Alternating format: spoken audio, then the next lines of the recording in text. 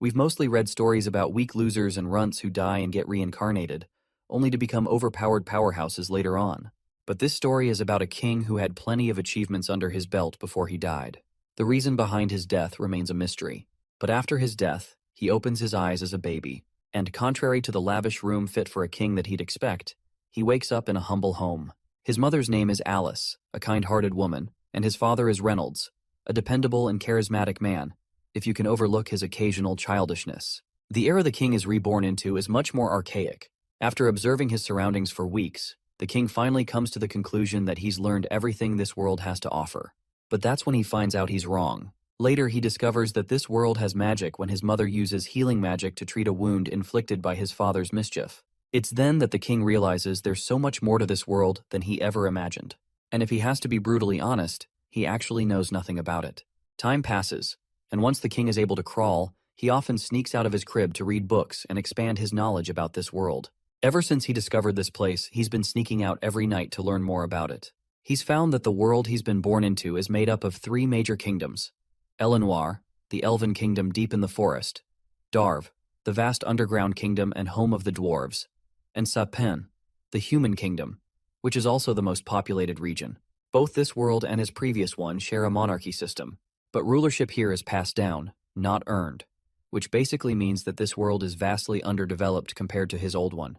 He realizes the reason for the lack of technological advancement is the presence of magic in this world. He's been studying the fundamentals of magic ever since. In his old world, there was a life force called Ki, which practitioners used to strengthen their bodies and weapons through rigorous training. But this world has a similar force called mana. However, unlike Ki, which exists only inside a person, mana is present all around them. The power to control mana is largely genetic. Roughly 1 in 100 children possesses it, and it can be used in various ways. The 2 most common methods are augmenting and conjuring. Augmenters enhance their bodies with mana, allowing them to possess incredible strength, defense, and agility. However, their weakness lies in their limited range. On the other hand, conjurers emit mana into the outside world, bending their surroundings to their will. But to cast a spell, they must supplement their own mana core with mana from the environment. Interestingly, his mother is what they call a deviant, more specifically, an emitter. Deviants are rare types of mages with unique abilities, and emitters, like his mother, specialize in restorative mana. According to the book he read, a mage's first awakening happens between early adolescence and the late teenage years, when their mana core manifests. The concept of a mana core sounded uncannily similar to the Kai Center from his previous life. In his old world, children were taught to meditate and sense the fragments of Kai scattered inside their bodies, gathering them into a single place to form a Ki Center. But when our little king decides to try this technique himself, to his surprise, he nails it on his first attempt. Though his mother interrupts him before he can do anything significant, time rolls on and 2 years fly by. Yet Alice feels like she hasn't fully figured out her little boy. She's learning about him slowly, piece by piece. She's named him Arthur, and he's the most precious and adorable thing in her life. One day she notices her husband teaching their little one how to swing a stick and fight, which sets her temper flaring because their baby can barely crawl. Alice loves documenting everything, keeping a daily diary, and moments like these never fail to put a smile on her face. She's also noticed that Arthur absolutely loves visiting the small merchant strip in central Ashbur. So, instead of shopping for groceries once or twice a week, she's taken to going downtown every other day. Of course, she tells herself she's not spoiling him by doing this. It's all for educational purposes since Arthur loves learning and seeing new things. And the fresh food she can bring home daily is just a bonus. Watching Arthur grow up so quickly, she sometimes wonders what he'll be like when he's older. With Ray as his father, she's sure he'll have an interest in becoming an adventurer, but she can't help worrying. She only hopes he fares better than the naive young teens dreaming of making it big as adventurers. Now, if only she could do something about his perpetual habit of sneaking into the study. It's even tempted her to move his crib into the study room, though that's a decision for another day. So far, this is the overview of what Alice has learned about her son over the past 2 years. One day, as Arthur peers through the window, he spots his father preparing to perform some magic. Reynolds closes his eyes in order to concentrate. The intensity of his concentration leaves Arthur brimming with curiosity, eager to see what kind of magic his father will perform. Suddenly, the pebbles on the ground began to lift.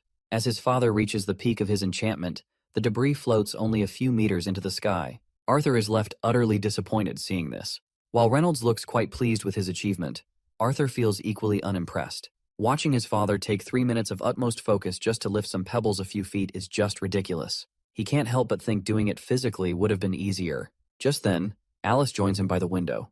When she glances outside, her expression shifts to mild annoyance as she notices her husband has ruined the front yard again. So far, Arthur has learned that his father is an augmenter, which only deepens his curiosity about himself. He wonders what will he be when he awakens his mana core. After watching his father practice for a while, Arthur decides to retreat.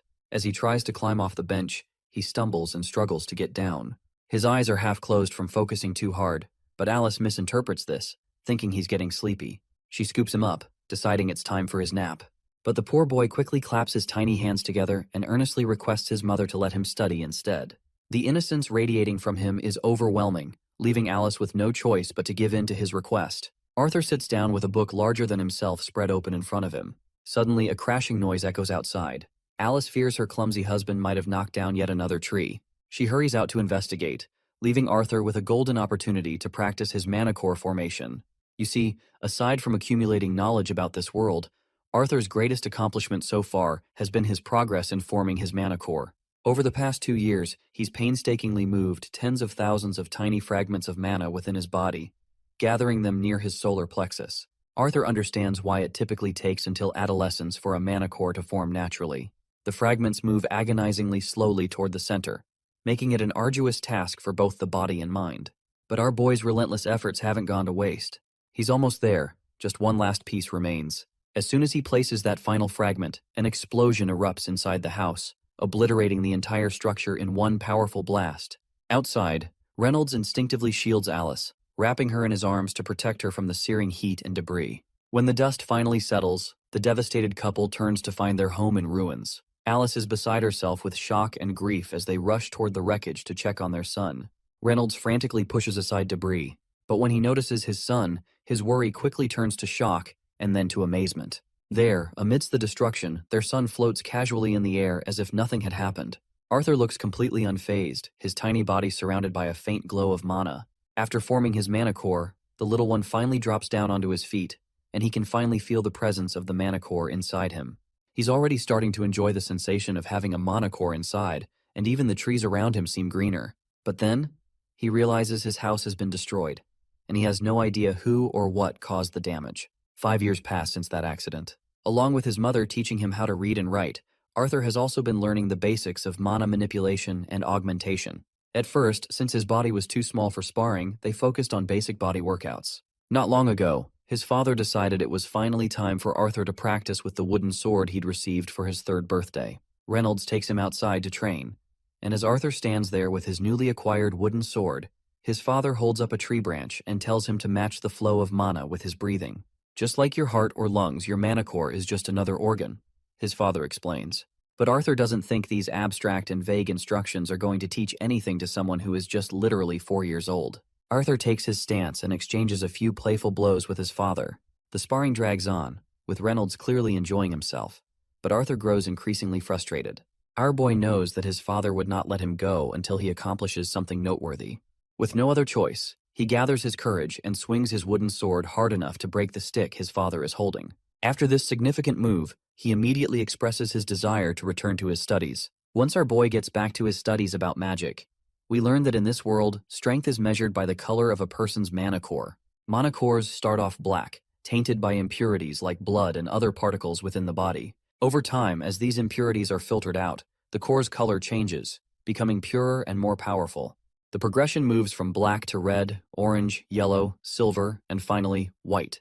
Each stage is divided into 3 shades: dark, solid, and light, with lighter shades signifying greater purity and strength. As our boy was deep in concentration, his mother interrupts him by urging him to come in for dinner. As they sit around eating, Arthur feels a growing irritation at the constant interruptions to his studies. Reynolds begins talking about finding a proper mentor for Arthur to further develop his skills. Alice immediately objects, pointing out that Arthur is only 4 years old and far too young for such a step. Reynolds counters that their son shows remarkable potential in mana manipulation, even at his young age, and he doesn't want to hold him back. Alice, however, stands her ground.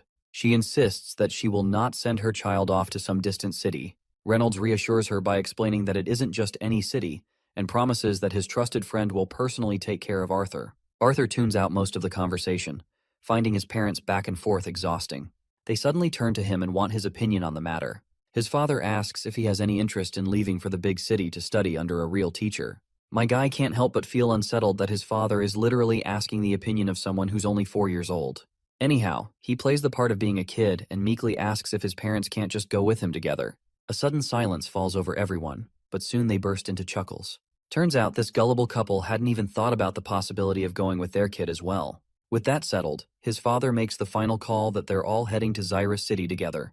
The day finally arrives for them to leave their home. And they're not traveling alone. A party of adventurers will be tagging along with them on the journey. His father greets one of the adventurers and introduces his son to them. The little one quickly bows his head in respect and expresses his gratitude for their help in accompanying them to Xyrus. This adventurer really likes the kid's mannerisms and is already fond of him. His name is Crench, an augmenter, and his specialty is the spear. Then there's Angela Rose, a conjurer with a focus on wind magic. She's got big hooters and stands out among the group. Next up is Durden Walker, also a conjurer, but his specialty is earth magic. There's also Jasmine Flameworth, an augmenter who specializes in dual daggers. Among all the adventurers, she's the most passive. Without saying much, she quietly walks towards the carriage they're about to ride in.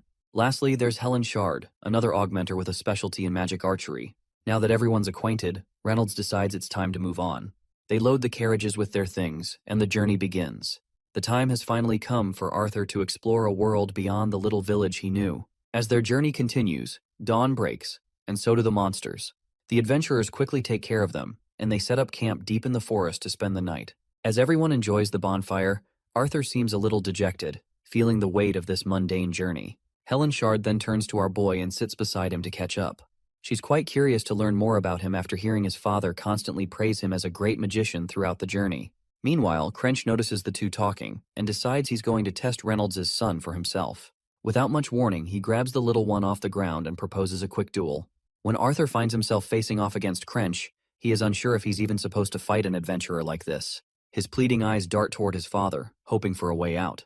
But his father only grins and starts egging him to win. Feeling utterly hopeless, Arthur can't believe how his father is literally useless in moments like these. Anyhow, my guy takes his stance, tapping into the experiences of his previous life. With a firm grip on his sword, he launches himself at Crench.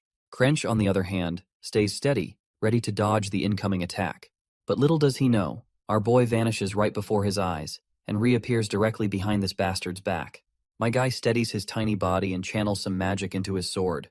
Without wasting a moment, he quickly swings at Crench. But Crench dodges the attack with ease and retaliates with a slash of his own. The little guy ducks just in time, letting the stick zip past over his head. He takes advantage of the brief opening, launching himself straight into Crench's ribs and knocking the big guy to the ground. Crench isn't one to go down easily, though. He quickly swings his leg to trip the kid up, but my guy ducks down once again, narrowly avoiding it. Although he dodged the first onslaught, he's not sure if he can handle the next move Crench is already preparing. Sure enough, as soon as Crench's stick connects with him, the impact sends our boy flying. He lands a few feet away, his back aching like hell. Durden Walker gives Crench a little slap on the neck for going overboard with a kid. Crench, on the other hand, is absolutely awestruck by the sheer display of skill he just witnessed in Arthur. He can't understand how his father claims he hasn't taught him anything. But as usual, the father insists he hasn't taught his son a thing. The doting mother quickly starts healing Arthur while scolding him because she does not like the idea that he had been studying fighting all this time. Arthur tries to brush it off, claiming he just picked up a few moves by watching his father and reading books. But Crench isn't convinced. He's sure those moves couldn't have been learned just from books, and he's eager to learn the techniques Arthur just pulled off. Eventually, Arthur explains how to perform the acrobatic moves he pulled off. But whenever the others try, they fail miserably. Several days pass since they began their journey to Xyrus City. During this time, Arthur's birthday also passed, and he received gifts, not only because it was his birthday, but also for the efforts he put into teaching them those techniques. Surprisingly, the one who gave him a gift was none other than the usually passive Jasmine Flameworth. Meanwhile, the training with Adam, Helen, and his father continued with decent progress. To Arthur's surprise, Jasmine had already succeeded in learning a few techniques. It still amazes him how quickly she managed to grasp his instructions, especially when it came to learning Feint Step.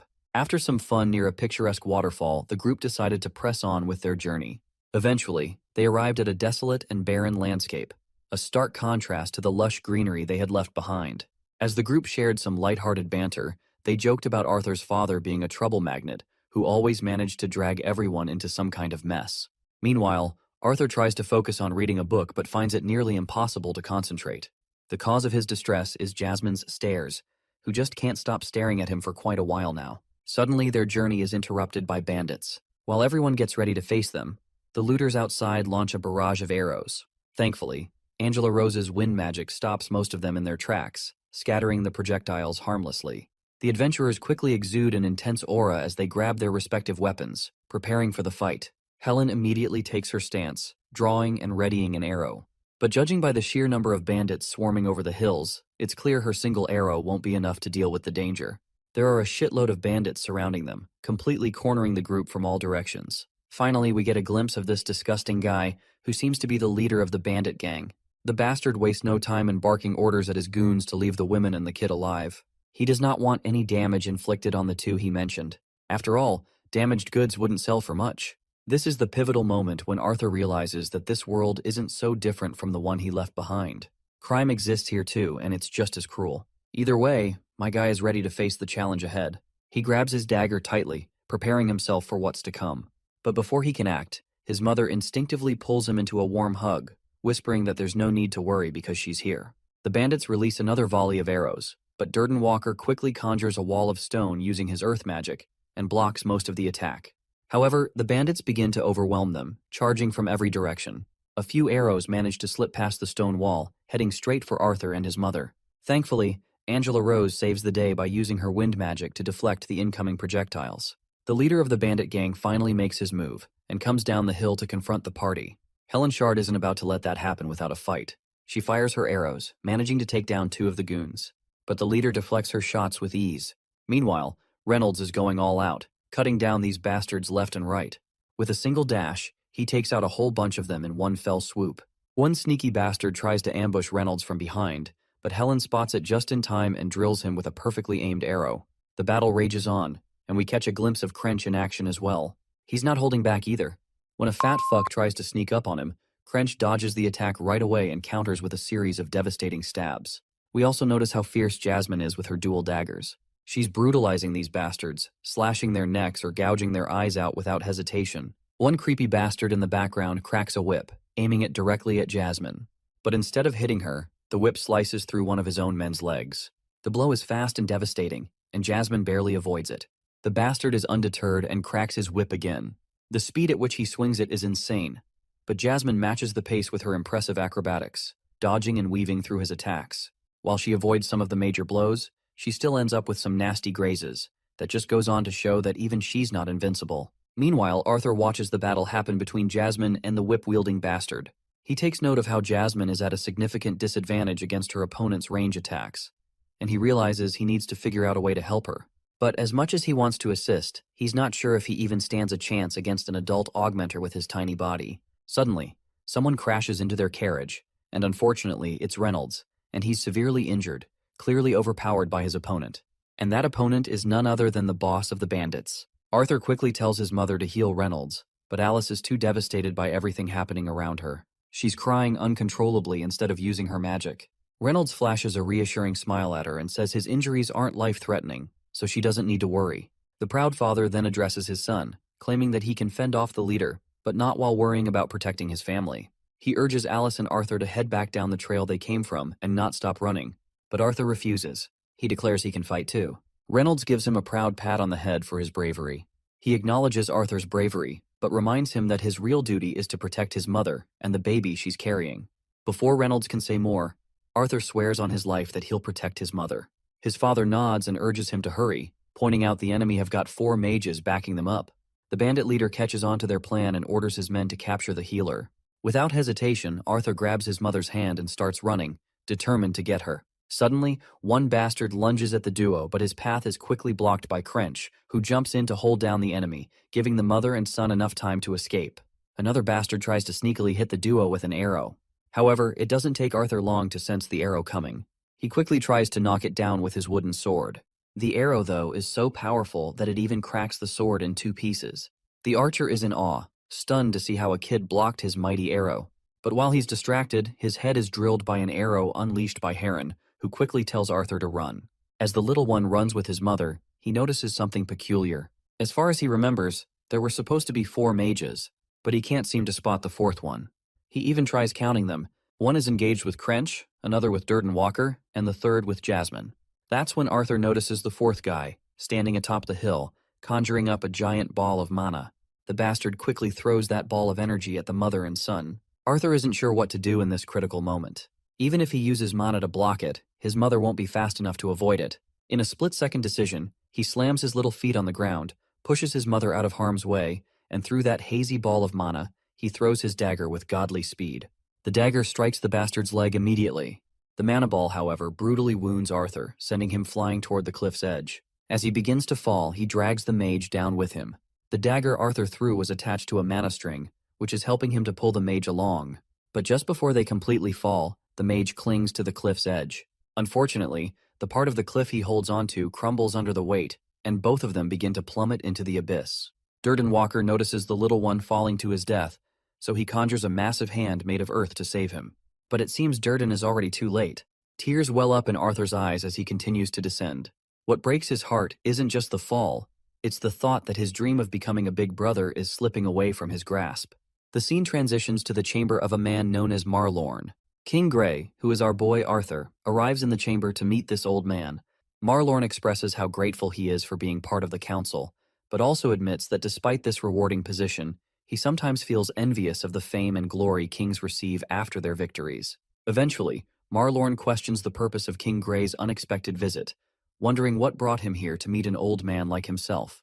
That's when Grey silently pulls out a war medal he earned after his latest victory, and after placing it on the table he begins to leave, declaring that he is retiring. In this world, plagued by problems like declining birth rates and limited resources, wars had been replaced by duels, and armies by kings. Grey was one of those kings, a key figure who fought to protect his territory as its representative. But Grey's decision to step down wasn't born out of exhaustion or a lack of skill. He hadn't dedicated his life to becoming the strongest or basking in endless glory. What truly broke him was the emptiness, the absence of people he could cherish. An orphan with everyone he once loved is gone. Now, reborn as Arthur in a new life, he carries a profound yearning. He would give up everything he has in this life for just one chance to return to Ashbur and see them all again. A while later, Arthur begins to open his eyes. He has no clue where he is or why he's even alive, for that matter. Nearby, he notices the corpse of the mage lying lifeless. The sight of that messed-up, twisted corpse instantly makes him gag. Still, as he lays beneath the vast sky, completely worn out, a leaf drifts down and lands on his face, jolting him awake. He spots a water pouch and a bag of food lying on the ground nearby. With the last bit of strength he has, Arthur crawls toward them. He grabs the food and devours whatever it is, making sure to gulp down enough water too. After the meal, he collapses back onto the ground, utterly exhausted. A while later, he opens his eyes again and tries to get back up, but his legs give out and he falls right back down. Despite that, he musters every ounce of strength left in him, finally pushing himself to stand. The first thing he does is pull the dagger out of the mage's dead body. When he looks up, he finally notices just how tall the cliff is from where he fell. It's unfathomable that he survived such a drop, but he doesn't have time to dwell on it, so he begins to walk his lonely path. Suddenly he hears a voice calling out to him. The first thought that pops into his mind is that the dead mage might be trying to tell him something. The voice echoes again, this time asking about the condition of his body. The poor kid musters up his courage and nervously tries to poke the mage's dead body to check if it's alive. But the voice quickly assures him that this corpse won't be reanimating, so there's nothing to worry about. Arthur heaves a sigh of relief at this unexpected reassurance. However, his guard immediately goes back up, and he questions the mysterious voice, asking if it was the one who saved him from that brutal fall. The voice doesn't hesitate to confirm that it indeed saved him. But when Arthur presses for its identity, the voice cryptically claims that he'll learn about it soon enough. Arthur doesn't like the way this mysterious voice is talking and makes it very clear he isn't buying a single word of it. The voice, however, calmly reminds him that it's the only one capable of getting him home from this place. The mention of home quickly jogs Arthur's memory, and he remembers the parents he left behind, and of course the sibling growing in his mother's belly. He has no idea if they made it to Zyra safely, or if they're even all right. Since there are so many questions he wants answers of, he gets humbled real quick, and politely addresses this mysterious being as Mr. Voice, and asks if he could trouble it for directions to get out of this place. The voice chuckles, amused at how this once arrogant kid has quickly become humble. It admits to liking Arthur for his quick wit, but can't help pointing out its annoyance at being called Mr., when in fact, it's a lady. Still, since Arthur's words were polite enough, the voice decides to guide him. Soon after, Arthur's mind is overwhelmed by this sudden shock, and he begins to see everything around him, even places far off in the distance. With this epiphany, Arthur starts making his way out of the woods. His body is recovering gradually, leaving him with only a few faint aches and pains by the afternoon. But he is still trying to figure out what magic she used to save him. How did she know he was falling? And why did she only save him? The more Arthur tries to come up with plausible explanations, the more questions he seems to end up with. Suddenly, Arthur's ears pick up the sweet sound of water flowing. He climbs up a giant rock blocking his path and literally dives into the river without a second thought. As he enjoys the refreshing moment, the mysterious lady calls out to him for how carefree he seems. She also questions the size of his manhood, expressing disappointment over such a small gun. Arthur feels humiliated and quickly pulls his clothes back on. Before continuing his journey, he makes sure to fill his water pouch and eat enough to keep his strength up. Since he fell off the mountain towards the east, he must be near the elves' domain, but he doesn't see any of the fog that Forest Elshire is known for. His fears about traveling through the beast glades are quelled by the fact that only small animals seem to be present. Although he's surprised he hasn't seen any mana beasts, given how rich the area is in mana, he would love to stay and absorb some mana, but he knows he can't linger. He has no time to waste. Especially, it's more important to get back to his parents. With his mother pregnant, the stress of his potential death could endanger the baby inside her, and if they are still alive, he needs to be there for them. After walking long enough, Arthur finally arrives at the place where the mysterious lady resides. For a moment, he mistakes her for a cluster of rocks and feels relieved to have finally found her. But the lady quickly reminds him that she isn't some sentient pile of rocks, and tells him that if he wants to meet her, he'll have to head into the crevice. Without hesitation, Arthur begins making his way inside this tunnel, which has this arcane faint glow emanating.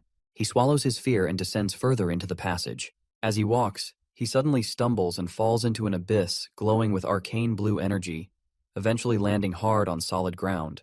The crash is brutal, and his jaw aches like hell. Still, Arthur forces himself to get up, but no sooner does he stand than he collapses again. Before him stands a terrifying monster, so imposing it makes him trip over himself in fear. But, as it turns out, this monster is none other than the mysterious lady who had been talking to him all along. As she slowly walks toward him, Arthur panics beyond belief, his jaw hanging wide open in sheer terror. The girl suggests he shut his mouth unless he wants bugs to crawl into it. She then extends her massive hand toward him, which freaks him out a little. Calmly, she explains that it will take her some time to open a dimensional rift strong enough to transport him home. Until then, she suggests he enjoy the nourishment provided by the mysterious plants around them.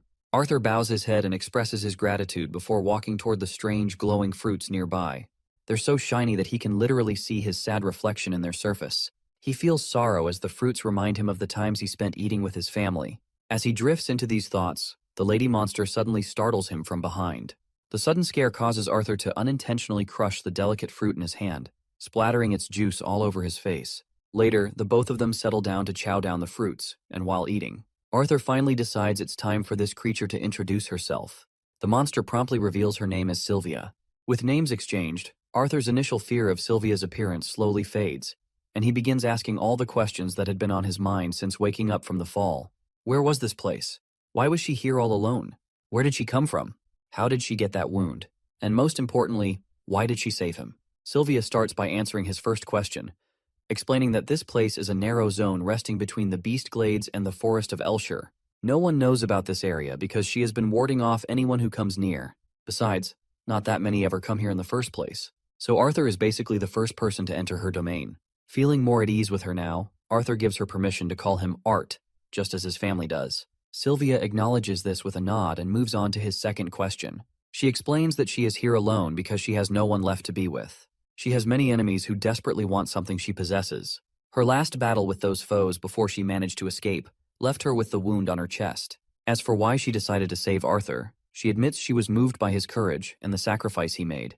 Or perhaps it was simply that she had grown lonely and wanted someone to talk to.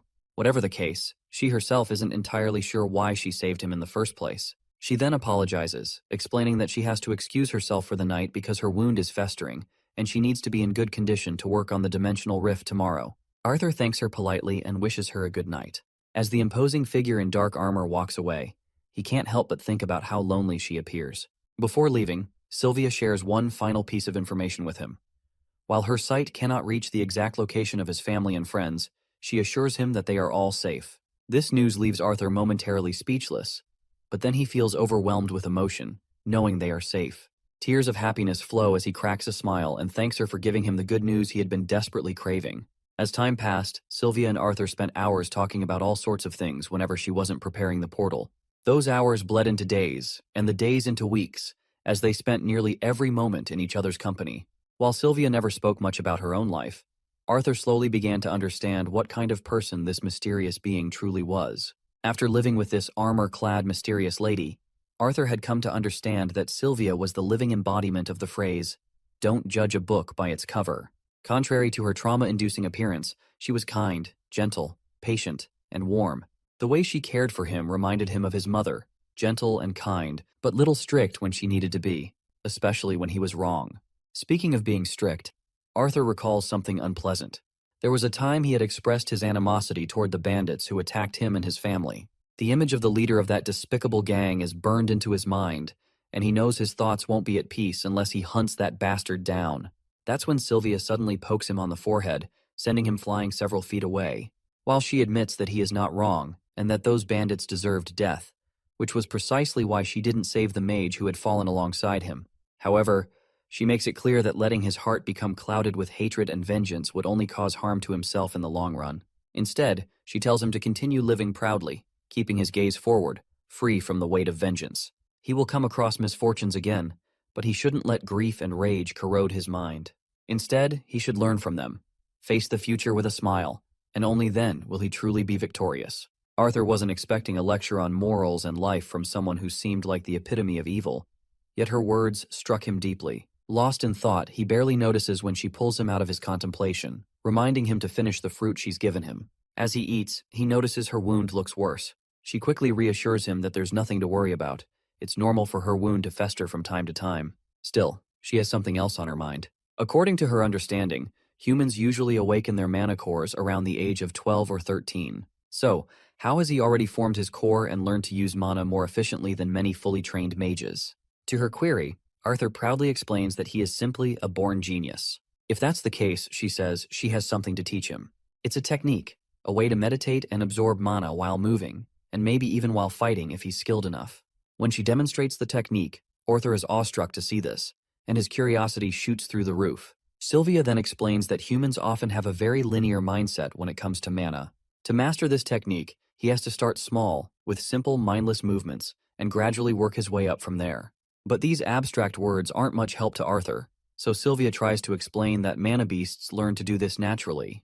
However, since humans usually awaken much later, their bodies aren't capable of this kind of multitasking. Considering that this fact doesn't apply to Arthur, if he practices hard enough, he should be able to succeed. These few words of encouragement are enough to fire Arthur up, and he promises to do his best if that's the case. While Sylvia is busy forming a rift, Arthur focuses on practicing diligently. However, his wrong movement causes him to trip. Practicing this skill to its fullest essentially means being able to fight proficiently while maintaining a steady inward flow of mana. But his confidence doesn't waver, and he continues his practice. He keeps swinging and practicing, trying to absorb the mana around him. Eventually, he gets the hang of it and finally masters the art of mana absorption. He happily shares his little achievement with Sylvia, but it looks like she's already exhausted herself and isn't in any condition to respond. Seeing her lifeless there causes Arthur to panic. It looks like her injury has gotten the best of her, and the blood leaking through her massive body is filling the area. He quickly grabs her massive hand, and with every ounce of strength his small body can muster, he successfully turns her massive form over, only to see that her wound is worsening. But when he looks ahead, the rift she has been creating is finally complete and ready for travel. Now that he thinks about it, he realizes how all this time, as she worked on creating the portal, her injuries have been getting worse. The realization devastates him. The thought that she has suffered because she was trying to create this portal for him, and he hadn't even noticed until now, crushes him. That's when Sylvia speaks with her faint voice and assures him that everything is all right. Arthur can do nothing but cling to her, tears streaming down his face as he cries his heart out. He doesn't know how it can possibly be all right when she's about to leave him like this. The thought that she has essentially given up her life for him makes his heart ache even more. In that moment, Arthur cries. He cries longer than he would ever care to admit, and for the first time, he cries like the child he appears to be on the outside. Sylvia reminds him gently that their time together is short, and she would hate for it to be wasted on him blaming himself. But Arthur doesn't know how he can possibly not blame himself. She's sacrificing herself so he can reunite with his family. Sylvia, however, is grateful. Because of Arthur, She will finally be able to leave this forsaken cave a little sooner, and for that reason alone, she has no regrets. Soon enough, her body begins to disintegrate, turning into ash. As the black armor she wears crumbles away, a pair of radiant white wings appear in its place. Before him stands Sylvia in a new form, one where she looks more like herself than she ever did before. Arthur definitely wasn't expecting Sylvia to turn out to be a dragon. She admits it, though. She is a dragon. Or at least that's what humans would call a being like her. However, she reminds him that they don't need to waste time with small talk. She has to use her original form to finish the portal, and now that her veil is gone, her enemies will soon be coming for her. Before she parts ways with him, she tells him there are a few things she must say. She bestows upon him a rainbow-like egg, along with a handful of her feathers. She tells him to warm the egg with her feathers to conceal its aura. Before Arthur can even process what in the world is going on, she suddenly bumps into him. Right at that moment, some sort of reaction causes his clothes to tear, and patterns begin to appear across his skin. Sylvia reassures him that he'll understand everything in time.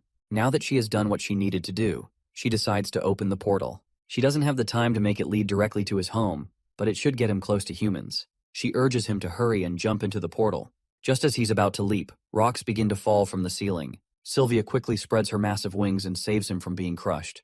The one responsible for the destruction is a creepy sucker who oddly resembles Sylvia. He addresses Sylvia formally, requesting that she cease her stubbornness and hand it over. If she submits, he might even heal her wounds. Even Arthur can tell that this new figure looks quite similar to the form Sylvia had taken earlier. Sylvia then uses an ability that freezes time around her. The only ones who can move or speak are herself and Arthur.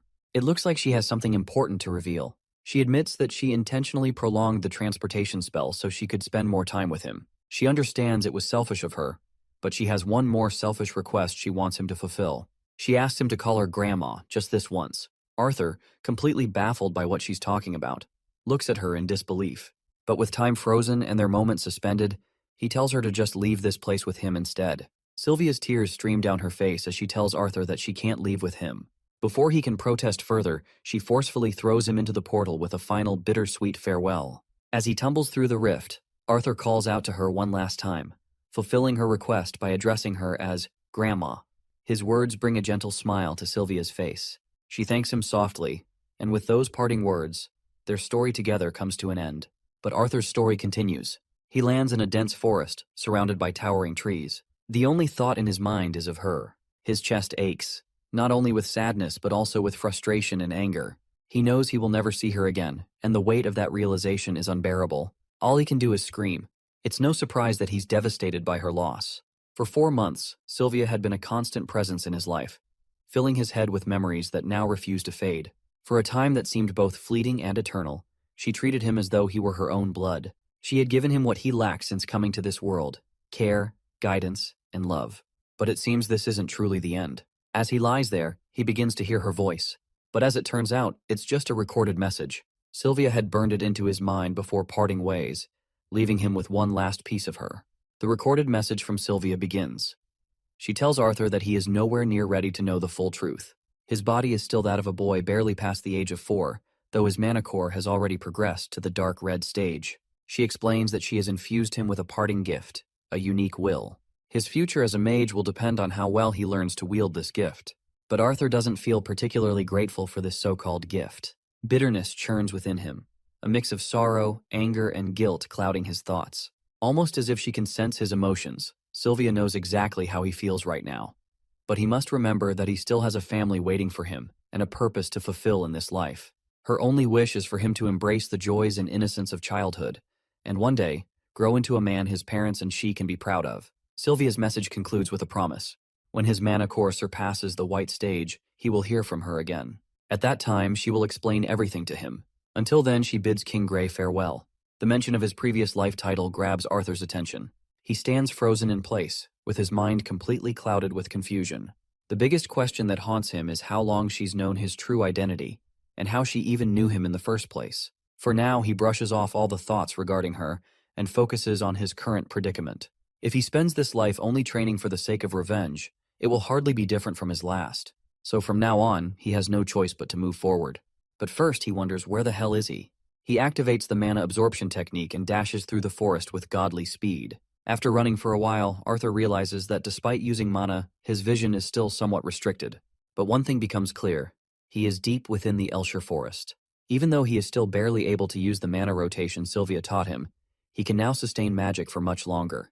However, after roaming around for what feels like ages, he still hasn't found a way out. Sylvia had promised him he would arrive near other humans, but so far, he hasn't seen a single trace of them. After hopping through trees for what feels like forever, Arthur starts to feel like a monkey who's mastered tree travel. Suddenly, he senses the presence of a human.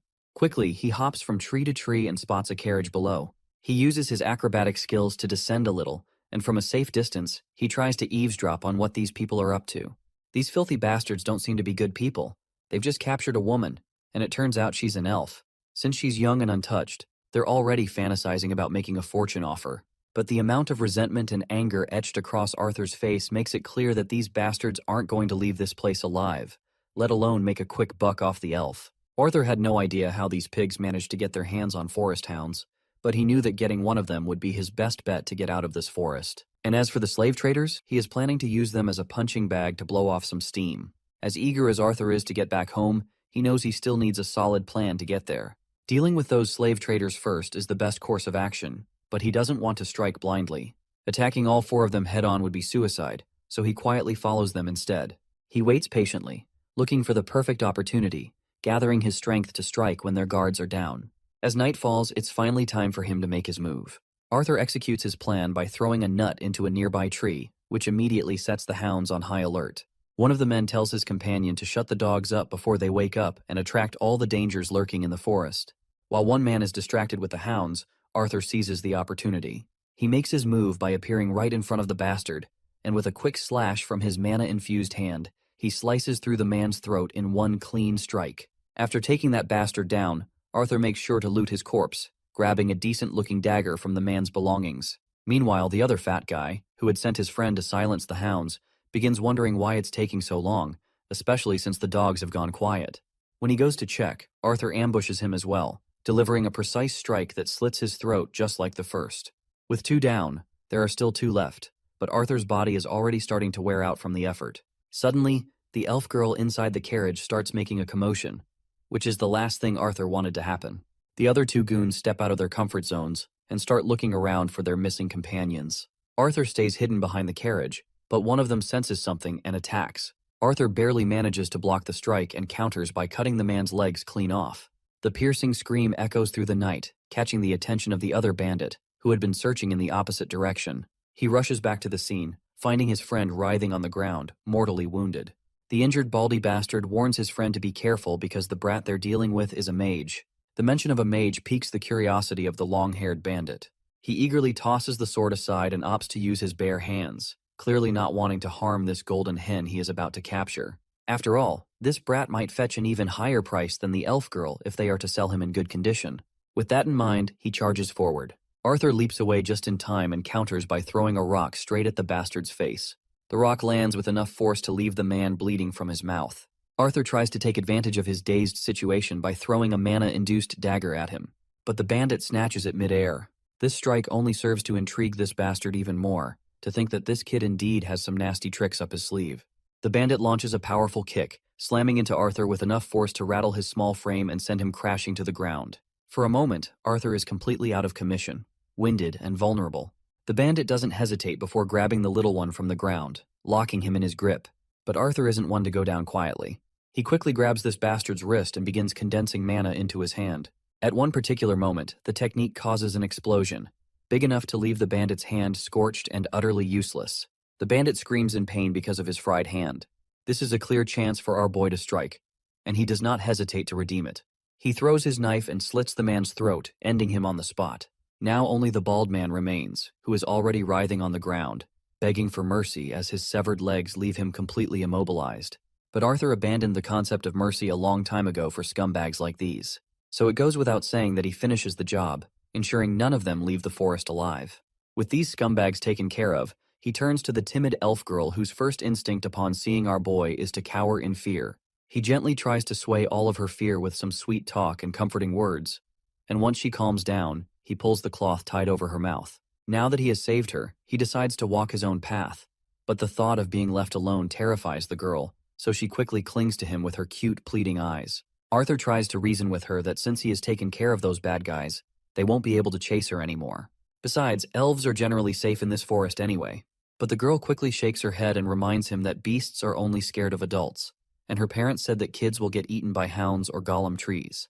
The thought of being a babysitter does not sit well with Arthur, but since he has no choice, he just reluctantly asks her how far her home is, to which the girl nonchalantly responds that she does not know. He lets out a sigh and begins to walk away, assuring her that he is simply going to gather some supplies for them.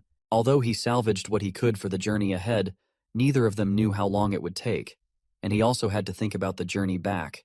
He feels quite sad to see that they can't take this carriage in use as it would have been way faster, but if he did, they would just stick out like a sore thumb. He is looking forward to finding the elves as they might have something that can take him back to the human kingdom. During his supply hunting, he found some clothes in the carriage and presents them to the little elf and tells her to wear this cloak as it will probably get cold.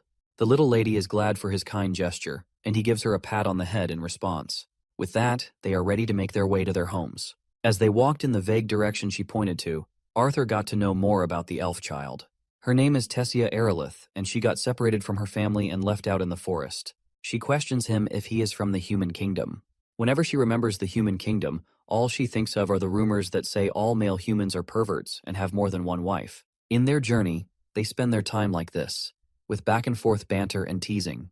Night settled, and they set up their camp in the thick of the woods. Arthur decided to keep watch outside and suggested she have some sleep in the meantime. Once Tessia Aerolith got inside the camp to have some well-deserved rest, Arthur sat alone under the expanse of brightly lit stars. As he reflects on his situation, we learn that his initial plan to utilize his time to figure out what this will Sylvia left for him was all about. But it looks like he will have to wait to unravel this secret until he escorts the elf girl to her home. The girl gets out and suggests he have some rest as well. Although her grandmother has prohibited her from sharing her bed with boys, she says she will make an exception once. But Arthur tells her that he is not sleepy. Before retreating back into the camp, the girl reminds him that beasts are more likely to appear if they notice him. Therefore, she wants him to get inside even if he is on guard duty, as it's safer for both of them. Eventually, Arthur gives in to her wishes, and they both get into the same bedding. The next day arrives, and after their well-deserved naps, they continued their journey with unfamiliar surroundings and time quickly passing as the only indicators of their progress. Arthur admits that worries of family and impatience to get back home did not leave him in the best of moods. But what made the journey almost unbearable were the agonizing pains coming from his manacor that struck unpredictably from time to time, and his pain has become an everyday occurrence. Every day he wakes up, he is just randomly hit by it. On one particular day during their journey, we see that they are getting followed by these wild wolves, but my guy doesn't even look back when he throws that knife, which lodges itself into the tree next to the wolf's head. And soon, all of these poor bastards get the jump scare of their life. While Tessia Aerolith points her finger in the direction ahead of her, Arthur is hit by this unbearable pain in his chest once again.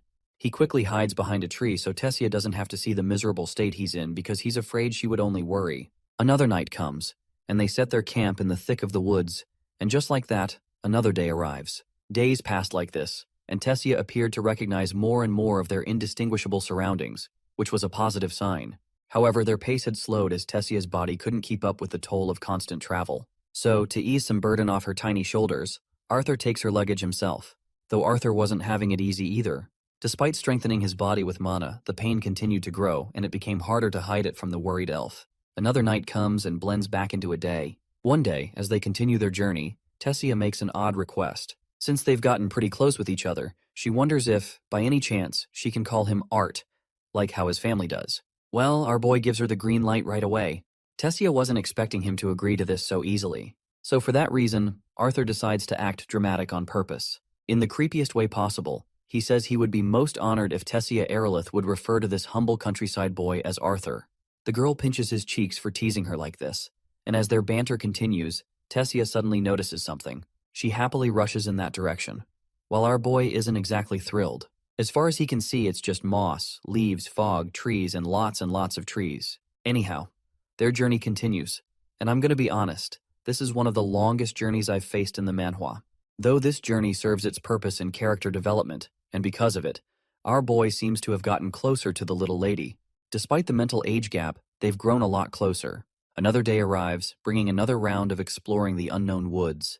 It looks like this long journey has finally borne fruit as they seem to have made their way. After feeling all the trees around her, Tessia finally finds the one she had been searching for. She does some magic mojo and opens a green gate in the wooden tree, inviting him to follow her inside. As soon as Arthur steps in, he falls through to the other side of the gate. When Arthur gets up and helps himself look ahead, he sees a magnificent sight. There's an entire civilization of elves, and the only word that pops into his mind after witnessing the grandeur of this place is pristine. But even that word feels like it doesn't do the place justice. As soon as the eyes of the local elves lock onto our boy, some soldiers quickly appear right before them.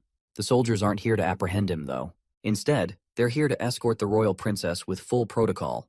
The sight shocks Arthur to the point where he has no clue how in the hell he's supposed to react. His mind is clouded with all sorts of questions, but Tessia just nods her head slightly to affirm that what he's seeing is indeed real. One of the knights reports that they arrived as soon as they noticed the oral teleportation gate had been used. He also mentions that the king and queen have returned as well. Promptly, the scene pans to the panicking parents rushing toward their girl, Tessia. The lady is Mariel Aerolith, Queen of Elenoir, and the man behind her is, of course, her husband, Alduin Aerolith, King of Elenoir. Another big shot enters the scene, Virion Aerolith. A name noted in every history book, he's the former king of Elenoir, known for leading the last war against the humans of the Sapin kingdom. With all of her family members gathered, Arthur gently pushes Tessia forward toward her worried parents, and they exchange warm hugs with her. Seeing how warm and full of love the scene is, Arthur remembers his own parents and wonders if his mother and father will react the same way when they see him again. King Alduin turns to Arthur and expresses his heartfelt gratitude, not just as the king of Elenoir, but as Tessia's father. As a small gesture of thanks for helping Tessia arrive home safely, he invites Arthur to accompany them to their home. Arthur is free to rest for a few days, and in the meantime, the king is eagerly looking forward to hearing the tale of their journey. Arthur can sense how firm and gentle the man's tone is, but his eyes clearly betray that feeling. From the look in his eyes, it's clear that what he requested isn't an offer, it's an order. Arthur reciprocates the gesture by expressing his gratitude for the offer, but he's suddenly yanked away when Tessia grabs him by the hand and starts dragging him along. Even the onlookers are startled to see this. The girl, on the other hand, is just dying to show him everything this place has to offer. Well, our boy's first impression is one of absolute awe. Although he had somewhat expected an impressive castle after learning that Tessia was a princess, the magnificent place before him is just more than a castle or mansion to live in. At one point, Arthur even starts to wonder if he's accidentally transmigrated into some corny fantasy novel. The queen quickly introduces their little guest to the maids and orders them to make sure Arthur has the best time possible while he's there. Arthur is glad to receive all this pleasant treatment, but he feels the need to explain what happened first. It looks like Tessia's parents are more than willing to hear all the juicy details. So, all the core members of the family, including some senior knights, gather to hear Arthur out. First, our boy gives an introduction, presenting himself as Arthur Lewin from a humble town in the kingdom of Sapin, and he's quite honored to be in the presence of the royal family. It's a little over the top for an introduction, but Arthur knows the discussion isn't going to progress if they treat him like a child. Even the king can't help but point out how, despite Arthur claiming to come from humble origins, he seems rather mature and well-educated. This only piques their interest in what he has to say. And so, our boy recounts his journey, starting with a vague explanation that he got separated from his family after running into bandits. It's not exactly a lie, but more of a half-truth. Inevitably, as the story progresses to the part where he ran into their daughter, the atmosphere shifts. The king grows visibly angry upon hearing it was slave traders, or rather, humans who captured Tessia. It's clear that the king doesn't have a favorable impression of humans to begin with, and this revelation only fuels his disdain. Our boy also does not like the fact that this elf king is stereotyping the entire human race behind few slave traders. So with all due respect, my guy corrects this man that slave trading is a profession, not a race. This remark only earns our boy a lot of shining blades pointed at him, but Virion Aerolith quickly stops the knights from stepping forward. Virion, intrigued by the story so far, expresses curiosity about how Arthur managed to free his granddaughter from the bandits. Perhaps he negotiated or begged them for mercy, but our boy denies doing anything like that and honestly explains that he's also a mage despite the fact that he is a child. So basically, he eliminated the slave traders and rescued their granddaughter. One impatient knight, out of anger, quickly draws his sword from its scabbard. As far as he's concerned, Arthur is being absurd with the lies he's spouting in front of everyone. But this impulsive action only earns the knight a deadly glare from Virion Aerolith, a glare so intense it rattles the overeager knight on the spot. Finally, Arthur stands up from his seat and declares that he doesn't care whether anyone believes him or not. The fact remains that Tessia has been returned safely. The only wish he wants granted is to return to his family in Sapin. Hearing this, Tessia is shocked that Arthur is leaving so soon. The girl's parents are startled to see how much compassion she feels for him. Meanwhile, Arthur gently reminds her of the history humans and elves share, so he doesn't believe it's appropriate for a human to remain inside this kingdom for too long. Besides, his current priority is ensuring his family is safe and letting them know he's okay as well. The king decides to speak next. He briefly acknowledges the past between the two kingdoms and emphasizes that Arthur saved their daughter and went through the trouble of accompanying her all the way back to Elenoir. This, the king declares, entitles Arthur to a befitting reward. First, the king shares the unfortunate news. The teleportation gate linked to the Sapin kingdom is only accessible once every 7 years during the summit conference between the three races. This means it will be another 5 years before the gate opens again. However, the king is more than happy to send a group of guards to escort Arthur back home safely. He also expresses his wish for Arthur to stay a little longer, giving the elves a chance to serve and spoil him as a guest. The king admits that while some elves are tolerant of humans, too many still hold grudges from the war long ago. For now, Arthur is told to make himself at home, as they will have his escort prepared by tomorrow morning.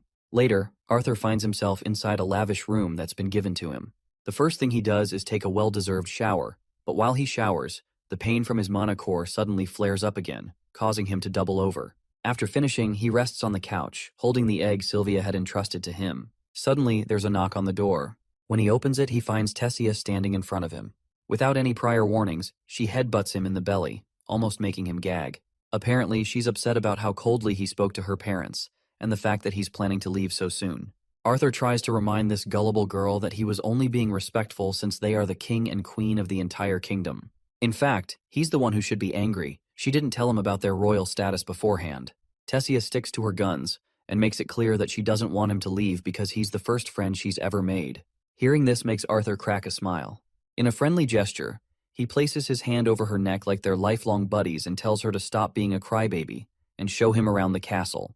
And so, they explore the castle together. Tessia makes sure to take him to her favorite spot in the entire place. This particular spot looks absolutely breathtaking during spring when the flowers bloom.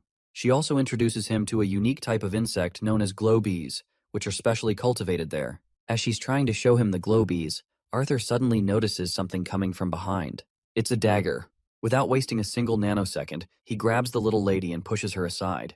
In the same instant, he catches the weapon and retaliates with the insane speed he has got. Well, the person behind this stunt is none other than Virian Erlith, her grandfather. Arthur is absolutely shocked, thinking her own grandfather just tried to take a hit on her. But the old man calmly assures him that the weapon he's holding is just a toy. Now that Arthur takes a closer look, he feels a bit embarrassed for being tricked. Virian, on the other hand, is impressed. Seeing how fast Arthur reacted, from catching this little to even using it against him instantly, is mind-boggling. The old man notes that Arthur's mana usage is mediocre at best, but he now has no doubts about how he could have taken down a group of slave traders. Arthur is unsure whether to feel insulted or complimented, so he just stays quiet. Tessia chimes in, scolding her grandfather and prohibits him from teasing Arthur. It seems like the old man didn't have any intention of teasing anyone. In fact, he approached Arthur because he finds him fascinating. It's been a long time since he's met someone as interesting as our boy. Virian tosses a wooden sword at Arthur, deciding to see what the boy is really made of. Arthur grabs it promptly and, without hesitation, swings it as fast as he can, directly slashing at the old man. But what he strikes turns out to be a mana illusion. Virian, however, is impressed by the guts of this little brat. Not backing down, Arthur charges again and strikes with his wooden sword.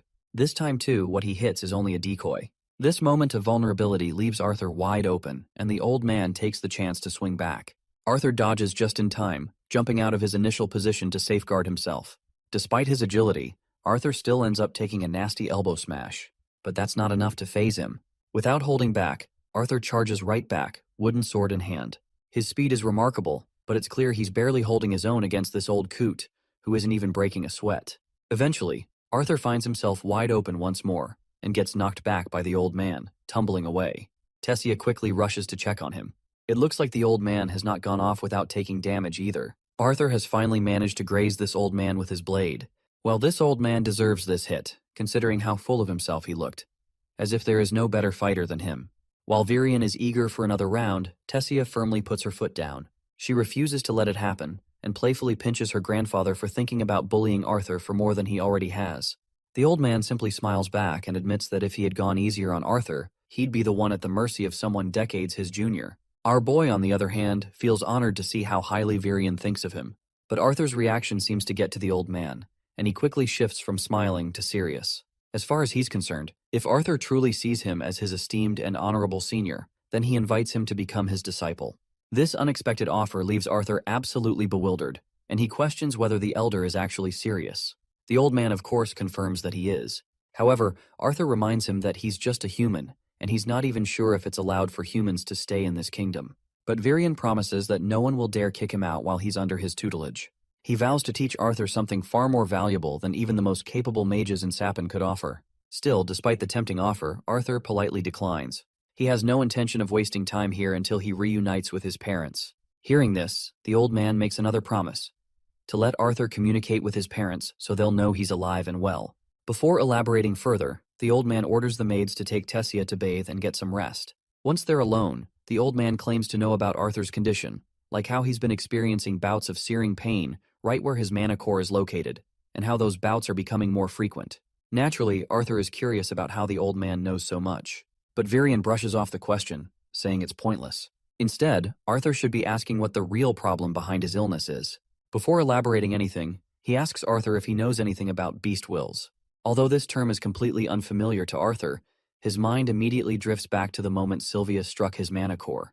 Before continuing the conversation, the old man assumes that Arthur has at least encountered a few mana beasts by now. He then explains that a beast powerful enough to be categorized as Class A or higher gains the ability to pass on their will, or inherent ability, to another, either to their offspring or to someone they choose to bond with. He promises not to pry into how Arthur stumbled upon such a powerful beast will, but warns him that, at this stage, the power within him is doing more harm than good. The fact that the old man knows all this makes Arthur assume that Virion also possesses a beast will too. Well, the old man doesn't shy away from admitting it. He claims he's professionally a beast tamer, a title he earned by fully conquering the monstrous beast will inside himself. He acknowledges why Arthur desperately wants to see his family and return home, but he warns that doing so right now comes with a grave risk. The power of the beast will inside Arthur is too potent for his immature body to handle. If it isn't controlled soon, the power he has obtained will destroy his body from the inside out. As Arthur lays down, his face is covered with glistening sweat. There's a heavy sensation pressing down on his body. As he drifts in and out of unconsciousness, he sees the monstrous personification of his worries and burdens. The expectations placed on him haunt him, even in his sleep. But the source of all this weight is not some ethereal creature. It is Tessia, perched right atop him, unknowingly pressing him further into the depths of his exhaustion. She's apparently here to wake him up because she can't wait to start this new, exciting day with him. But it seems Arthur still hasn't had enough sleep, so calls the shadow monster back to give him just a few more minutes. Later, while Arthur gets ready for the day, Tessia asks to confirm if what her grandpa said about him staying is actually true. Well, our boy isn't too sure about this. His plan to stay here depends entirely on the trip with Elder Virion. As Arthur walks toward the carriage he's supposed to ride with the Elder, the king and queen can be seen pleading with Elder Virion to reconsider, because it's inappropriate for a human to stay in their kingdom. It goes against the traditions the elves have upheld for decades. But the old coot makes it clear that Arthur has caught his attention, so he wants him to stay a little longer. Besides, their daughter seems to have taken a liking to him as well, which is just another reason to keep him around for a bit more time.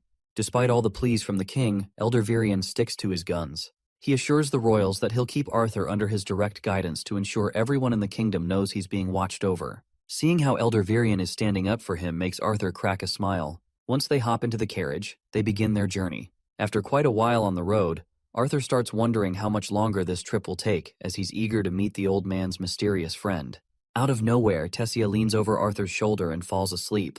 Looks like waking up so early out of excitement finally caught up to her. Since Tessia is the only princess of the kingdom, she grew up in a lonely environment. She's been hurt too many times by both adults and children pretending to be her friends. Over time, she became cold and distant, building a wall around herself to keep others out. But in the short time he's seen her with Arthur, she's shown more smiles and laughter than she has in the past few years. For that, the old man is genuinely glad and expresses his gratitude to our boy.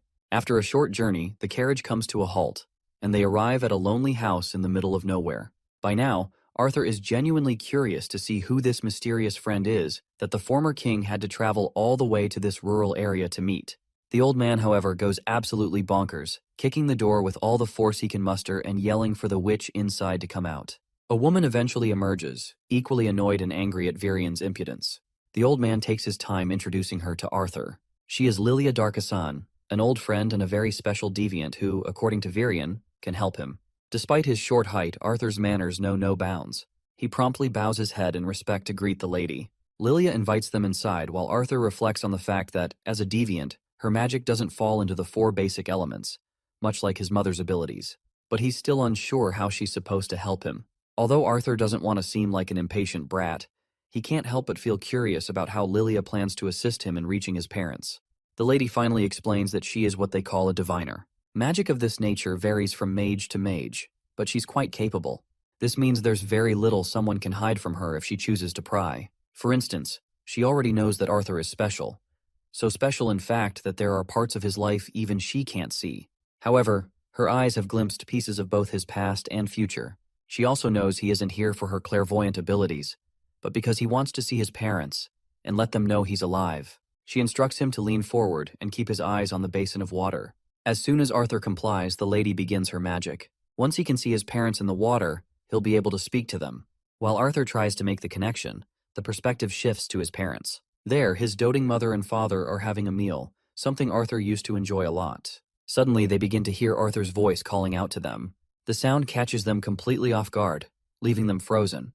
When Arthur says he's their son, that's enough to paralyze them entirely, their spoons slipping out of their hands as they let the shock sink in.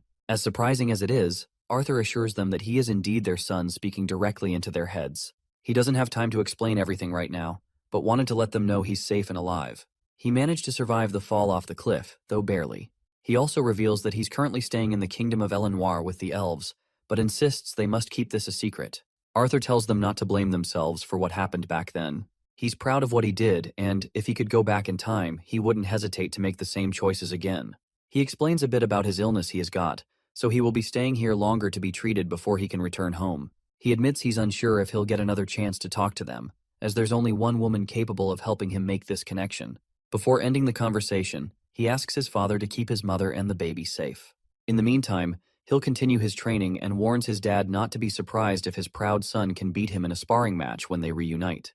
With that, this cerebral Skype session ends. Arthur's father breaks into absolute tears, and his wife follows suit.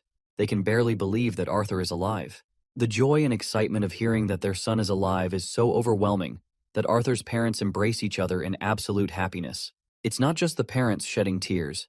Arthur himself is equally overwhelmed by the conversation he just had with his parents. However, he steels his balls up and tells the old man that he's finally ready for whatever lies ahead. After their brief visit to Lilia, the group finally returns to the castle, where the king and queen are already waiting for their arrival. As Elder Virion and Tessia enter the castle, Arthur is suddenly stopped by the king himself. It's not because the king resents him or wishes to bar his entry, but because he wants to reconcile. Even the queen wants to express her regret for their earlier behavior.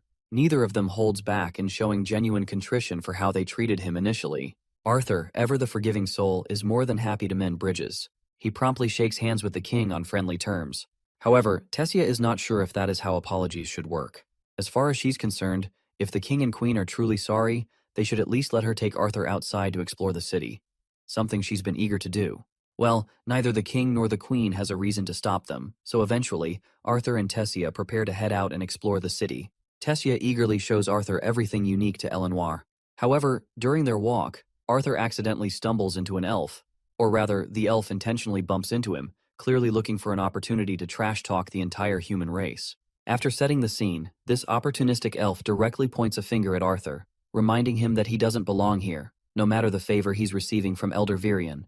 While Arthur feels a bit pissed at this cocky bastard, Tessia steps in to confront the guy. The elf introduces himself as Faerith Ivsar and counters Tessia's questions with arrogance, asking how she can tolerate breathing the same air as a mere commoner like Arthur. Being the great knight he is, Faerith even offers to take the responsibility to escort her himself. But Arthur quickly turns the tide with some playful banter. His few well-aimed words manage to piss Faerith off to no end. The idea of someone mocking his knighthood is too much for this little punk to handle. In a fit of rage, Faerith throws down the gauntlet and challenges Arthur to a duel. Arthur, who already thought this guy was stupid, finds his expectations exceeded in the worst way possible. Tessia immediately steps forward, questioning the audacity of this so-called knight. How dare Faerith challenge the disciple of Elder Virion to a duel? Faerith makes it clear that he would never allow anyone to trample on his pride, as this is the way he was raised. Determined to defend his honor, he challenges Arthur to accept the duel, or retreat with his primate tail tucked between his legs.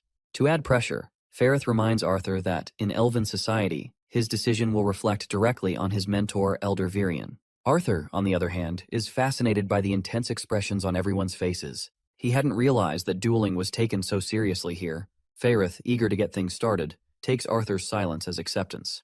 To get the things rolling, he insists that Princess Tessia officiate the duel. Reluctantly, Tessia agrees, and as soon as she gives the signal, Fairith charges forward, aiming to land the first blow.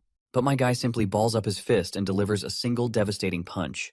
The impact is so brutal that Fairith's spit flies out of his mouth, and he's sent sprawling a few feet away. Arthur is left standing there, genuinely unsure if this is all it takes to win a duel. Meanwhile, Tessia isn't surprised to see the outcome, especially since she had expected this much to happen. As Arthur tries to wrap his head around whether he's become genuinely strong or if this was just a fluke, Tessia grabs his hand and dashes off. As they continue their journey once again, Arthur can't help but grow fonder of the little princess. While the rest of the day wasn't quite as exciting as dealing with Fairith, it was refreshing and gave Arthur a chance to get his mind off heavier matters. As Arthur and Tessia sit together, she asks him if he's feeling nervous about the tough training ahead. Well, it is clear that the weight of the upcoming day has already begun to press on Arthur's mind. He recalls Elder Virion's words of warning, crystal clear and unyielding. Virion had told him that the lessons would be far from easy. In fact, he made it clear that Arthur would need to brace himself for the grueling challenges ahead. The pain from his mana core's assimilation process would be excruciating, and if you want a little perspective how grueling it would be, it's the same as submerging one's body in boiling tar. Arthur would be stuck in this foreign land, away from the comfort of his family. Even the simplest aspects of daily life would feel arduous. But Virion had also promised that, if Arthur could endure the trials, the rewards awaiting him at the end would be extraordinary. In the present, Arthur breaks out of his thoughts and responds to Tessia with a determined smile. He tells her that he's excited, not nervous. He's come a long way to get to where he is now. Training, seeing his parents again, and growing stronger are all things he looks forward to. He can't wait to see what the future holds for him. And with that, the first season wraps up, leaving Arthur ready to face whatever challenges come his way. The years fly by in the blink of an eye, and the first thing we see is a more mature Tessia. She's here to wake our boy up, who has also grown a lot since the last time we saw him. It looks like their relationship has evolved a lot. And just as they're bickering, the old man cuts them off, telling them to get ready for their lessons ahead. Before we get into the action, here's a quick lore drop. There are 4 basic elements, and then there are higher forms. The higher elements, ice, gravity, lightning, and sound, can only be controlled by mages who have mastered their foundational elements. These people are known as deviants. Dwarves are limited to manipulating earth and fire, but they have a much higher affinity for these elements. Their special trait is their ability to mold and bend metal, and the most skilled among them can control fire and earth to the point where they can summon and manipulate magma. Elves can manipulate water, wind, and earth, but with much higher affinity than humans. In rare cases, elves can also produce a special type of deviant mage capable of controlling plants. However, elves cannot produce mages who can control the higher forms of water, wind, or earth. Humans, on the other hand, can manipulate any of the 4 basic elements, and are the only race capable of producing deviants in any of those elements, as well as anomalies that can't be categorized into the elements, like emitters or healers. There's a delicate power balance between the 3 races, taking into account their populations, overall affinity to elements, and the diversity of their mages. At least, this is all Arthur knows, and he asks his master if this level of explanation is plausible for the audience. Virion takes a moment to think before giving it a pass. It seems Tessia has something to say. While she understands that the assimilation process is meant to prepare Arthur's body for his beast will, she believes it would be even better for him to train his body physically, just as she does, using magic in the process. Arthur understands the reasoning behind her response. Over these 3 years, the differences in their races have really stood out to him. While humans are considered talented if they awaken in their late preteen years, it's not surprising for elves to awaken by the age of 10. For Tessia, it happened even earlier, at the tender age of 9, and since then, she's been training her magic under a tutor while also learning to fight from her grandfather. The old man playfully questions her if she's perhaps angry that she's the only one getting beaten up during her training, to which the poor girl quickly admits. As grueling as these exercises seem, Arthur knows Tessia is going to be a monster in the future. The old man takes a moment to elaborate further for Tessia. He explains that what Arthur has been doing over the past 3 years is essentially fusing his bones, muscles, and organs with his mana. While he hasn't been physically training like her, the old man assures her that once this process is complete, Arthur's body will be stronger and more resilient than even a veteran warrior. Now shifting back to Arthur, the old man notes that 3 years of mana fusion hasn't been enough to drain his energy entirely. So he decides to help him a little. After today, Arthur will become a true beast tamer, unlike those lucky adventurers who treat their beast wills as mere tools. Apparently, Virion plans to ignite Arthur's mana core by transferring a large amount of his own mana into him. He reassures his junior that it might feel a bit warm, but it shouldn't be too bad. As soon as the old man begins the process, Arthur quickly learns the hard way that it's far more than just warm, it's downright hellish. The searing pain courses through him, and the light emanating from his chest grows ever brighter, intensifying to an almost blinding level. Then, without warning, a powerful wave of energy hits everything in its range, throwing both the old man and Tessia across the hall. When the procedure finally concludes, Tessia and the old man rush to our boy's side, and thankfully, he seems to be okay. He's dazed but intact. After witnessing such a terrifying display of power, the old man's curiosity reaches its peak. He finally decides to confront Arthur about the origin of the beast will he inherited. The boy earnestly responds, claiming that this was given by a female dragon. The mention of a dragon hits the old man like a thunderclap. He goes into a frenzy of excitement and disbelief. The realization that he has been training a bona fide dragon tamer is driving him crazy. A while later, our boy opens his eyes in the bed. The old man feels relieved that nothing major has happened. Meanwhile, our boy asks if they're going to keep his abilities a secret even if he leaves. The old man promises they will, but then unexpectedly drops a bombshell. Apparently, Arthur's departure has been set for just 4 months from now. Of course, this news shakes our boy to his core. He had been under the impression he'd be stuck here for another 2 years. The old man goes on to explain that an inter-kingdom tournament for the youths of the 3 kingdoms has finally been confirmed. The portal in Zyra City, within the Sapin Kingdom, will soon open to allow travel between Elenoir and Darv. This is also why Tessia isn't around. She'd have gone absolutely bonkers upon hearing that he is leaving. It's finally time for Arthur to be united back with his family. Although Arthur looks forward to reuniting with his family, he still feels that 4 months is far too soon. This is when the old man assures him that these 4 months will be so excruciating that he'll end up begging for them to pass quickly. Now that his assimilation is complete, his training is about to get even tougher. With that said, the old man leaves. Right at that moment, Arthur's eyes catch sight of his egg, which has fallen down from the couch for some mysterious reason. It's beginning to show cracks, as if it's about to hatch. Not long after, the shell starts to shatter, and out comes a tiny dragon. The first thing the little creature does is let out a yawn, then promptly falls over, leaving Arthur completely baffled about what just happened. Later, Arthur finds himself staring at the little cutie pie. It's clear the dragon has taken a liking to him, and it's equally obvious that Arthur finds the little one irresistible. Honestly, it's just too damn cute. But it seems I spoke too soon. The dragon suddenly bites him, and the only reason it releases its grip is because the little one doesn't like how Arthur's sweaty, salty skin tastes. The bite burns Arthur a little, and the burn leaves a permanent mark on his arm. The little cutie happily calls him Mama after the attack. Arthur, on the other hand, has no idea who's talking to him. But soon, he realizes it's the dragon, and she's literally speaking directly into his mind. Arthur corrects her, telling her he's a boy, so she should at least call him Papa. As for her name, he decides to call her Sylvie, after her mother. While playing with the little one, Arthur suddenly notices that the burn mark from the bite isn't just a random lesion. It feels like the burn is actually connecting him to the dragon somehow. As he relaxes with Sylvie, Arthur drifts off to sleep. He suddenly wakes up in the dead of night. He looks around and sees Tessia, holding the little dragon so tightly that it's literally screaming for help. It seems Tessia has become quite attached to the little one. Morning arrives, and as Arthur walks through the corridor, he notices that Tessia is still completely smitten by the little creature he has. However, it's clear that Sylvie doesn't quite share the same affection for her. When they meet the old man, Tessia excitedly reveals to him that Arthur has a new pet. Elder Virion shoots the little dragon a curious glance, completely baffled by the sight of such a pet. By now, he's convinced that he's going to die from the sheer number of shocks Arthur has given him. Eventually, Arthur takes the time to explain to Virion what happened and where Sylvie came from. Virion reveals that beings like Sylvie usually only hatch in the presence of their kin. When Arthur wonders why she hatched in front of him, the only reason they can come up with is that he had fully activated Sylvia's will the day before. Arthur then questions the old man, asking if it's really necessary to hide the little one. As far as he's concerned, most people won't realize she's such a powerful being. The old man acknowledges his point, but reminds him that he should be more concerned about other things. Their progress in strengthening his mana core had been delayed during the assimilation, but now that he is fully awakened, it's time for him to start training both his core and his new dragon will. Arthur inquires about the next course of action. To which the old man responds that the best way to access the first stage of beast will is by strengthening his mana core and engaging in constant combat. With the instructions now clear, Arthur is ready for action. But the old man adds one more thing.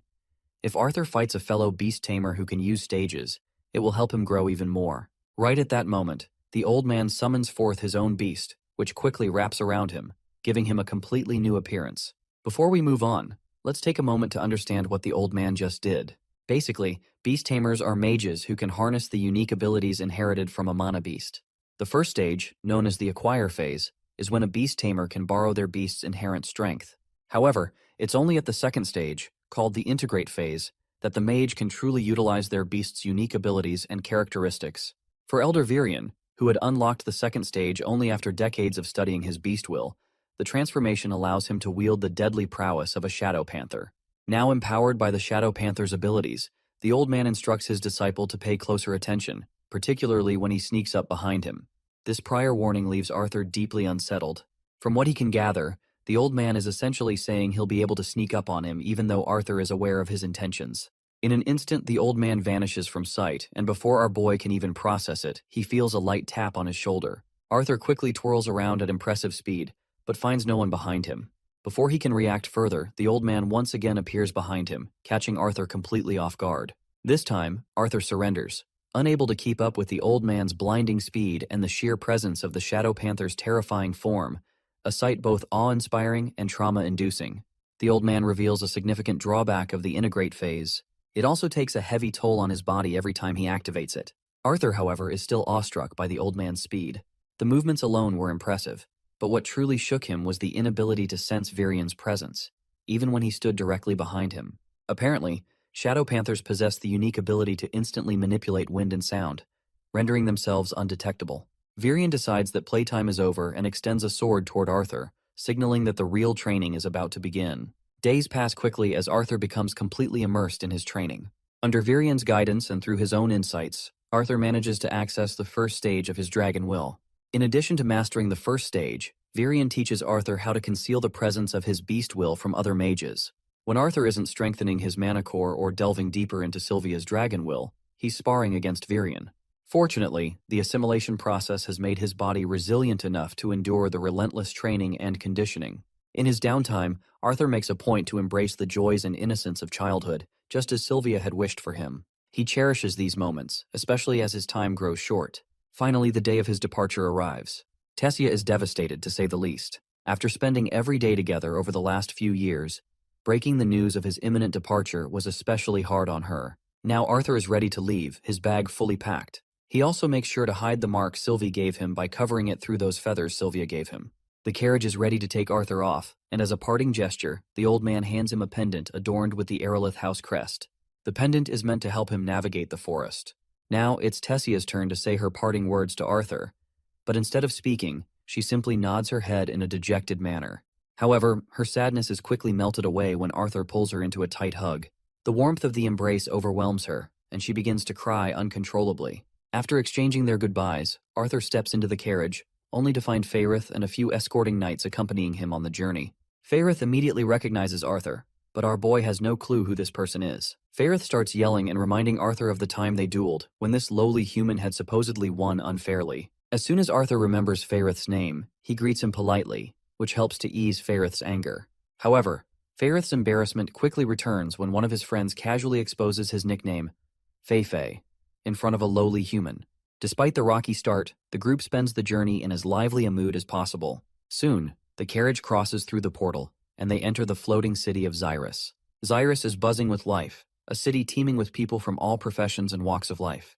The carriage finally stops in front of a grand mansion where his family is staying. Standing before the towering doors, Arthur feels his chest tighten. As he knocks, the memories from the past 3 years flood his mind.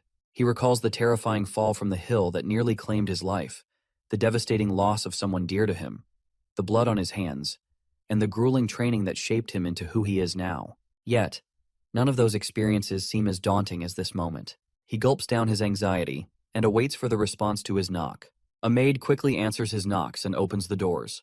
Right behind her stands a little girl, no older than 3, her bright eyes curious and full of life. Then, after what feels like an eternity, we finally catch sight of Alice, his mother, chasing after the little one, Eleanor Lewin.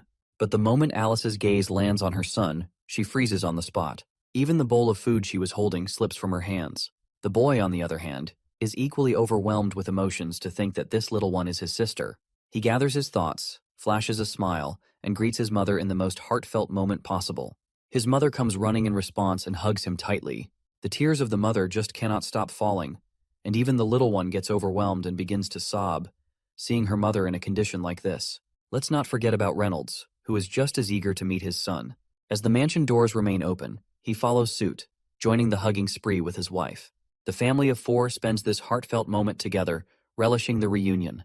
The moment is so touching that even the maid begins to cry. Once everyone settles down, they bombard Arthur with all sorts of questions. Meanwhile, little Ellie sits right next to them, clearly annoyed by the lack of attention she is receiving.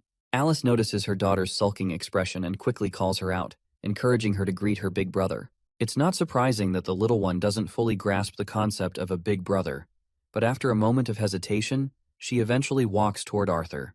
Her mother gently reminds her that he is the same brother she has heard about in all those bedtime stories.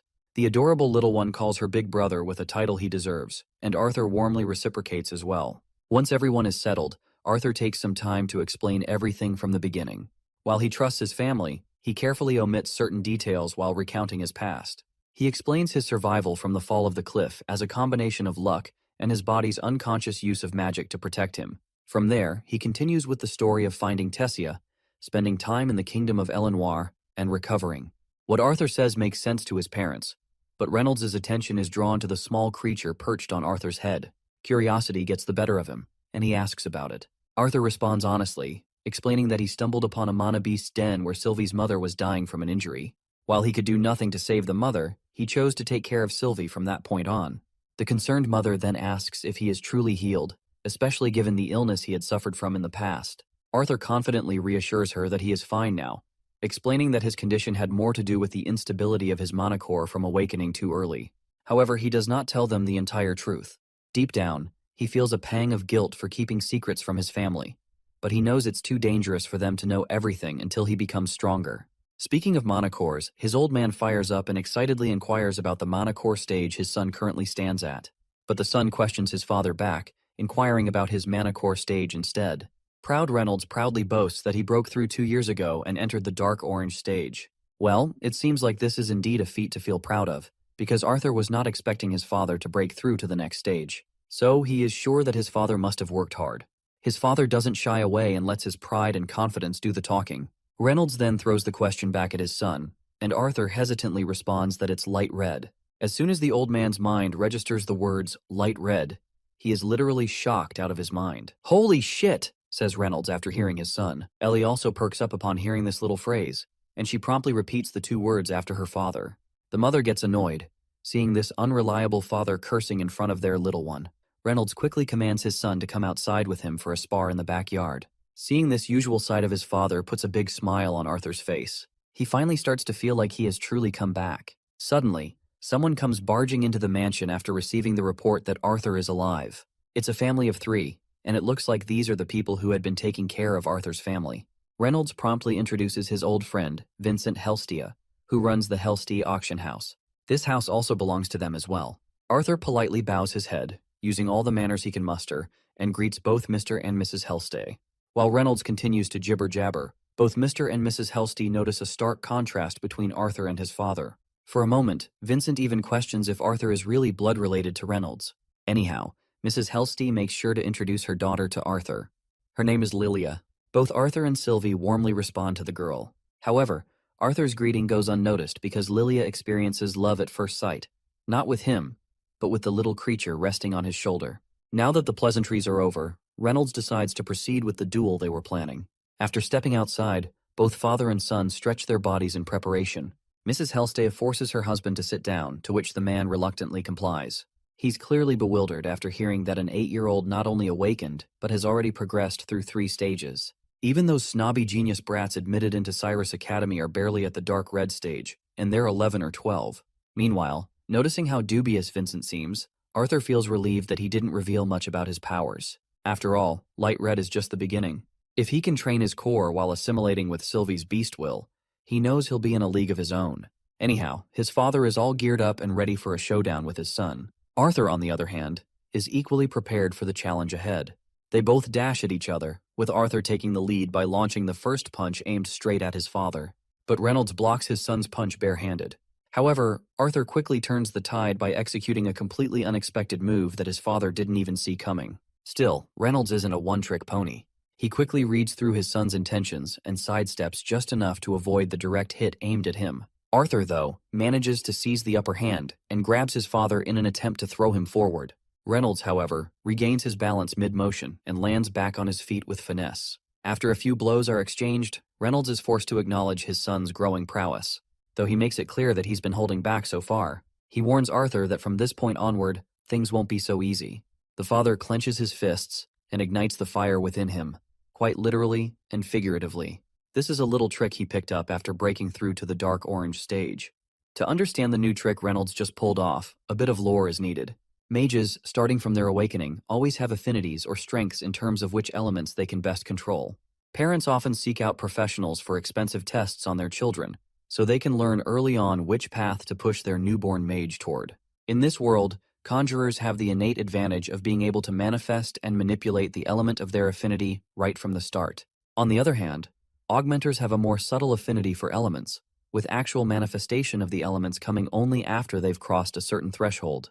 For his father, who had been fighting and training hard since an early age without formal training, it took him until the orange core stage to turn his explosive mana usage into actual fire.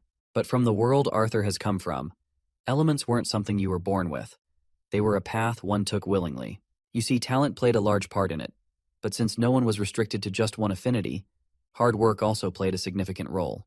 So for Arthur, who had so many advantages after coming to this world, has learned a trick or two as well. My guy also releases this crackling power he has under his sleeve. As both contestants stand face to face, ready to give it their all, Vincent is left with his jaw hanging. The fact that Arthur is a deviant is a feat in itself. Even his father, who was full of confidence just moments ago, seems to have taken a hit after witnessing this. Arthur quickly dashes at his father, and their back and forth ensues. As they continue trading blows, the intensity of their strikes escalates, and at one point, they generate an explosion so massive that people miles away can't help but take notice. It's clear that neither is willing to give up easily, and the fight only continues to intensify. After a relentless barrage of punches, one of Reynolds' punches finally lands squarely on Arthur's face. But instead of getting discouraged, this punch only makes Arthur happier. This is exactly what he expects from his father. Reynolds' punches are getting sharper, and he's using his longer reach to prevent Arthur from getting too close. But my guy is not letting this old man get the better of him. He quickly ducks down and throws a precise uppercut that has 0% chance to fail. This sight leaves everyone with their jaws hitting the floor, and as you can imagine, the fight is over. So hitting his father felt unnecessary, and Arthur stopped his punch mid-motion. The father feels immensely proud of his son and grabs him in a tight hug. Regarding Arthur's lightning powers, they are by far his most successful deviant affinity. However, he still has a long way to go. His ice magic remains unstable, and he hasn't even unlocked sound or gravity yet. Despite this, it feels good for Arthur to brag a little to his parents. Vincent, on the other hand, is completely exhausted. All this is far too much for him to handle in one day. Later, both families gather for dinner together, and Reynolds is still absolutely smitten with his son's prowess. He reminisces about how Arthur was only 3 years old when he awakened. Mrs. Helstea finds it shocking to hear that Arthur literally awakened at the age of 3. Alice then chimes in and further reveals that Arthur even blew up the entire house in the process. After everything Vincent had endured that day, he wasn't expecting to be overwhelmed even further. Yet here he is. Snapping out of his drunkard state, he suggests enrolling Arthur in Xyrus Academy. However, Arthur doesn't seem particularly thrilled by the idea. His father, too, is unsure about this decision. As far as Reynolds is concerned, Arthur is only 8, and Xyrus Academy is the most prestigious magic institution on the continent. Mrs. Helstea, however, supports her somewhat tipsy husband's suggestion. With Arthur's level of talent, she believes it would even be worthwhile for their family to sponsor him, so he wouldn't have to worry about tuition costs. But Alice firmly refuses to accept yet another favor, especially after all the Helstea family has already done for them. Vincent assures her that it wouldn't be a burden since he does a lot of business with the famed director of Xyrus Academy herself, and he can speak to her directly. That's when the man in question finally speaks up. He doesn't seem to appreciate the fact that everyone is discussing his future and making decisions for him without even asking for his input. Later, it's time for everyone to head to bed. Before going to sleep, Both parents once again express how grateful they are that Arthur has returned. They are overjoyed to see him grown up and thriving. The idea that their son is a deviant with the potential to become one of the strongest mages in the future is news of an extraordinary scale. His mother also acknowledges this, but seems a little sad as she remarks that Arthur can't give her goodnight kisses anymore now that he has grown up so much. Seeing how earnestly his mother is pleading, Arthur relents and gives her a sweet smooch on the cheek. With that, the parents decide to head out. However, Reynolds stops once again to address his son. He reminds Arthur not to hold it against Vincent for being so excited earlier, as Vincent harbors no ill intentions toward them. The scene then transitions back to when Vincent was suggesting that Arthur join the academy. In response, Arthur made it clear that he had just reunited with his family today and would like to spend some time with them before deciding whether to leave them again to attend the academy. With those words, Arthur left the dining area respectfully. Later, as Arthur is walking to his room, Lilia spooks him. She points out that he's heading in the wrong direction and invites him to a better place where they can talk. Eventually, they arrive at the servants' quarters, where it becomes apparent that Lilia gets along with the staff remarkably well. The servants respectfully give them a place to sit. Lilia even enjoys some food while there, her high spirits causing the servants to crack smiles. One of the maids reveals to Arthur that Lady Lilia often sneaks into the servants' quarters when she feels stressed. At that moment, Arthur realizes something he hadn't noticed earlier, that the Helstia family truly has good hearts. In the present moment, Arthur responds to his parents accordingly, clearing their doubts by revealing that he holds no animosity toward the Helstia family. In fact, he acknowledges how kind and genuine they are as a family. The next day arrives, and Arthur is woken up by his little companion Sylvie. The tiny creature looks excited for the day ahead, and seeing Sylvie's eagerness, Arthur suddenly remembers Tessia out of the blue. But he quickly snaps out of his melancholy when his nose catches a whiff of the foul odor Sylvie is giving off. Well, it seems like Arthur isn't the only one who's going to take a shower today. As soon as they approach the bathtub, the stinky Sylvie starts cowering at the sight of the water. A while later, both of them are freshened up. Just as they're done, someone knocks on the door, and it's Arthur's little sister, here to greet her big brother a good morning. Apparently, their mother has promised to take both of them shopping today so they can bond and learn more about each other. The little one is already bouncing with excitement at the thought of spending time with her big brother. They race through the corridor toward the dining hall to join the family for breakfast. After a while, we find ourselves in the bustling marketplace, where merchants eagerly peddle their goods to passers-by. Arthur finds himself quite fascinated to finally see Xyrus City in person. The marketplace is filled with various intriguing items, and one particular shop catches his attention. This shop displays crystal balls and the mounted heads of monsters. Curious, Arthur asks his mother what kind of shop it is. Mrs. Helsty quickly explains that those crystal balls are known as beast cores. They are magical cores extracted from mana beasts and are used to enhance one's power. However, she adds that the effects of these cores can vary greatly depending on their type and the mana beast they came from. Purchasing beast cores is a bit of a gamble, as they can cost hundreds of gold if not thousands. However, if you're lucky, one might even contain a beast will. The mention of spending hundreds of gold leaves Arthur's jaw hanging wide open. Mrs. Helstay then mentions that her auction house receives a fair number of beast cores and even infant mana beasts. She invites Arthur to take a closer look at them whenever he gets the chance. Arthur flashes a pleasant smile, and he is more than ready to redeem the generosity and the opportunity she's offering. Just then, Lilia starts pushing Arthur forward, eager to show him a place she's been excited about ever since she saw him. A short while later, they arrive at the shop she had in mind, and it turns out to be a barber's shop. Arthur seems unsure if a visit to the barber is really necessary, but his mother insists it's long overdue, because as far as she can tell, his current hairstyle is nothing short of atrocious. The barber, however, is quite the character. It looks like Bro has watched too much of JoJo's Bizarre Adventure. When he gets unusually enthusiastic about Arthur's feminine charm, Arthur's inner self recoils in absolute terror, feeling as though his very soul is trying to escape his body. After getting his haircut done, the moment of the grand reveal finally arrives. With a little drum roll, Arthur graces the scene with his brand new look. He looks more charming than ever, to the point where even little Ellie enthusiastically approves of her brother's haircut. After their little tour to the barber, they return to the bustling streets of the marketplace. While crossing a particular bridge, Arthur notices something intriguing down below in the market. He spots a group of boys in the crowd mocking someone. Ellie quickly fills him in, explaining that those boys are students from Xyrus Academy. She adds that wearing the Academy's uniform is considered a major status symbol. Arthur doesn't need a closer look to tell that these guys are complete jerks. Their arrogance is apparent even from a distance. Ellie seems to share the same opinion and highlights that since these students are treated almost like royalty, they feel entitled to act as they please. Their mothers soon catch up to the duo, and as soon as Alice asks what they're discussing, Arthur suddenly bolts ahead like an excited puppy.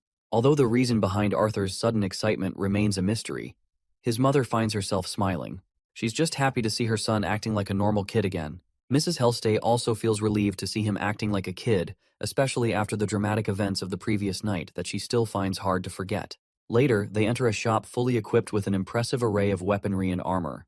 While Arthur is enthusiastically checking every nook and cranny of the shop owner shows up and reminds him that this isn't the place for a kid to hang out.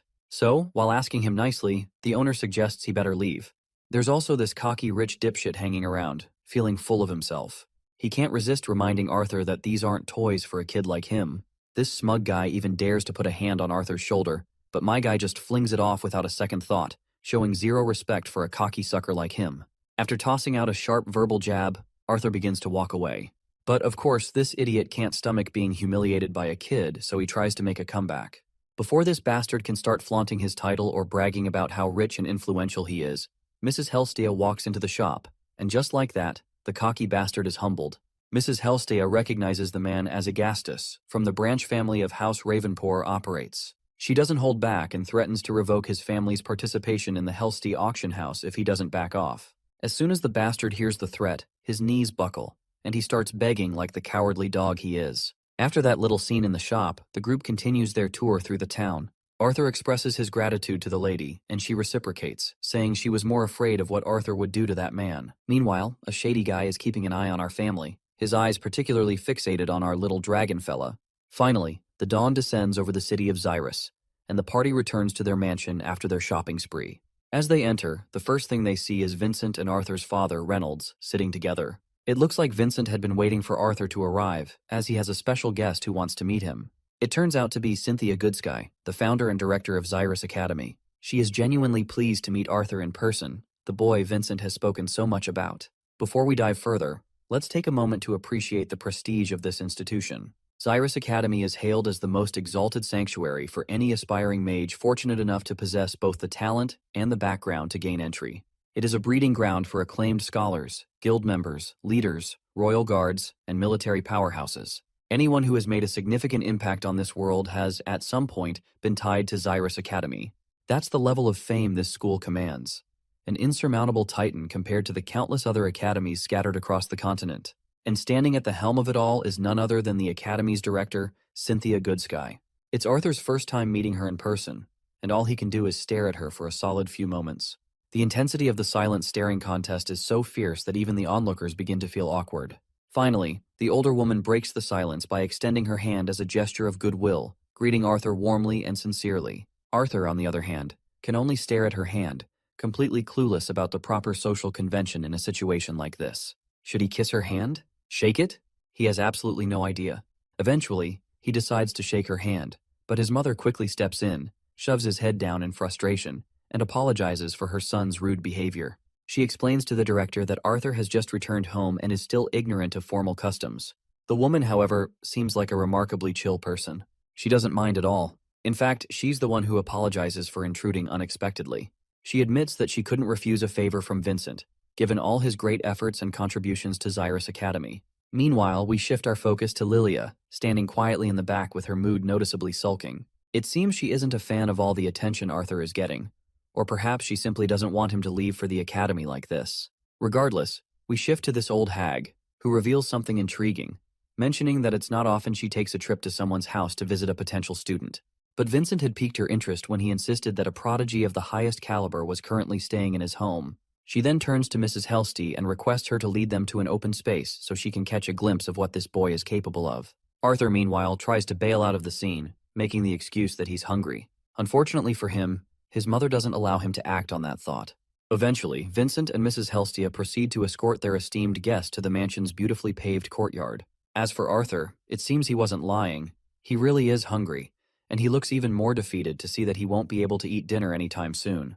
Little Sylvie, equally hungry, has no choice but to follow her papa, looking just as dejected about this whole ordeal. This is the moment when the old hag notices the little one, finding the mana beast quite adorable. She asks if it's his father's contracted beast. Arthur quickly clarifies that Sylvie is his bond and that she hatched just a few months ago. The old woman finds this fascinating.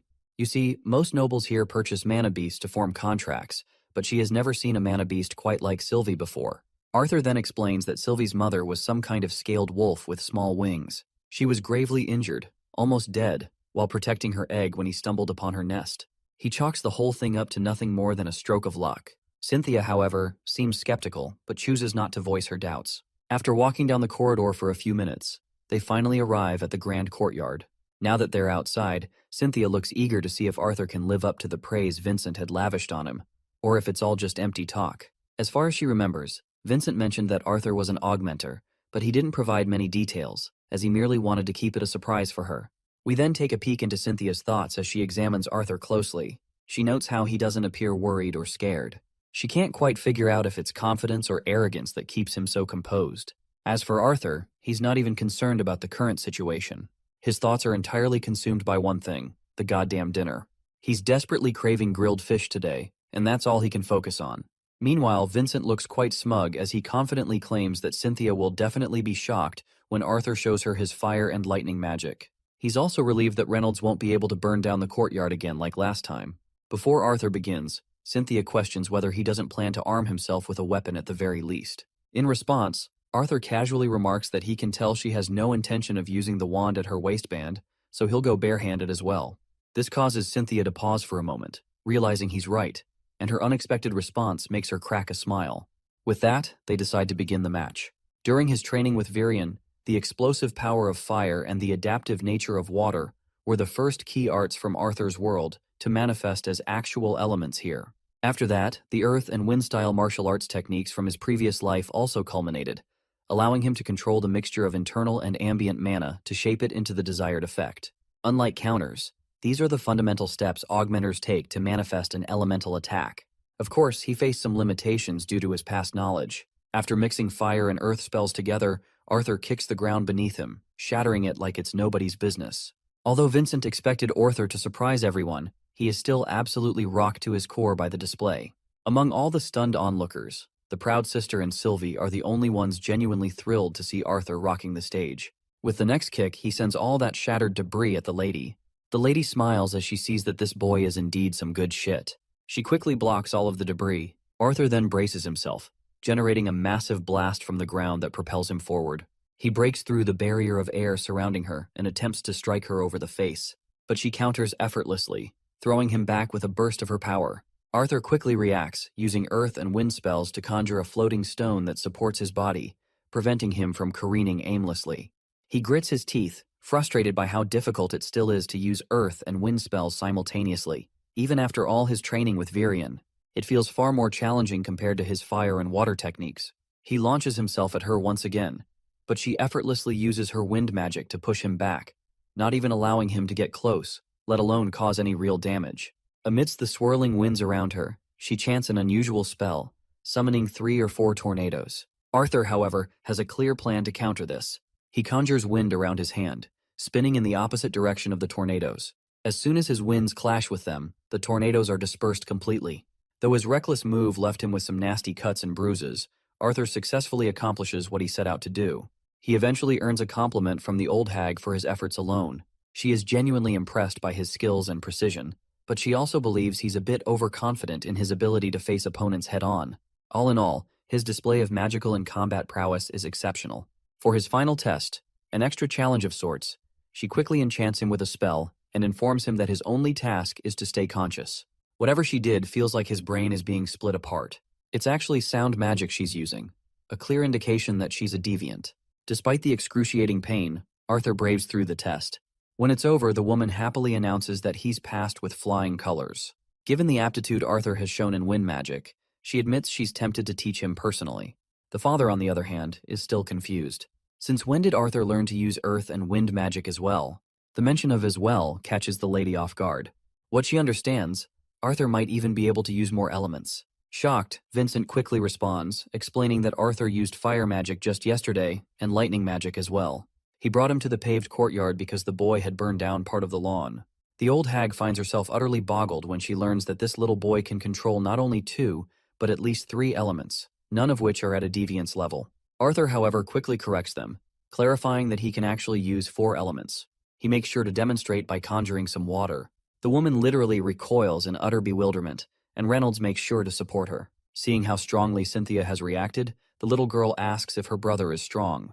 While her mother doesn't respond, Cynthia laughs softly and agrees that he is indeed very strong and will be even stronger in the future. After everyone settles down, Arthur apologizes to his family for keeping his powers a secret from them. His chest tightens as he sees his mother so worried about him.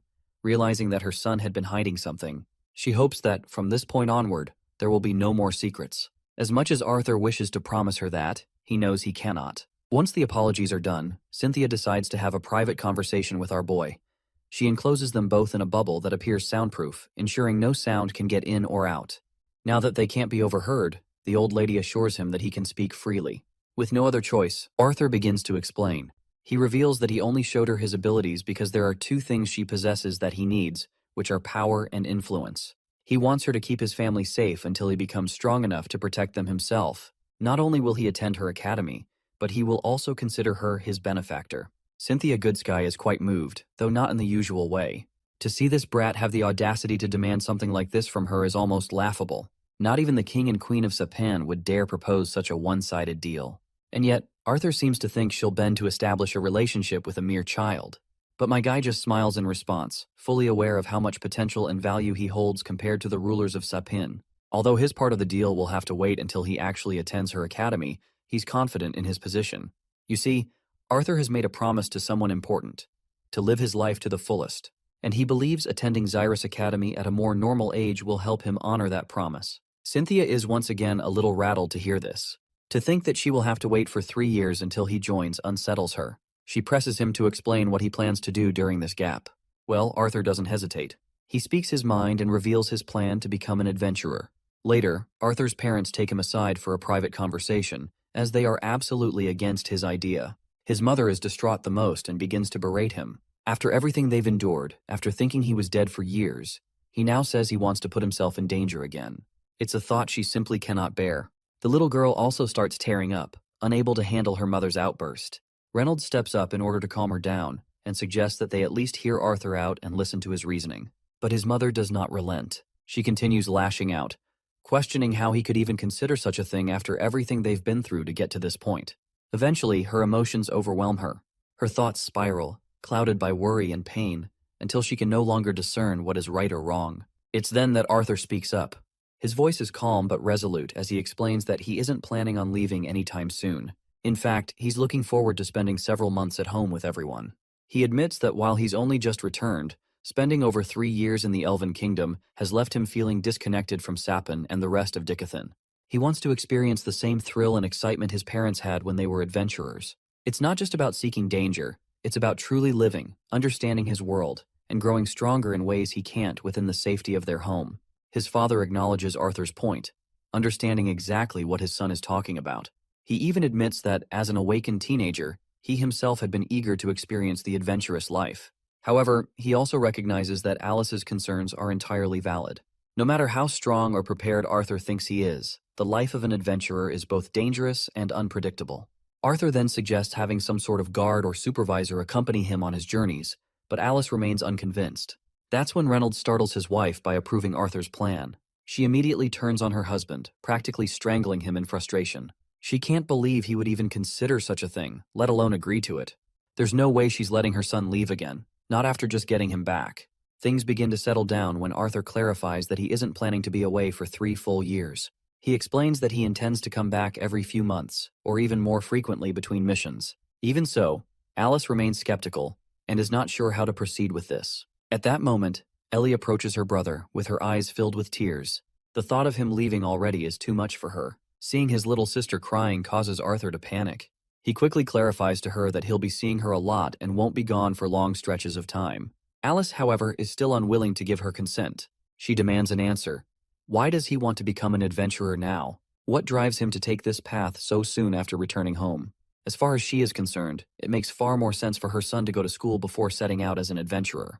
Arthur, however, reminds them that if he were to attend school now, he'd be quite a bit younger than the other students. He explains that he actually wants to fit in and make friends, but a significant age gap might make that harder. His worried mother quickly counters, suggesting that he doesn't have to go to school right away. Instead, she proposes helping him train herself, along with Reynolds. Well, Arthur is open to the idea, but he doesn't just want to train, He wants to fight and test the skills he's learned since coming to this world in real-world scenarios.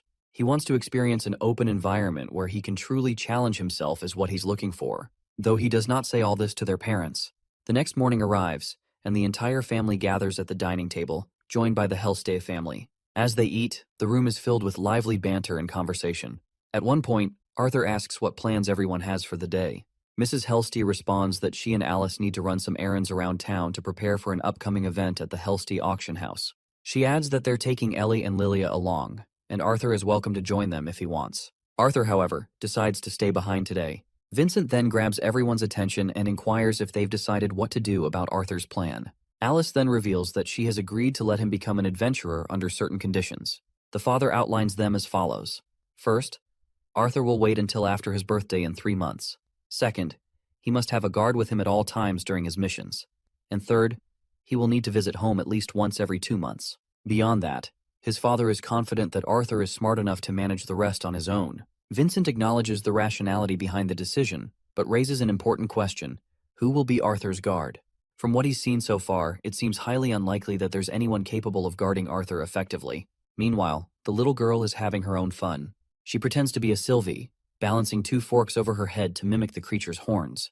Her childish antics give Reynolds a sudden idea. With a wide grin, he announces that the twin horns will be returning from a dungeon expedition soon. He recently received a letter from the Adventurers Guild confirming that they'll be back in 2 months, and they could arrange for one of them to accompany Arthur as his guard. The idea is so solid that even Alice agrees right away. The mention of the twin horns immediately excites Arthur, as he's been eagerly waiting to reunite with them. After all, the twin horns were the group that had helped escort him back to his family years ago. It means he'll get to see all his old friends, Jasmine, Durden, Angela, Helen, and Adam, together again. He can hardly wait. Later, Arthur visits Vincent's office to discuss a certain matter. Meanwhile, the ladies are out on a shopping spree. During their outing, Ellie and Alina get into an argument. Since Alina is older than Ellie, Mrs. Hellstay doesn't appreciate her daughter teasing the younger girl like this, so she gives her a bonk on her head.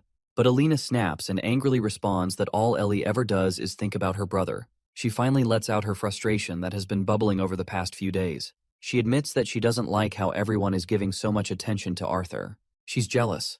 Jealous that Arthur is already a mage stronger than most adults, while she herself hasn't even awakened yet.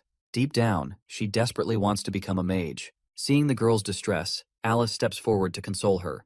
She gently reminds Alina that comparison is the thief of joy, and encourages her not to compare herself to Arthur. Everyone grows at their own pace, and her time will come. But Alina, still upset, asks how Arthur became so strong in the first place. Well, even Alice does not know the answer for this question, and honestly admits that she doesn't really know either. She explains that aside from a little sword training Reynolds gave him, they didn't do much to shape his abilities. This revelation startles Mrs. Hellstay. While she acknowledges that Arthur is undoubtedly a gifted child, the idea that he reached such an extraordinary level of skill without formal training sounds almost unbelievable. She is convinced there's more to this story and presses Alice for answers. Alice then further admits that Arthur is indeed hiding something from them. She confesses that even they, his parents, don't fully understand what it is.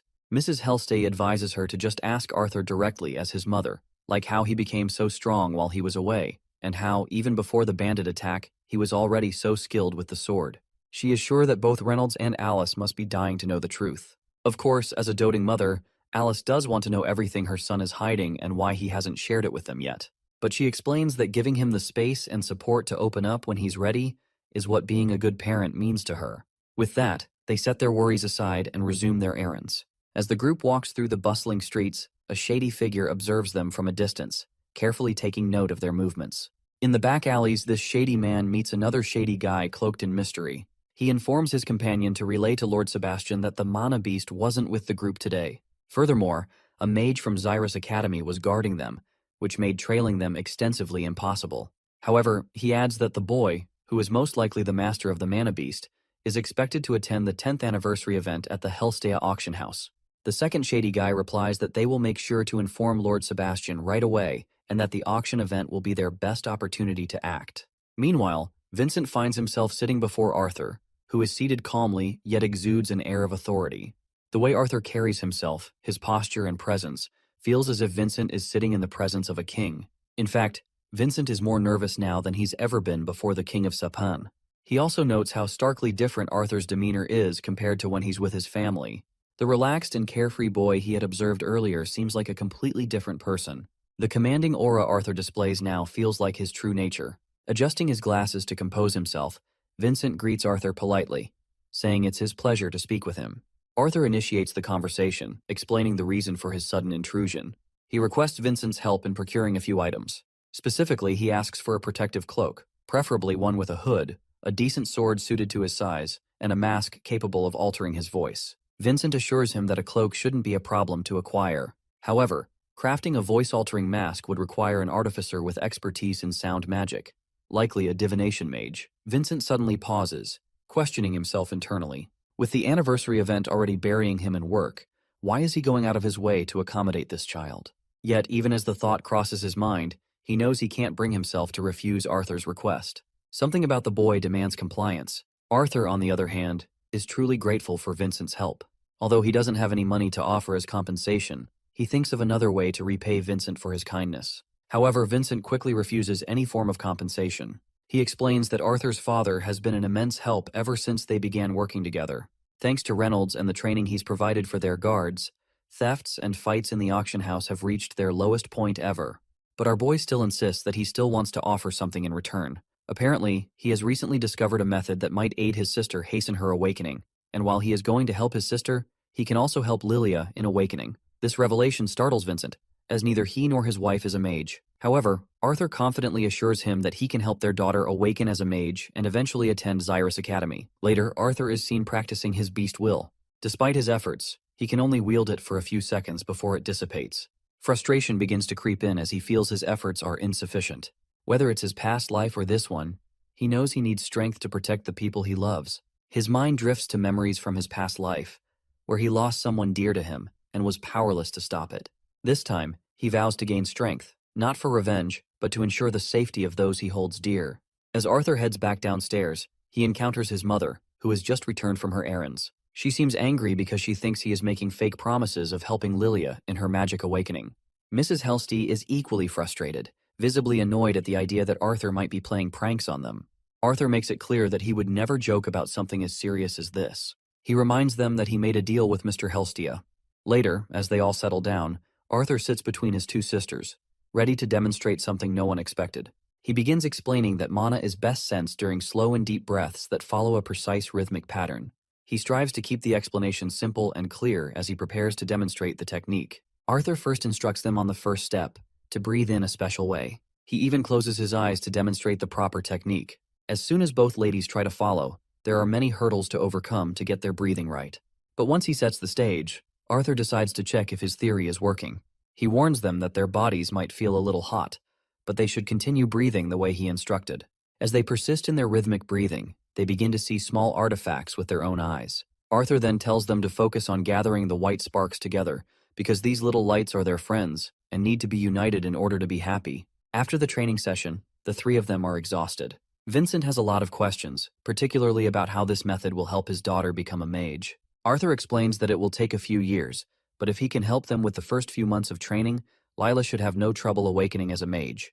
Before he can finish his sentence, Mrs. Helstia suddenly hugs him tightly. Overcome with emotion, she begins to cry, thinking of how Arthur has just opened up endless opportunities in front of their daughter, opportunities that her non-mage parents are unable to offer. Vincent, too, is overwhelmed, and the moment is heavy with emotion. From that point on, Arthur's life falls into a comfortable rhythm. Every morning he trains, then helps his sister and Lila get closer to awakening.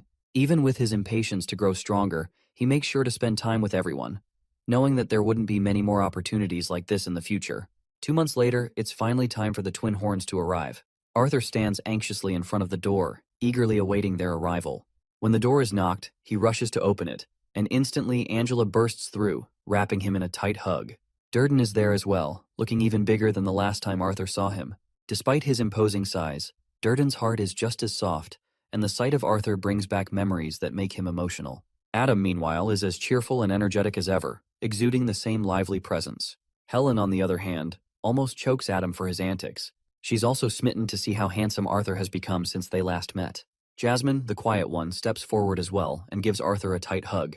Her tears flow as she continues to apologize to him for not protecting him back then. Later, everyone gathers, ready for the day ahead. The gentlemen come down after getting prepared, and soon, once everyone is assembled at the exit door, they prepare to leave for the Hellstay auction house. They leave the mansion and climb into the carriages. The vehicles zoom through the bustling streets of the city. As they sit together, Arthur begins to reveal the entire backstory of how he ended up back with them, sharing the details of his journey and everything that led him to this moment. Adam expresses his apologies for all the trouble Arthur had to endure after he fell from the cliff, though they are glad that at least Arthur was able to form a bond, which is something even seasoned adventurers and nobles rarely achieve. Suddenly, the carriage screeches to a halt, and two servants step forward to welcome and escort our party. Arthur is awestruck when he actually sees the Hellstay auction house for the first time. The 10th anniversary of the Hellstay auction house is an event that nobles and adventurers alike have been eagerly anticipating. It won't just be a celebration, but also a chance to see, and perhaps buy, priceless artifacts that have been kept locked away and guarded for this particular event.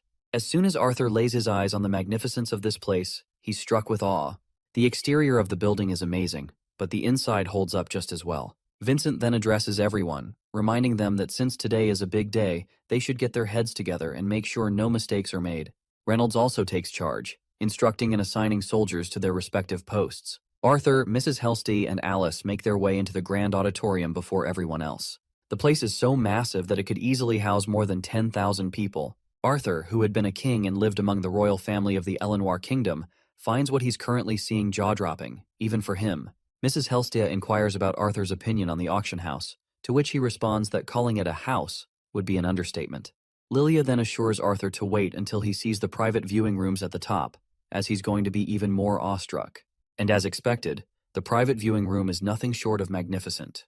It even has its own bar, with a bartender ready to serve them delicious drinks. Lilia and Island then peek through the windows and notice that people have already started to arrive, and the place is already bustling with life. Suddenly, a servant arrives and informs Mrs. Hellstay that the VIP guests have arrived and will be here soon.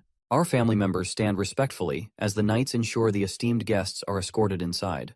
The guests are none other than the king's family: King Blaine Glider, Queen Priscilla Glider, Prince Curtis Glider, and Princess Kathleen Glider. Seeing the other guests, the king inquires of Vincent why he must share the space with them.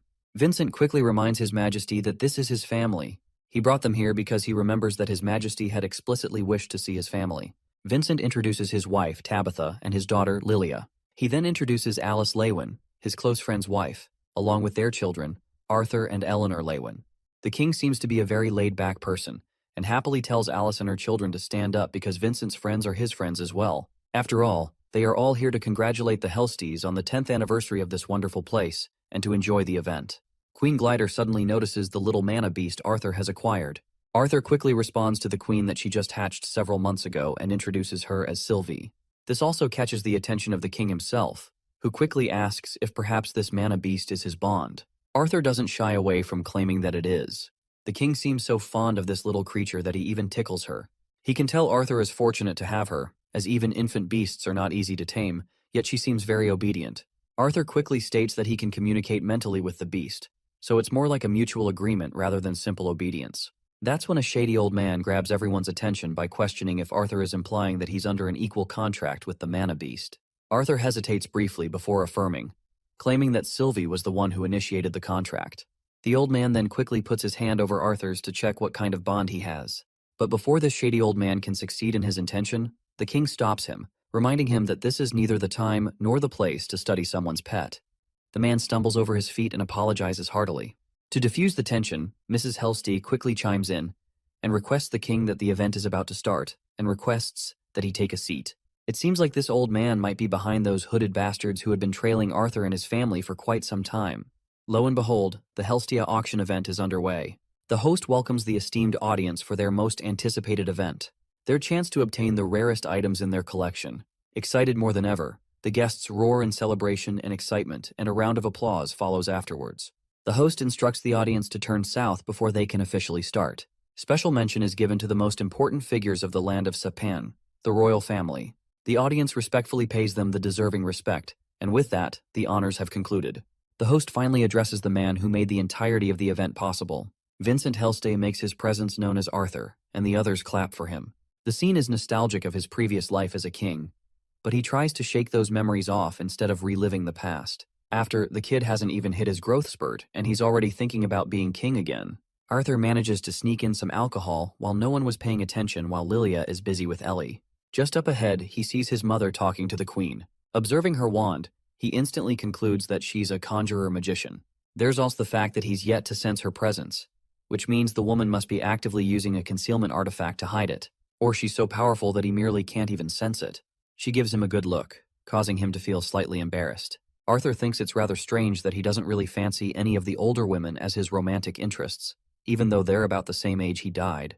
He thinks it's possible due to his mother being in the same age group, but at the same time, Arthur doesn't find himself attracted to those younger than him either. He's in a weird situation and thinks his dating life is temporarily ruined for good.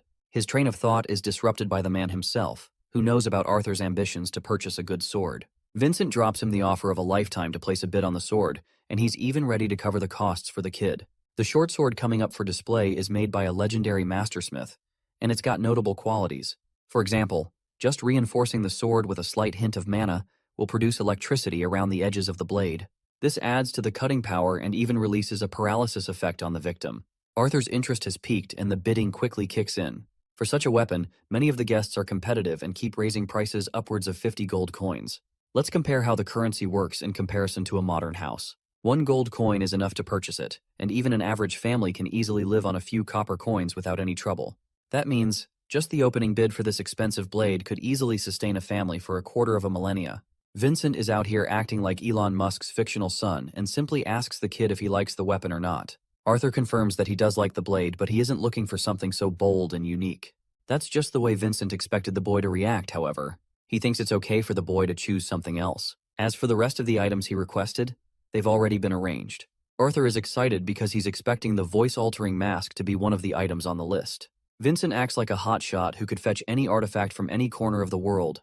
He acted urgently and got what the kid wanted. Arthur is the happiest he's ever been. But like a responsible adult, Vincent advises the kid to use the item wisely, or he'll be the one to catch trouble from his family. In the end, Vincent was proven correctly. The sword was nothing compared to the rarer items that followed. There were a few weapons and beast cores that even the king found himself interested in. He placed extremely high bids and won himself an A-class beast core. But of course, he has yet to manifest the powers of the core to find out if it has a beast will or not. Arthur finds himself stretching to ward off the laziness, and finds himself confused when he sees Sylvie missing. He asks Lilia, who also doesn't know, so he starts inspecting the furniture to see where she went. Suddenly, he hears the cute little beast hiss in fear, as if it was being threatened by someone. The ugly bastard Sebastian is trying to get his dirty hands on her, making Sylvie weep in fear. Arthur sees this, and just like any pet owner getting their best friend harassed, he wants to slap the shit out of this frickface. But he tolerates himself, knowing that this asshole is a royal mage. He simply calls Sylvie to his side and prepares to leave. Instead of facing humility, Sebastian tells him that a commoner like him shouldn't be in possession of a creature so special. Arthur questions to confirm if he didn't mishear just now. With a sinister smile, the evil mage confirms that the beast will soon be under her control. This makes the boy's blood boil with anger as he shoots him a murderous look, challenging the mage to utter those words again. Let's revisit what happened before this went down. Vincent was slightly disappointed that he couldn't get the boy anything he liked. Arthur was searching for a good sword as his only requirement, which makes the auction house owner wonder if they can find something in the storage. His thought is disrupted by the king, who is glad to have acquired the A-class beast core from their collection. As long as the beast's will is intact, he's in good hands. Vincent is glad that he was able to please the king with his measly little event. Their conversation takes a sudden dark turn as Vincent detects a bloodlust so powerful that it brings him to his knees. This causes the royal knights to spring into action, alerted by the presence of a threat. With an urgency to act, the king brings out his sword and demands the attacker to reveal themselves at once. We then catch the royal mage Sebastian collapsed on the floor, afraid of Arthur's wrath. Vincent still doesn't understand what happened, and the entire auction house is in chaos.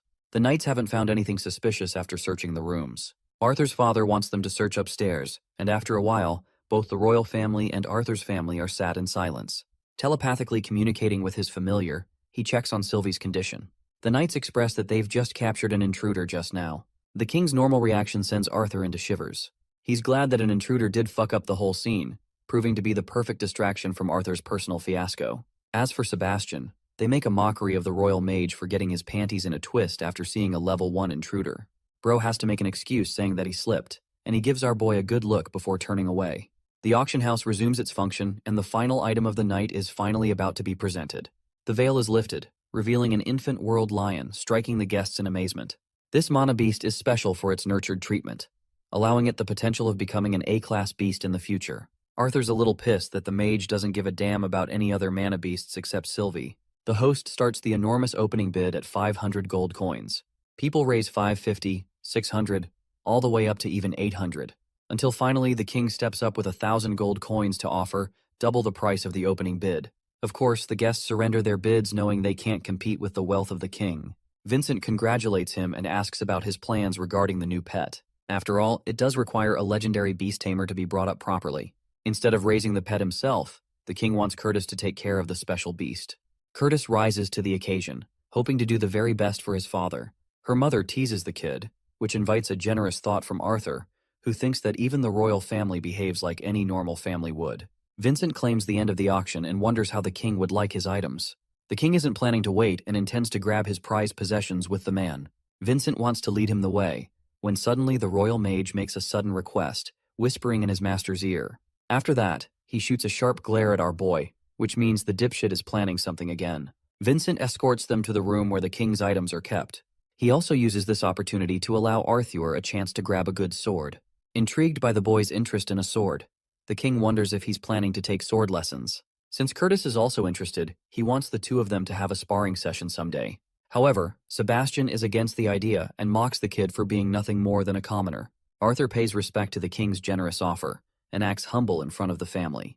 The boy's father comes into the picture, startled to find the king there as well. The king learns that he's the one who captured the intruder and commends Captain Lewin for his work. The king also learns that Arthur is Reynolds' son. He presents Sebastian as a royal guard who has done the king's family many favors throughout the years. And this time, he's seeking a reward, particularly in the boy's familiar. This announcement shakes Arthur to the core, knowing where this conversation is headed. The king declares that giving up Arthur's beast would be a service done for the welfare of the kingdom. This is bad news, and Reynolds can immediately see it on his son's face. He tries to intervene on the boy's behalf. The king is prepared to compensate them thoroughly and is even prepared to hire a personal mage to sever the contract between the two. Reynolds apologizes in his resignation. He claims that his son has his own decisions to make, and he doesn't intervene on the boy's behalf. Father of the Year award goes to Reynolds Lewin. Anyway, the king now turns to the boy, who has eyes filled with frustration. Sebastian tries to start a fire, but his master stops him. He greets the child and presents the same offer to the kid. Maintaining his calm, Arthur does his best to respond adequately to the King of Sapin. While thanking the king, he refuses in kind, claiming that he could never give up his familiar for even the most brilliant sword. Pet Owner of the Year award goes to this kid. The mage tries to butt in and is immediately slammed shut by the king. He even pitches the rare world lion cub in exchange for Sylvie, which prompts an annoyed reaction by Curtis. Once more, Arthur refuses, apologizing for being unclear just now. He's adamant about his decision to keep Sylvie, no matter what. Hearing this, the king is now peeved. He has been kind in his approach in requesting a favor, and yet the boy is yet to budge. The king asks once again, this time warning Arthur of his thin patience. Controlling his anger, Arthur asks a counter-question to the King of Sapin. Boldly and shockingly, he asks for a price on the king's children. Then, he follows up by reasoning that even though he's declined 3 times, the king's pride refuses to budge. That's why he's asking such an important question. He wants to know how much money would be worth to exchange even one of his children. The atmosphere turns tense and silent. Sebastian gestures to the knight to act immediately. The royal knight furiously advances to cut down the boy who insulted the royal family. Sensing mana concentrated inside the blade, Arthur realizes the knight is going for a kill. Remaining calm with his own mana, he evades both strikes and throws the knight off balance. Then he grabs the knight's fist and releases every single ounce of his momentum into an uppercut. This knocks the knight out instantly, gaining shock from even the royal mage who ordered to kill him. Sebastian is done playing around and decides to act on his own, ready to accept any punishment. He knows that Sylvie's potential with Arthur actually triumphs that of an A-class beast, which is why he's so greedy and stubborn about the bond. Sebastian prepares a beam strike to vaporize Arthur as his family swoops in. All of a sudden, something happens as time stops, freezing the spectators around them. Confused, the mage finds himself perplexed where his charged attack went. One boy's voice echoes and gains his attention. He deems Sebastian's efforts meaningless. After all, each spell that requires ambient mana won't work against him. He shoots Sebastian a resolute glare and instantly appears next to his body. The royal mage's overconfidence has been used against him. One move is enough to break Sebastian's leg, causing him to wail in agony. He begs for someone to come and help him, failing to understand why everyone has frozen still. Arthur's voice and embrace is the only loudness he feels and hears. The boy offers a bone-chilling announcement, reminding him that no one will come to help him. Traumatized to the bone, the pathetic mage begs to be spared as the royal conjurer. Arthur simply gets up and confirms his statement. He only says 3 words, reminding the mage to know his place like the dog he is. Let's go back to the uppercut from a moment ago. As you can expect, even the king was shocked to find a commoner child overwhelming a trained royal guard. So much so that he wonders if his own guard made a mistake. Seconds after, Arthur's body is seen collapsed in a different location on the ground, causing Lilia to panic. What's even more brutal is when she and the others come to notice Sebastian's twisted leg. The man's face is bawling with tears and sweat, with a frightened cry for help. Even the king is terrified to see him in this state, while the queen orders the guards to check Sebastian's vitals at once. A while later, Reynolds checks on his son's unconscious body. The boy's mother is worried sick. She does her best to use her healing magic, but eventually gives up, realizing that nothing can be done. Vincent's family weeps alongside him, seeing the boy's loss. Arthur's fading consciousness is brought back into reality a while later. He finds himself on a bed with a ringing headache, wondering how he got back here. He remembers painfully torturing Sebastian using static void, but it messed with his brain. It's only thanks to Sylvia that he was able to use the ability. Thanks to that, he could momentarily disconnect himself from the string of time. It's a godly ability that only he has possession of due to being a legacy tamer. At the same time, it comes at a cost. He's done years of training until now, and still can't use the ability for more than a few seconds without enduring the painful backlash. He went over the time limit and suffered great consequences. This was also his first experience using it on another person, adding to his list of troubles. He rests on the bed, grateful that the worst was just him falling unconscious. The door opens with Sylvie curious as heck to see her master. The boy's mother is shocked to find him awake at last. She endearingly hugs him and found herself at calm after hearing the doctor's verdict. It's been 8 hours and he woke up much later than expected. The boy is disappointed, making his mother cry again. He experiences a sharp ache, startling his mother. Instead of addressing it, Arthur asks what followed after he passed out. It turns out that the king's family left early. They sent a representative of the king to discuss matters with the boy's father. Arthur is curious and wants to go see what's up. He tells his mother that he's doing splendidly okay and that he wants her to get some rest instead. He also orders Sylvie to stay with her. Arthur is managing his way downstairs, hearing Reynolds' speech about how his son was nearly killed. The boy interrupts their talk, causing his father to come rushing to his aid. He reveals that the representative of the king is here to spend a few gold coins on them for the small incident they caused. You can tell Reynolds gives very little fucks about royalty and places his family first. The king's representative greets the boy as Jasper Cogwright. He shows him a pouch of gold coins. In this situation, Arthur thinks it's best to act like a victim who was wronged. He greets the man with respect and learns from Jasper that both guards who tried attacking the boy were suspended at once. Reynolds is still frustrated that the king thinks this will undo the unjustified treatment. Jasper and Reynolds are in a strong conflict with one another, so Arthur decides to be the one to resolve things. He admits that he acted out of line and claims that he's not hurt, so there's no need to escalate things anymore. Acting guilty, the boy inquires about the royal mage who had his knee twisted to the bone. It turns out that even Sebastian didn't escape the king's wrath and was suspended from his rank. Arthur curiously asks if they were able to figure out what happened to his leg. To that, the representative mentions that they learned from the mage that the boy inflicted him such an injury. Reynolds finds himself in utter disbelief and lashes out. Jasper expresses that they didn't believe in him and simply suspected the knight who concentrated mana and interfered with the mage's spell. It sounds confusing, but it's the ideal situation Arthur was looking for. With the conclusion of the meeting, Jasper leaves the family with the pouch of gold. Reynolds doesn't want anything to do with it and lets his son handle the coins.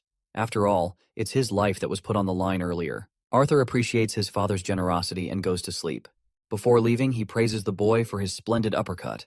How can this man win 2 Father of the Year awards in one story? Amazing. Arthur places the coin bag in a drawer and finds himself relieved that the situation died down before any commotion. It reminded him of his great limitations as a child just observing the world.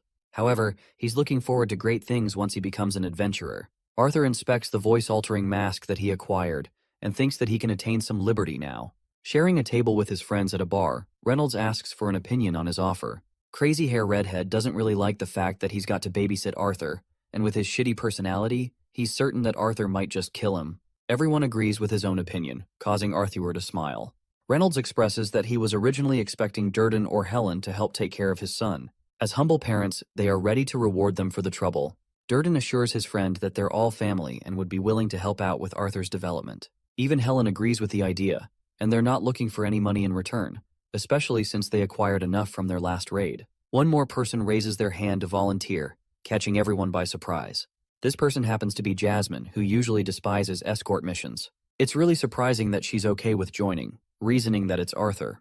Helen argues that Jasmine is the most fitting person to take care of the boy. Durden's area of expertise is AoE-focused spells with larger groups, so he won't be much help. As for herself, she isn't the best at defense or protection. The boy's mother questions if Jasmine is truly okay with the idea, and she responds with a thumbs up like it's no big deal. The redhead agrees that they should allow Jasmine to shine as she's the only augmenter among them possessing an elemental affinity. She's the best candidate to protect a guy like him. Durden agrees, even though he wanted to personally accompany the boy, but reasons that it doesn't fit for him to go. Reynolds comforts him and tells him to look forward to next time, while Arthur feels safe journeying with Jasmine. Fast-forwarding to the boy's family visiting Vincent's place. Lilia is seen practicing meditation according to Arthur's teachings, instead of relying on him completely. Arthur believes that even Ellie should be capable of awakening at age 7 or more if she can meditate. But he's also hoping that she doesn't awaken too soon, or else there will be too much attention. Excited, the boy requests his father to visit the auction house, since he's been meaning to pick out a sword. Arthur's mother decides to cook dinner while they're away. At the auction house, Vincent and his wife were already busy with work when they found the duo entering inside.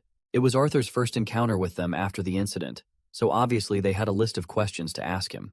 The boy played it calmly, assuring them that he was in top-tier condition. However, they seemed very upset about the king's way of handling things. Vincent is hoping for the worst to happen to the guards who jumped in and caused trouble. Even Reynolds shares the same sentiment. Arthur decides to change topics and focuses on getting a new sword before his application test.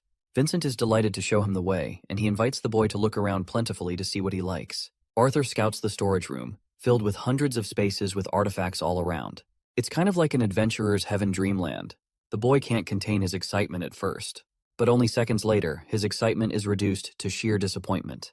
He's tried so many different types of swords, but nothing comes natural to him. He tosses away another sword and observes that it's probably due to the rise of augmenters in this world. There's so many dual-handed swords or larger weapons that just don't fit the boy's size. All his efforts to search for a capable weapon were in vain. The boy fiddled around and found Batman's batarangs. What a cameo. He also tried channeling his inner Bruce Lee with those nunchucks, only to feel stupider by the end. Strangely, Sylvie is interested in something as she's searching around. She manages to drag out a scabbard, excited for him to try this blade.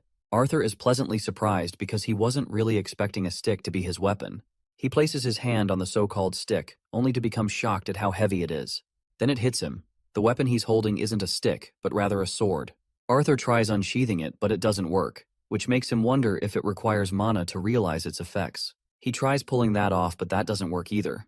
Testing his theory even more, he tried to cast electricity, wondering if it reacted to an elemental affinity. In the end, a mere stick sword got the best of him as he couldn't learn how to use it. Arthur has hit a wall for answers until he suddenly spots the band on his arm. He decides to entrust his new theory and picks up the blade again. Activating his powers, the boy manages to unlock the weapon at last. The sword appears a mystical teal, catching the boy's undivided attention and gaze. He could find himself swinging the weapon beautifully all around, to the point he couldn't even consider the blade a tool of war. However, even he understands that the weapon is too heavy for him to use fully in his current state. Apologizing to Vincent, the boy takes a shot by cutting a barrel clean. This proves that the sword has both the cutting power and the right size for him to use. Arthur takes a closer look at the blade, and finds a bunch of letters inscribed on it. The words read Dawn's Ballad, which is as confusing as it sounds. Suddenly, the boy experiences a jolt of electricity, wounding his hand. He assures his little pet that he's all good, but strangely can't find an explanation for why the sword reacted this way. The bloodstains on the sword vanished moments after. He picks up the blade again, only to find himself astonished how light it feels. It turns out the weapon adjusted its weight and balance according to the needs of the user. This time Arthur tests it out, only to perform his swings flawlessly without any trouble. Even the length and handle have shortened to accommodate for the boy's stature. It's the perfect kind of weapon. In his past life, he's had many invaluable swords, but none could compare to the synchronicity he feels with this one. Arthur decides to take another swing at the barrel, this time cutting it clean with a precise slash. The barrel is sliced in two instead of getting smashed from the sheer weight the previous time. It's a rare case for master artificers to create wands having the ability to bond with their user. The weapon in that example would adjust to the needs of the user, allowing for better mana manipulation. However, the boy never anticipated for a sword to have a similar property of binding to its user. This makes him question the sword's previous owner. Right then, his father and Vincent come along searching for the boy. They want to leave since it's getting late. Arthur rushes to their sword while picking up another sword. He's happy that Sylvie picked out the best weapon for him. Even his father is impressed that he was able to scavenge something to his liking. Arthur claims that he finds this weapon to be perfect. Vincent isn't really impressed since the boy chose a common sword that would never sell at any stall. Unsheathing the blade, Reynolds tests out the weapon to get a good feel of it. Vincent asks for his opinion. Reynolds points out the flaws of the weapon rooted in its weight distribution. At the same time, he thinks it's the perfect weapon for the boy. He returns the blade to his son and questions the stick he's got attached to his belt. As much as Arthur wanted to play it cool, things have just messed up. Maintaining composure, he tells them that he liked the stick to be a good practice tool. Vincent is surprised because he's never found this thing laying around. Inspecting the cane for himself, he asks his assistant if they've got any records around. James explains that one of the merchants sold them with a story about a crazy old man. They tried using multiple inspectors to check the weapon, but it only turns out to be a mere cane. They wonder if they should fetch a master artificer to check it for them. Arthur apologizes if he's overstepping his boundaries. Dude gives him the most puppy-eyed look imaginable with his pet dragon. Vincent obviously can't keep the cane after that and returns it easily. The mission is a glaring success for our protagonist, who now has a special blade no one knows about. It's that time of the year. Arthur's birthday is celebrated with a roar, and he thanks the group for always supporting him. They can't believe that he's reached the age of 9 so quickly. Vincent has brought out premium treatment for the boy with special waiters and food serving them all around. They share a table to celebrate the joyous occasion. I know you guys are salivating seeing the food, but I advise you against eating pixels on the screen. Anyway, they got a lot of great memories that day, securing them in memorable frames for everyone to remember. The redhead freak is out here drunk as a mess, snitching Durden's horrific story of his pants getting caught on fire. Embarrassed as hell, Durden covers his face. Next up is Jasmine, who takes a dig at Adam and reminds him of the time he got scared so bad he pissed himself in the dungeon. Yeah, that's a story not even Batman could beat the shit out of me for. Jasmine's story got the whole party laughing in uproar, including Arthur and our favorite little reptilian. After wrapping up the dinner party, it was finally time to get to the presents. Coming up first, Reynolds and Alice prepared a special gift for a boy. Arthur invited his cute little sister to come open the gift with him. He lifted the top and found a special glove. These gloves were specially prepared by hunting monsters and imbuing magical gems on top of them. The 3 gems could provide a one-time healing effect when needed. It's the perfect gift for Arthur who wants to gear up for missions. He embraces his parents with endearment and love. Next up is Vincent's gift, who presents the boy with a mystical pair of rings. His wife slaps the shit out of him for unnecessarily teasing the kid. Vincent is out here getting on his knees for a 9-year-old, so I can get why she's worried. Anyway, one of the rings is for Arthur, while the other is for his mother. The ring's purpose is to inform Alice of Arthur's mana levels dropping down to a dangerous level. It's the right kind of artifact for someone like Alice who worries too much for her son. She hugs her dear friend for presenting them with such a wonderful gift. As for our boy, he sees the ring in both a positive and negative light. It may help his family to stop worrying about him, but at the same time, they would be in constant tension whenever the ring would fire off. Next up is Adam and Jasmine's pair, who are ready to one-up both their presents. They wanted to follow Vincent's train of thought and already knew about the boy's monstrous strength. That's why they got something for the entire family to enjoy. It's a sound transmission scroll, and they cost quite a damn bit. Jasmine kicks the idiot for ruining the mood. Getting back to his speech, the redhead explains the usage of the scroll.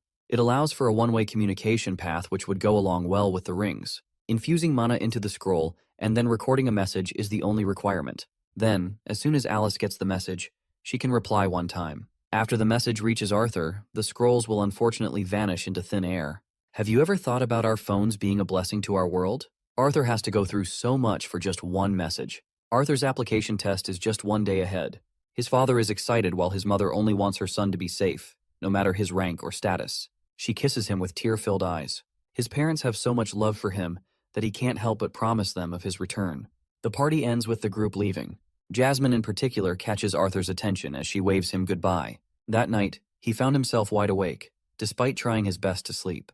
He had come to the realization that he possessed an invaluable family, people who treasured him and supported him through thick and thin. The boy wanted to treasure this family and fight his every breath for their betterment. That's what fuels him to become stronger, even stronger than he was as king. The following day, Arthur is out here having a really tough time handling Sylvie, who doesn't want to take a bath. The little dragon is just like my cat, causing a temper tantrum every time. Arthur is frustrated that she's using mana to repel him, which is relatable. Dude goes full power by using his own mana and drags her sorry little ass into the tub. We can just see Sylvie's tear-filled eyes and a feeling of betrayal as she drops into the tub. Arthur makes sure to see her plop down. After the bath, he gets all ready to go. But look at Sylvie's eyes. The little girl is pissed as hell. His parents feel so proud of their son for dressing up as if he were a high-ranking adventurer. Reynolds trusts in his son's powers and reminds him not to get overconfident. And when things get tough, Jasmine can always help him out.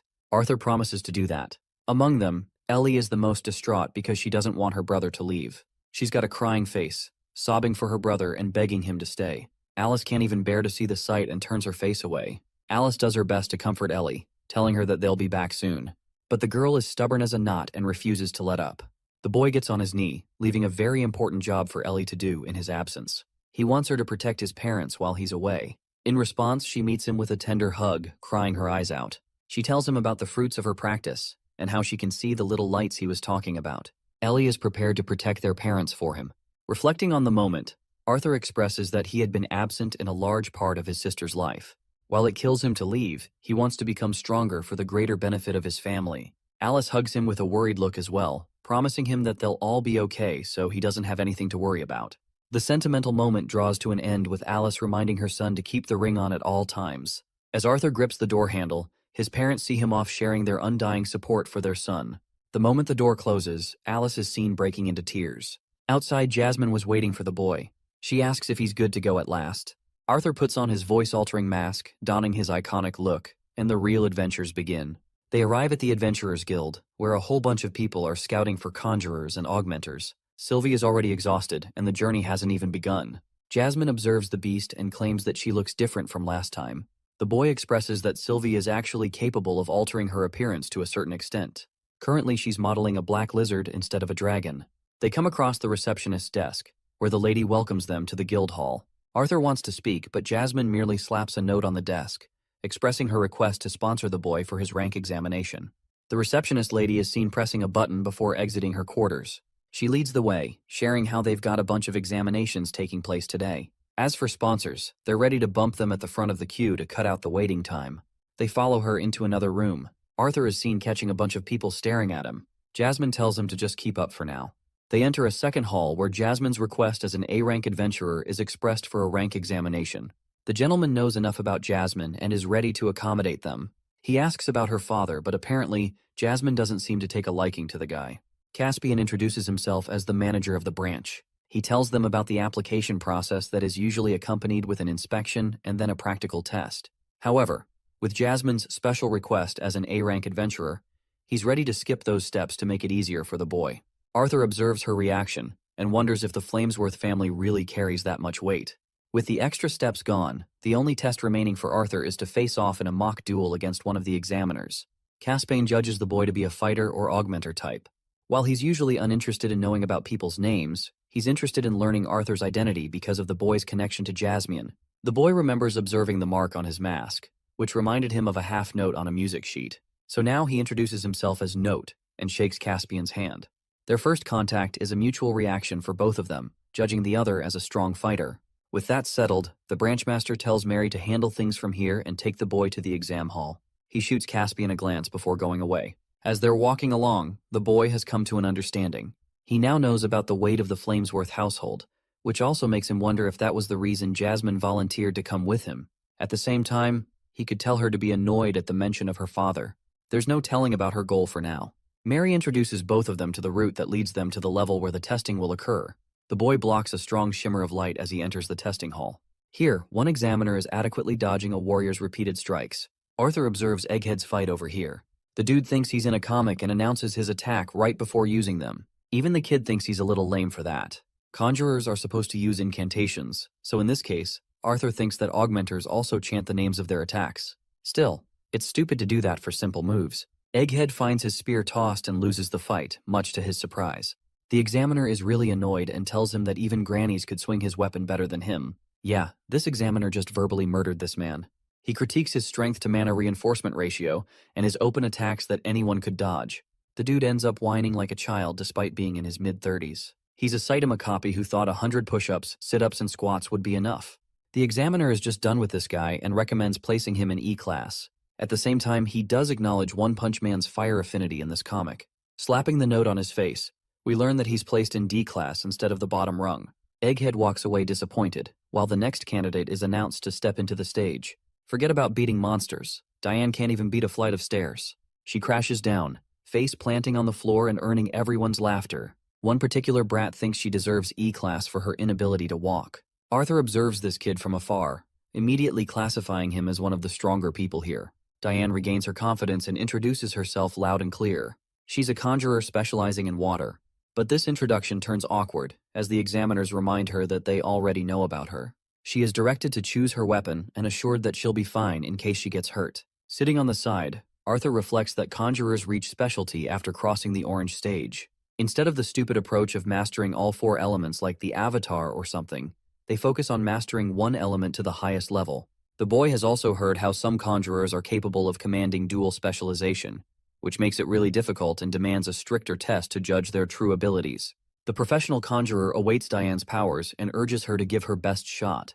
Waving her wand, she commands a water spell and surrounds herself with a body of water. Jasmine teaches Arthur about the limitations of conjurers, who aren't proficient with mana reinforcement like augmenters are. That's why their first setup is to claim a defensive approach in a fight. In response, the examiner responds with a mud spell of her own, blocking Diane's vision from the confines of her water sphere. Since it's like a turn-based battle, Diane is up next. She casts release of the mud spell and then counters with a second water spell. It's a spiral beam, precisely aimed at the conjurer who dodges it with little to no effort. But the second stage of her attack is more interesting than the direct approach. She causes the spiral to explode, engulfing the stage into a thick fog. This gives Diane the opportunity to calibrate a stronger attack. She descends multiple shots of water against her opponent, but when the fog settles, there's no one to be found. The expert conjurer had already appeared behind and whacked Diane with her staff. Despite losing the fight, she's impressed with the girl's excellent control over her element. Her only flaw was failing to plot a second defensive maneuver to protect herself. The rest was great.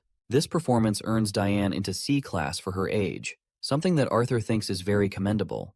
Coming up next is Elijah Knight, but for some reason, there's an issue with their name. The elite augmenter examiner deems this candidate a B-class rank without even testing them out. It's shocking enough to Arthur. He finally gets to see a boy wearing glasses, the same kid they're talking about. Moving forward, Lucas Wykes is called. This is the same brat who happens to be overconfident and requests being placed in A rank immediately. Frustrated by the boy's attitude, she chooses to ignore and reads that he specializes in fire magic. Reaching light orange at the age of 11 is unheard of, so Arthur's looking forward to this matchup. The conjurer finds him arrogant, but Lucas is nonchalant and doesn't really care. She thinks it's about time they begin. The conjurer begins the test, only for Lucas to cast a ring of fire with his staff at once. He smashes the staff into the ground, raising a monstrous fire guardian to help him in this battle. Even the augmenter examiner is impressed by the boy's talent as expected of his family. The flame guardian moves over the conjurer examiner, while Lucas ushers an incantation. The examiner is impressed to find a good match out of the boy. At the same time, she's more than happy to teach him some level of humility for the future. She raises earth spears to fan out the flames. It's the perfect response from the examiner, as the flame guardian won't be able to sustain itself for long after its oxygen supply is cut off. However, Lucas thinks the battle is already over. He's never heard of a case where an examiner received a potent injury in the testing grounds, so he's happy to have her be the first example to be made.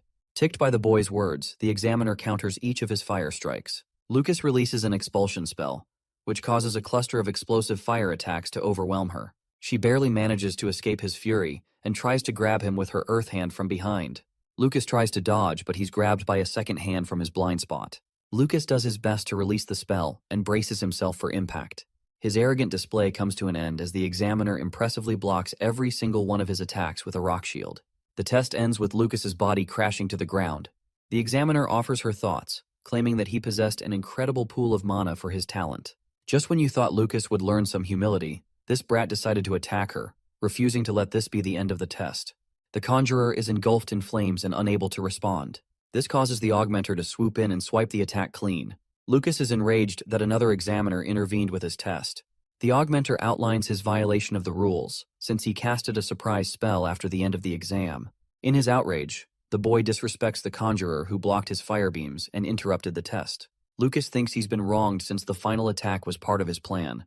The augmenter is done with the boy's bullshit and asks Emily to announce the result. She goes back to her review of his exceptional control. His only weakness is a lack of experience, and yet, that's more than enough to earn him a spot in the B-class category. Lucas returns to the stands, frustrated by the outcome. Egghead tries to congratulate the boy for his exceptional result. However, Lucas feels insecure and thinks they're mocking him. He sits in annoyance, hoping for his father to swoop in to his rescue when the time comes. Next up is Arthur's turn, who is announced as Note in the candidates list. Jasmine bids him the best of luck, while the boy descends down the stands, questioning how he should handle an augmenter with years of training and experience. At the same time, the boy could judge the man's weaknesses in the openings he created. The augmenter learns that Arthur is also taking the test under special conditions, as no background information regarding his past is provided. He readies his blade to test the kid's capabilities, when all of a sudden, the augmenter is overwhelmed by peerless pressure emanating from the one approaching him. It's enough to make his very body shiver. Before the match could even begin, Caspian commands the battle to be done with. He doesn't want George to test the skills of this one, and instead volunteers to personally test him. George is shocked that the branch head has taken an interest in testing the candidate. It doesn't make sense for a powerful mage like him to test an examinee. George even apologizes for his initial hesitance. The branch head tells him to be at ease, as he isn't here to question the augmenter's abilities. He's just obligated to take the test as the sponsor. He's curious about Arthur's opinion of the change. The guildmaster points his blade before the boy. He's one of the most reputable masters in Sapin, as well as a AA class adventurer. This guy possessed no openings, and his bloodlust was obvious as day. It was as if Caspian never intended for this to be an ordinary test. In response, Arthur finds himself more excited than ever. The branchmaster hopes that the boy doesn't take this test to a discouraging level.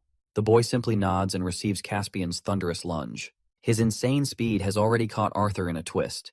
The boy deflects the sword and uses the ground to his advantage. Caspian tries to swipe him with the swing of his blade, only for Arthur to roll and duck his attacks. Each time Arthur turns to take a swing at him, Caspian vanishes and blitzes from behind. Arthur manages to surprise his opponent by ducking the strike and following a counterattack that even shocks the branch head for a moment.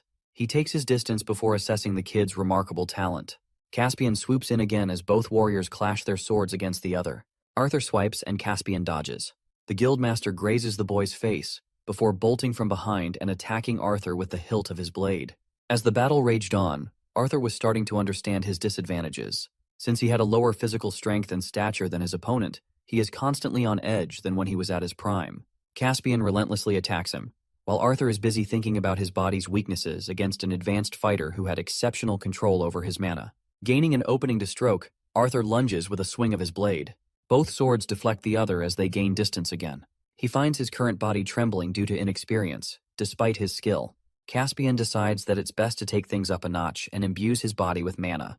It was at that precise moment that every fiber of his being demanded Arthur to move. Faced against this version of the guildmaster, his body could only activate the flight response of running away, so that's what he did as his only option. Caspian is repeatedly impressed by Arthur's ability to dodge his attack. The wind bullets are so fast that it's impossible for him to dodge them. It's only thanks to their predictable trajectories that he's managing in this fight. The only fighting chance he has is to narrow the distance between him and his opponent. Arthur skillfully rolls, lunges, leaps, and dashes away from Caspian's wind bullets. Finally, he's in range to commence a blazing strike of his own. The examiners are left stunned by the boy's command over the flames. He cuts past Caspian's wind bullets and reveals to the world his fire abilities. Their swords clash against the other, both elements colliding on equal footing. The outcome of this match should have been clear according to Caspian, as he's a AA ranked adventurer with spells that any augmenter would die to achieve. But even in this moment, as he's facing a mere examinee, he finds himself actively worried in the face of defeat. In complete denial, Caspian expresses a furious side to himself and overwhelms the boy with his wind waves. The powerful attack even alarms Jasmine to worry for him. The branch head seems to have lost his sense of reason as he's attacking Arthur without even giving him the chance to land. The boy escapes his wrath and returns to the fight with a descending swing of his blade. He was so close to dealing a finishing blow, but unfortunately couldn't manage to deal it. Caspian's incredible casting speed overwhelms the boy as a wind bullet is aimed right towards his head. It's only thanks to Arthur slipping on his feet that he dodged the lethal attack. Right when he's down, the branchmaster descends with his blade. Arthur dodges and gains his distance, realizing that he's being pushed into a corner to reveal the extent of his abilities. He's done playing around and decides to go all in. He'd already shown the branchmaster the use of piston stamp, but this next spell is something of a masterpiece that goes in tandem with the previous attack. Arthur uses piston stamp's explosiveness and gets right up in the man's face, ready to deal the finishing blow against his opponent. It was at this moment that Caspian knew he fucked up. Had it been a normal situation, Arthur would have beat his ass right here, But this snob's temper tantrum and denial of defeat caused him to release gushing wind pressure that could be felt by even the audience in the stands. The masked warrior reclaims his footing and sees his opponent's feet lifted in the air. This man was now engulfed by the winds themselves. Jasmine tries to jump in for his rescue. Arthur doesn't really give a fuck about holding back anymore. He internalizes a thought regarding the external and internal lightning magic. The book suggests that internal lightning is too difficult for typical mages to learn. But this is where he strongly disagrees.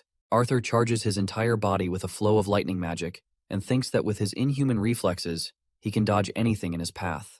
Preparing to finish this fight with his enhanced state, Arthur suddenly hears a release from his opponent, causing him to become perplexed at what happened. Caspian sheaths his blade, apologizing for going overboard with the testing. Bro avoided the smoke is what happened. The branchmaster fully understands the boy's interest to remain at a lower rank. After all, he chose to mask his abilities until the very end of the fight. It's the right assessment, as Arthur is looking for that too. Even at the lowest, Caspian places him at the B rank, leaving the rest of the candidates absolutely stumped at the boy's monstrous abilities. Lucas is pissed as hell while Elijah is impressed. The branchmaster wonders if he's okay with this outcome. The boy responds with a nod, which means it's all good with him. The A-rank Jasmine quickly hurries to check on the boy.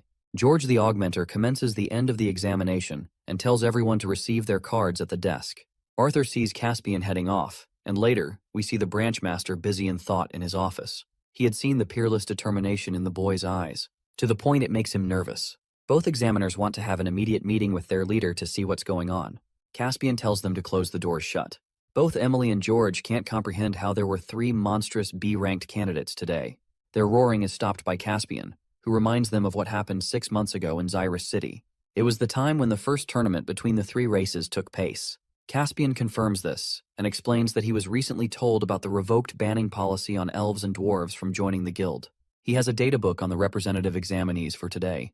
George is inquisitive enough to ask if all 3 candidates belong to different races. It turns out that Lucas is indeed a half-elf, and based on Caspian's personal guess, he thinks the boy must have been an elf slave.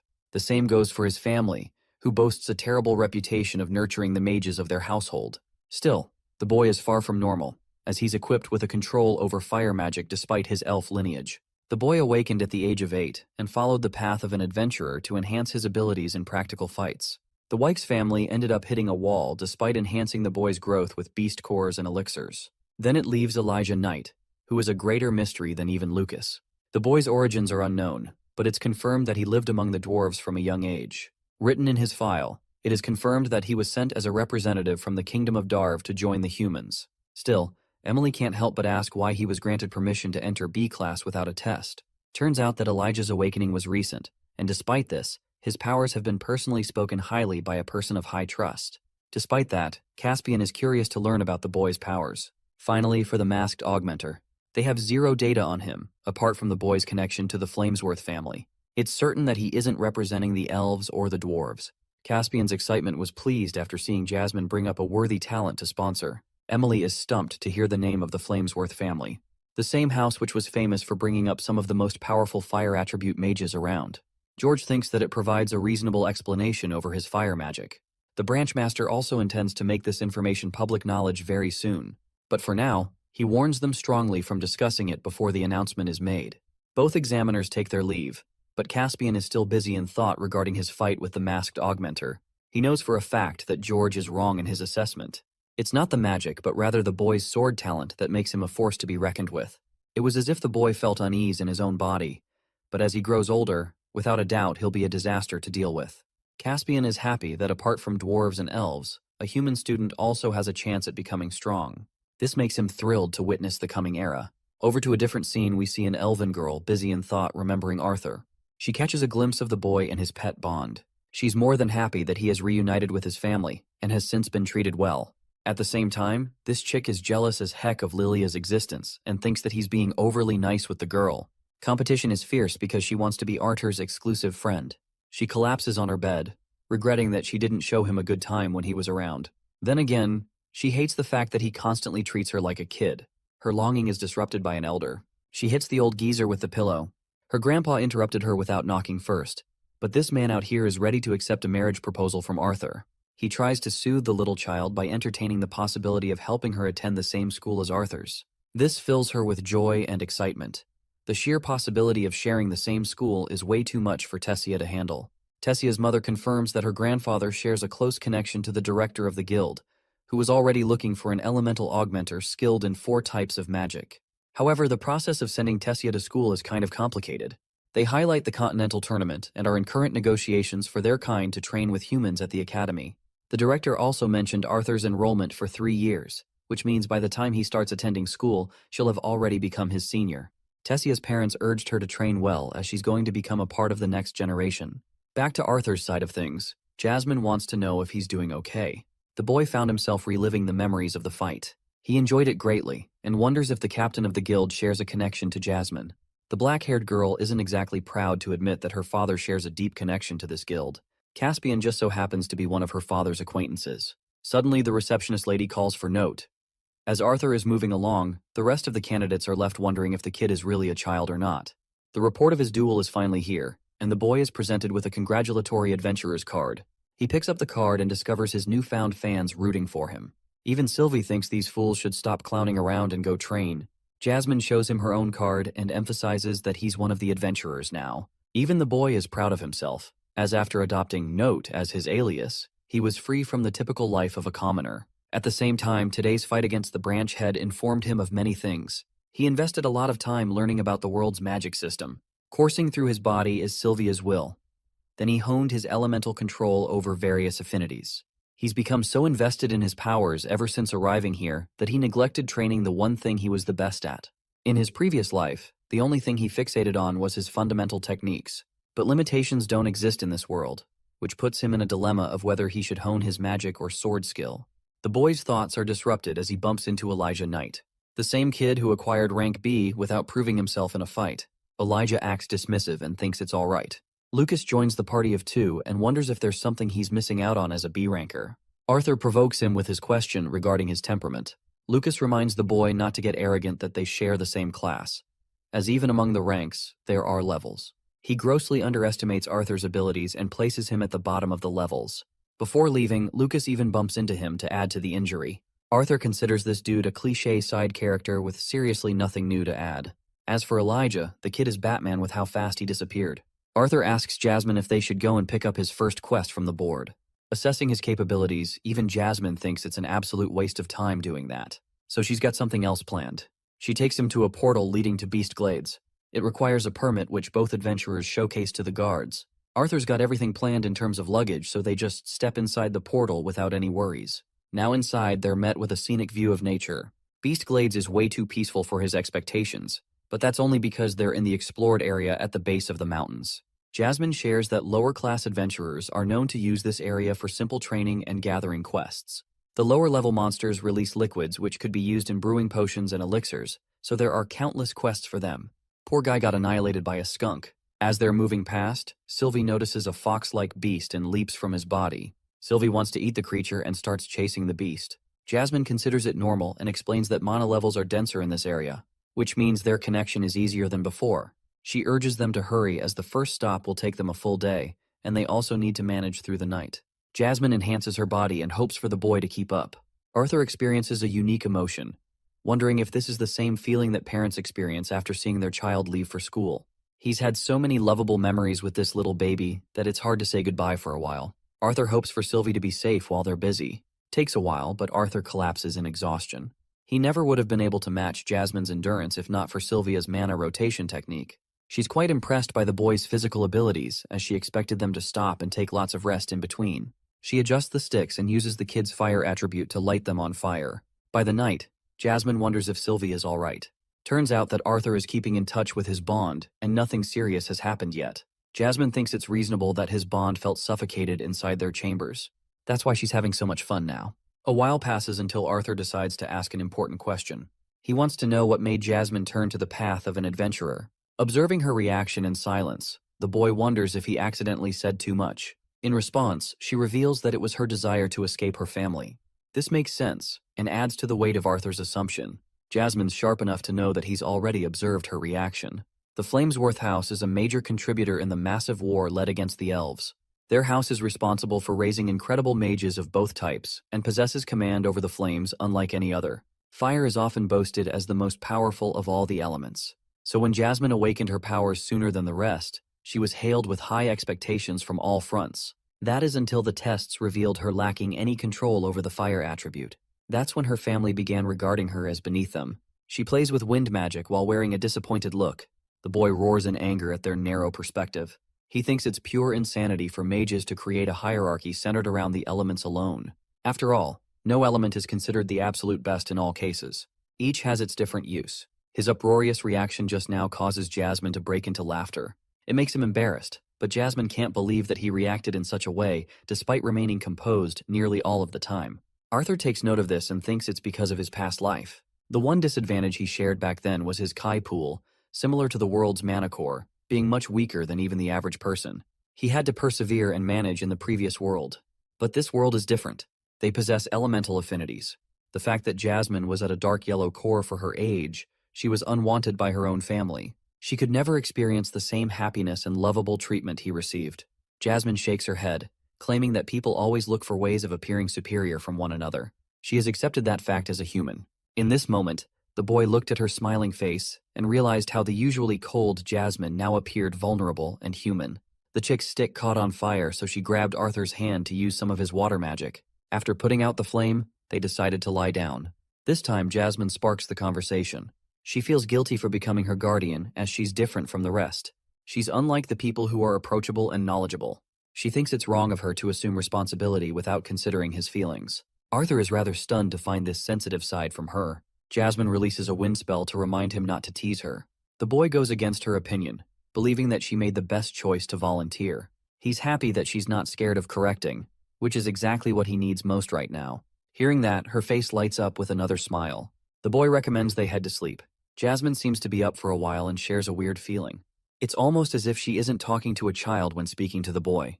The boy doesn't respond, so she assumes that he's already slept. But then we catch Arthur's perspective, who did hear her words, but couldn't respond with the truth. Morning comes around with Arthur experiencing a nightmare of his life. He sees Sylvie looking like a damn alien and shoves her away. Turns out this creature wasn't Sylvie, but an ugly-ass beast. Jasmine woke up sooner than him and greeted the boy good morning. Arthur's peeved she didn't wake him sooner to help with the chores. Turns out Jasmine did her part, but he was out cold. Anyway, she thinks it's best for them to eat now. Arthur decides that it's a good idea to ask Sylvie to eat together. What's really funny is that she hunted the same ugly beast from earlier and secured food for herself. Since she's fine on her own, they share breakfast and get ready to go. Jasmine explains that she brought him to this place to fight against him. Arthur hadn't considered that. She wants to fight him to help mitigate the stance issues with his fighting style, almost as if his body isn't listening properly. She could see that in his fight against Caspian. Arthur knows she's right, and asks what they're going to be focusing on. Jasmine draws her blade and explains that she wants to test his physical prowess before jumping into missions.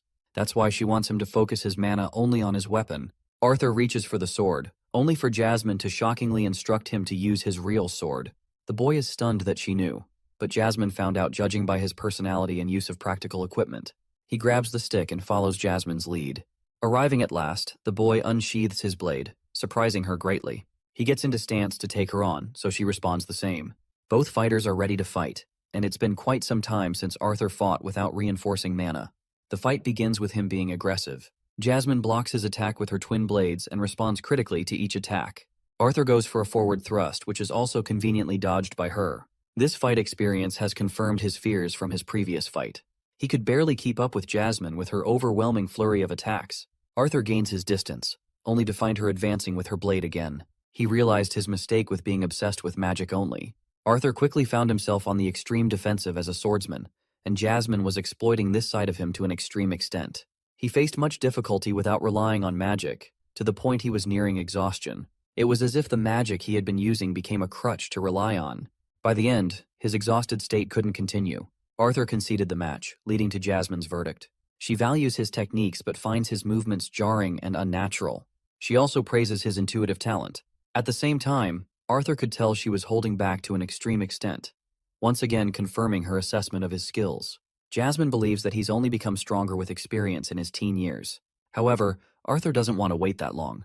His new training is to focus on his sword fighting skill without focusing on mana. Jasmine thinks he's going crazy if he thinks he'll survive dungeons without activating mana. The boy confidently declares that he only needs 2 years to overcome the gap. A time skip of 2 years follows after the boy's declaration. In one of the guild gatherings, talks of a famous masked swordsman are circling about. One guy confirms that the rumor is true as his friend managed to team up with him once. The swordsman travels with Jasmine. The only thing his acquaintance mentioned about the boy was him not being a mage. But no one is ready to believe those words. After all, many are under the impression that the masked swordsman is supposed to be an augmenter. Everyone has heard stories about the guy solo clearing dungeons all on his own. It's something even the B-class augmenters greatly struggle with. That's why no one is ready to believe that the kid is an ordinary swordsman without mana. Also, the fact that Jasmine is with him adds to the possibility that he was assisted greatly. They all undermine the masked swordsman's skill and believe that the rumors must be linked to Jasmine instead. The brute drunk musclehead is ready to take on the masked swordsman any day of the week. Still, it appears that Arthur's identity as Note has become a really big deal. Some stories talk about him being Jasmine's personal apprentice, but that possibility seems out of the question too. They recall the boy being placed in B class out of the bat and even moved up to A class recently. Heavy on the drinks, the dudes think he must be A class after honing his skills. This NPC is regretting that he's nothing more than a C-class adventurer who couldn't promote himself for 3 years straight. He understands Termin the Musclehead's frustration, as he's also a B-class augmenter himself.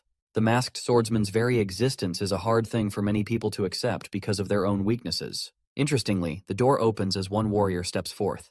The same guy they were just talking about. It's the masked swordsman in the flesh, and he's come right on time. Termin tosses his drink and prepares his blade. He's happy to test out the midget who everyone has been obsessing over. Termin's outlash receives concerns from his friends, but he's too busy talking Arthur down. The boy merely ignores him and walks past as if he were nothing. This provokes the brute into taking a swing. Termin tries to go for a kill shot from his blind spot. The attack wraps up in his disappointment. He missed the boy. Either that or the masked swordsman dodged. He stares at Termin with a dark glare, pissing him off even more. The brute rages on after infusing his blade with wind magic. He thinks the outcome this time will be different, but Arthur simply dodges all of his swings like nothing. In one precise moment, Arthur gets so pissed that he slashes the man's fingers clean off of his hand. Termin wails in agony and fear, crying his eyeballs out. Then he sees a haunting face, an atmospheric pressure unlike any other. The overwhelming swordsman is done with this man's temper tantrum and takes his seat. The rest of them are intimidated by his mere presence. Arthur wants the waitress to fetch him a sack of rations. He takes what he came here for and goes back to Jasmine, who wonders what took him so long. Choosing not to divulge into the truth, he blames it on the waitress, but Jasmine can tell something went down with blood on his mask. Arthur lifts his mask and confirms that he didn't cause irreversible damage to his victim. The same day, Arthur decides to write a heartfelt letter to his parents, mentioning his forthcoming experience in the dungeon. He apologizes for his lack of visits and glosses over the past 2 years. His excitement over Lilia is uncontainable, and hopes for Vincent to have an easy hand on his daughter. He wants Lilia to train on her own for a while before heading to the academy. The boy finds it strange to think that she'll be his senior. He talks about becoming even stronger than last time, when he challenged his pops in an arm wrestling match. And recently, the boy broke through the light orange stage. Jasmine, on the other hand, is helping him lots with training and expertise on wind magic. At the same time, he is coaching her on techniques, so they're learning from each other. As promised, this is going to be his last trip before he starts his school life. He closes the letter with an endearing confession of love. After writing, Arthur expresses that the letter will be mailed soon. Jasmine thinks there's nothing to worry about now, because a letter is better than his family waiting outside a dangerous dungeon. Jasmine asks if the little bond will be accompanying them today, but Arthur tells her that Sylvie has only been communicating telepathically. She's also grown smarter and talks in detail now. She doesn't want to engage with him until she's fully ready. Arthur doesn't get what she's implying by that either. The black-haired girl suspects that she wants to become stronger before they start school together. With that settled, she places emphasis on their current mission. They both hurry ahead and find themselves stuck with Lucas's annoying group. Yeah, that bratty kid who got on our boys' nerves last time. The beefy guy with a mustache seems to be the leader of the group and wants to introduce them to his party. He's also glad to meet the masked swordsman in all his glory. This guy is Reginald Bastion, an A-class warrior. He mentions Lucas's specialties, but they don't need an introduction on that since they're already aware. There's also Creole, a water specialist augmenter acting as their line of defense. Then there's another in their group, Elijah, who is currently recruited as an A-class warrior with a specialization in Earth. Oliver the Conjurer also makes his presence known as an A-class mage. He specializes in healing magic, but judging from his words, he sounds arrogant. Then there's Samantha Tempest, a pretty girl who is also an A-class conjurer specializing in water. Like the others, she's heard plenty of rumors regarding the masked swordsman and hopes to be in his care. Brawled Landon is the Prince Charming of the group. who has recently transcended to the AA class. He's the guy who's going to lead them in the dungeon raid today. Brauld offers both Jasmine and her friend to introduce themselves. She mentions her rank as a AA class augmenter specializing in wind magic. Now they've got 2 reliable warriors among them. Lastly, there's our boy Note, an A ranker specializing in fire attributes. Hearing this, Samantha is astonished to learn that he's capable of using an elemental affinity. The boy reveals that he's been holding back on using his magic for a while for a personal reason. Brauld seems intrigued by him and wonders if the 2 of them don't have dimensional rings to take care of the luggage. Both of them shake in disapproval, so Brauld turns to Lucas for help, who rejects immediately. Oliver is already full in his inventory carrying Samantha's stuff. But Elijah's storage seems free, so he's happy to assist. Using his dimensional ring, he absorbs their luggage. Arthur is rather surprised to see Elijah in possession of this ring. It's a kind of ancient technology built by the same mages who made the floating city of Cyrus. As expected, they cost a lot of money, and I'm talking thousands to get even one. Arthur expresses his gratitude with a smile, which causes Glasses Boy to get flushed. With their preparations finally ready, the group collectively heads inside the dungeon's entrance. The party's inside the drenched dungeon. Their leader, Brauld, instructs the group to remain cautious since they've finally reached the first level. Lucas is surprised that they've yet to discover a monster in a supposedly monstrous dungeon. They've yet to find anything in this silent cavern. That is until one tiny rock catches the group's attention. Brauld's attention draws towards the ceiling as he is horrified to see the terrifying creatures eyeing them from above. These are the vicious bat runners, and these creepy bastards are not one to leave you alone until you're dead. Jasmine quickly saves Oliver's life while their tank sets up his shield to block off the creepy crawlies. In the face of this sudden and unexpected attack, their leader enforces a team formation to counter the monsters. The healer among them casts his healing spell to make sure no one gets injured for long. The Batrunners are unsuccessful in their attempts to take them all down, as even Elijah displays his talents with earth spears. Brauld is cutting the sons of bitches down when he realizes there's no point wasting their energy here. On the other hand, Lucas, being defiant as always, casts an enormous fire cyclone that incinerates these uglies in one single attack. But the leader is extremely displeased with his personal decision on the matter, especially since they are needed to conserve their mana for now. He wonders if the kid even knows the kind of dungeon he stepped into. Lucas is narrow-minded and reasons that he wanted to prevent everyone else from wasting their mana. The leader leaves him alone and recommends they hurry up ahead unless they want Batman's cousins here to get back up again. Arthur notes that this dungeon is infamously known for mysterious undead and immortal creatures. This made it impossible to recover mana cores by other adventurers. It was just an endless amount of fighting to no avail. There's a solid reason why the first raiders of the dungeon decided to call this hellhole the Dire Tombs. Traversing up ahead in the dark dungeon, Brauld recalls the location he marked last time he came here. This assures Arthur of the reason they stepped into the dungeon in the first place. The leader wants Elijah to cast some handholds for them to use as a climbing mechanism. The rest of the group decides to assist each other with the use of the handholds, and eventually all of them are up at the top. The leader recalls how he made it to the second floor before deciding to opt out. This means whatever is up ahead is unknown territory to all of them.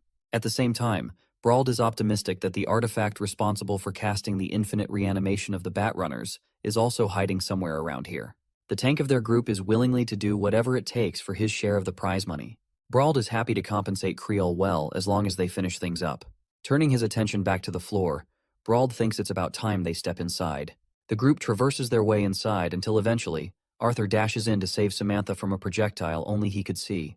The girl doesn't even get what happened, and some of them are frustrated that their leader didn't highlight the mention of traps around here.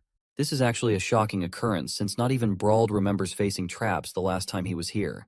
The healer checks on Samantha's condition, but she thinks she's okay and turns her attention to the masked swordsman, who is inspecting the projectile shot at them. Arthur sharply judges that this wasn't a trap, but rather the work of a mana beast. This shocks the rest of the group and alarms them for what's to come.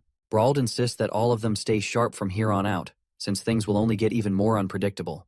The group explores the deeper dungeon until at last, they've arrived near a red smoky domain. Once more, things are not as they seem as Brauld recalls something different this time. It's not the steam emanating from the cave, but rather something else. Even Arthur picks up on the same sensation. It's not the heat they're feeling, it's the powerful pressure cruising past them. Entering the volcanic room, they come across a bunch of geysers layered all over and across.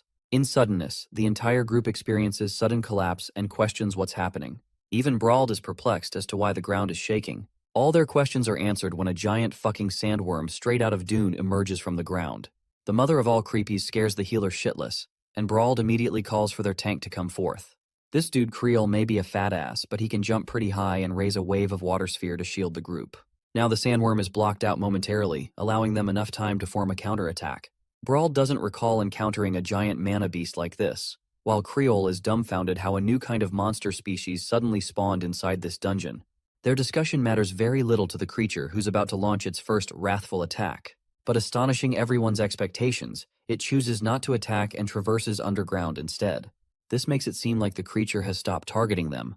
The healer arrogantly recommends they check on the artifact instead of worrying about the worm. He stupidly goes up ahead while defying the leader's orders. Even Samantha thinks he's being an idiot, but this guy has balls of titanium for a healer and walks away from the team anyway. Brawl calls out his name repeatedly, but this guy just doesn't listen.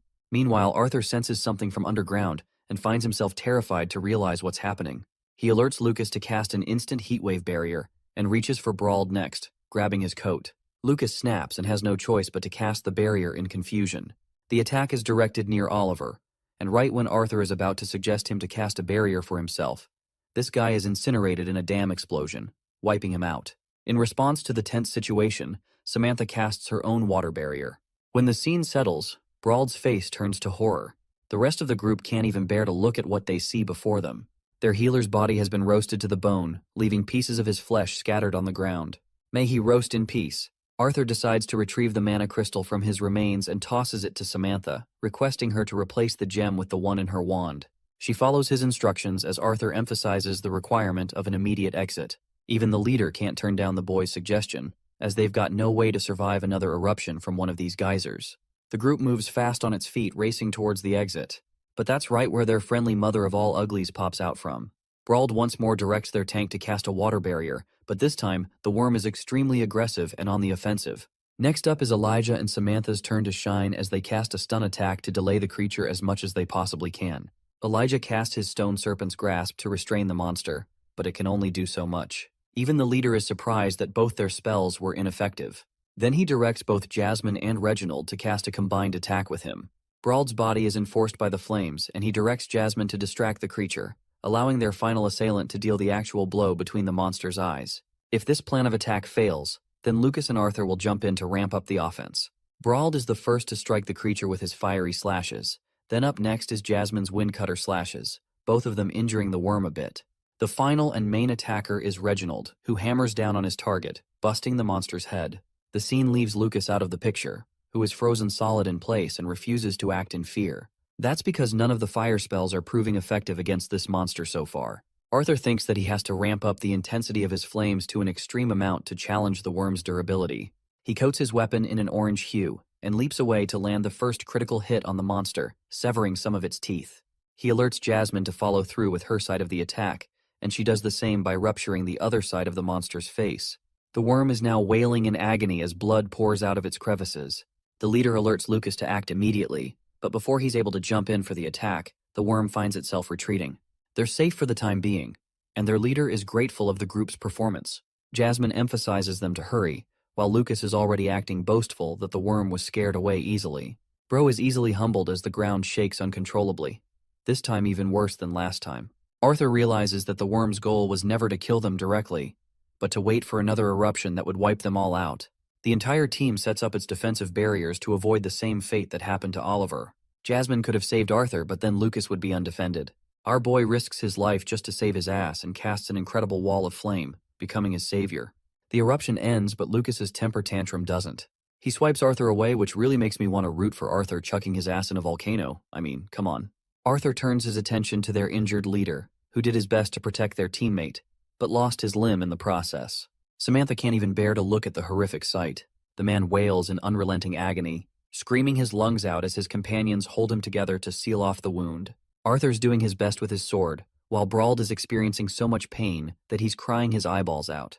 After Arthur was done, Samantha took over to heal the man. This was a tedious job for the masked swordsman. Creole, being a hardy fellow, decided to share some of his sandwiches with the boy in an effort to cheer him up. He sat next to the kid talking about his emergency sandwiches whenever he felt sad. The boy is grateful for his consideration. Using his instructions, Arthur roasts the inside of the sandwich, making it smell steamy and delicious. So much so that even Creole wants some of it. They both enjoy the delicious sandwiches that Creole's fiancée made. The boy thinks he's one hell of a lucky man to have scored such a chef of a wife. He wants Creole to send his regards, but from his hesitant reaction, we can assume the worst for his wife. Aside from these guys, the group is in shambles because Lucas is fucking around pointing fingers at their leader. He's pissed that their leader is effectively useless now, and their main healer is also no more. A seriously annoyed Brauld roars at the arrogant child who got saved by Arthur at the last second. The leader wanted to save a teammate, that being Samantha, which is why he sacrificed his limb for the job. Brauld roars at Lucas for failing to set up a proper defense barrier in time. But the masked swordsman has had enough of their crap and confronts Lucas as the main issue. Arthur shuts his bullshit down by stating that he doesn't give a flying fuck if he's the best augmenter or conjurer there is. All he thinks of him right now is that the spoiled brat is nothing more than a liability to the team. Hearing this, Lucas frustratingly leaves while Reginald recommends their team leader to get some rest in the meantime. With Lucas gone, the boy confronts their leader, requesting him to make an immediate decision before they advance deeper into the dungeon. Reginald has suffered burns because of the eruption, but his injuries aren't deep. The rest of the team is okay, but the only person in jeopardy is the team leader himself. Arthur wants him to decide here and now if he's going to continue onwards or not. Grinding his teeth, the team leader shows eyes of determination, claiming that he's ready to take on the final dungeon raid of his life all the way. Samantha offers her concerns, knowing that he'll have trouble fighting with one arm. Regardless, Brauld is a powerful augmenter in their team. He confirms that he won't be a liability. However, his only condition is that the leadership be switched to Arthur instead. After all, he's the most practical person of the group, despite facing so much uncertainty. The rest of the team members agree with this decision without any trouble. Realizing that they're all okay with this decision, Arthur is okay with the decision. His first command is to rest for 1 hour before advancing forward. Having rested, the team goes up ahead, but Brauld is continually confused at new revelations. The tunnel wasn't blocked before. Reginald does his best to swing his weapon, but there's only a dent. So this time, he uses his elemental affinity, coating his weapon with a rocky barrage and casting Impact Blast. Even that only leaves a spiral that isn't enough to break through. Tapping the guy's shoulder, Jasmine prepares her wind cutters and recommends that he use the same move again. The both of them lunge forth to use a dual attack. This time, it obliterates the tunnel's shield and creates an opening for them. Penetrating light blocks their vision, before the group is shocked to find a forest out of nowhere. The team enters the forest, and the first thought that comes to the boy's mind is how there aren't any pillars, which begs the question why it hasn't collapsed yet. Around them are pretty flowers and a space to rest as Creole claims he's getting sleepy. It's a surprising suggestion, especially since they've rested a while ago. Arthur insists that they keep the move on, and he thinks something about their current environment is an issue. Creole is unsure of his opinion, but the masked swordsman's senses are going off the charts. He just can't tell what's wrong with this weird place. Just up ahead, Jasmine spots a shrouded figure, and soon after, she seems hypnotized for a second. That is until a loud thud breaks her from the illusion. Creole has just dropped his weapon, and he sees his late wife Clara just up ahead. He tries to reach out for her, prematurely rushing to get to her. The rest of the group knows that he made a hasty decision, but their words can't reach him. Arthur knows this is getting dangerous and tries to stop him, but it's of no use. Jasmine grabs him and claims that the mist is affecting all of them with its illusions. This is exactly why Arthur's senses were on high alert earlier.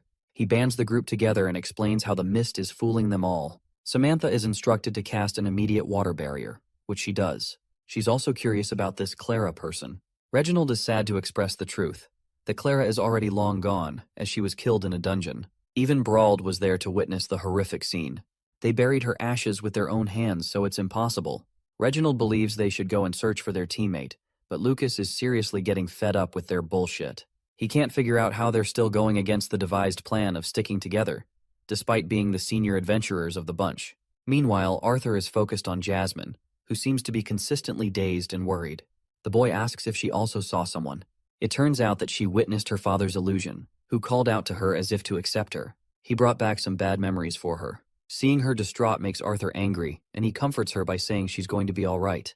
She smiles in front of him, signaling she's okay now. Arthur now wants her to use a wind spell to get rid of the mist. Unfortunately, her spells aren't capable of destroying the mist completely, but she can clear a path for them to find Creole. She casts 2 wind orbs and goes rushing with her spell. Arthur tells Samantha to put down her barrier, allowing Jasmine to use a move called the Banshee's Howl, casting a strong, concentrated gust of wind that forges a path ahead. With the mist cleared, the group is horrified to see what lies ahead. Extremely large vines weren't even accounted for a moment ago, and they were unaffected by Jasmine's wind spell just now too. Their first line of attack is Lucas, who's already ready to rumble and cast his crescent ember flames to incinerate the vines in his path. However, these burnt vines are strangely unaffected moments after, shocking the fire conjurer. The masked swordsman directs Reginald to prioritize protecting the conjurers until they can cast stronger spells to deal a significant blow. Arthur empowers his blade with mana and instructs both Brauld and Jasmine to lead an attack with him.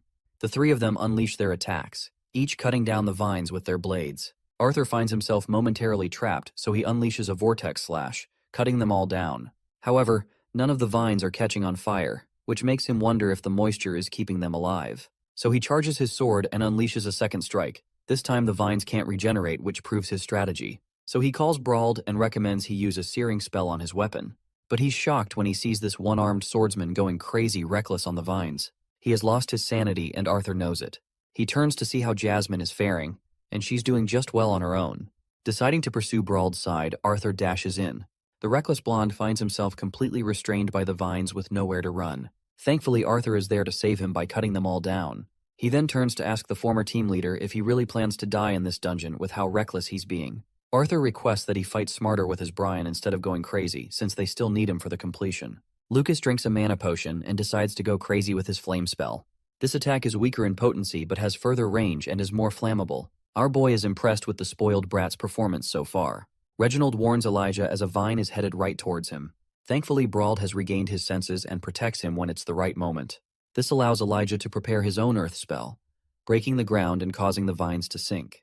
Two of their spells are keeping the plant monster in check, and with Samantha's spell, they should be able to find their missing teammate.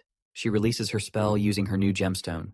Aqua Siphon is a unique skill that is normally used to gather water from surrounding areas, and in this case, it's being used to suck the moisture from the vines, leaving them withered and useless. However, Samantha collapses after using the ability, only for Arthur to catch her. He's impressed that she efficiently used a utility spell as an offensive one. Samantha earns his praise and they turn around to see the mist drawing towards the vines. Once more, these damning vines end up completely regenerated, proving their former efforts useless. Even Lucas is concerned now, while Arthur realizes that the vines are forced to absorb the mist due to their heavy attacks. Unfortunately, before he's able to instruct them to do anything, he finds his team paralyzed under the plant monster's command.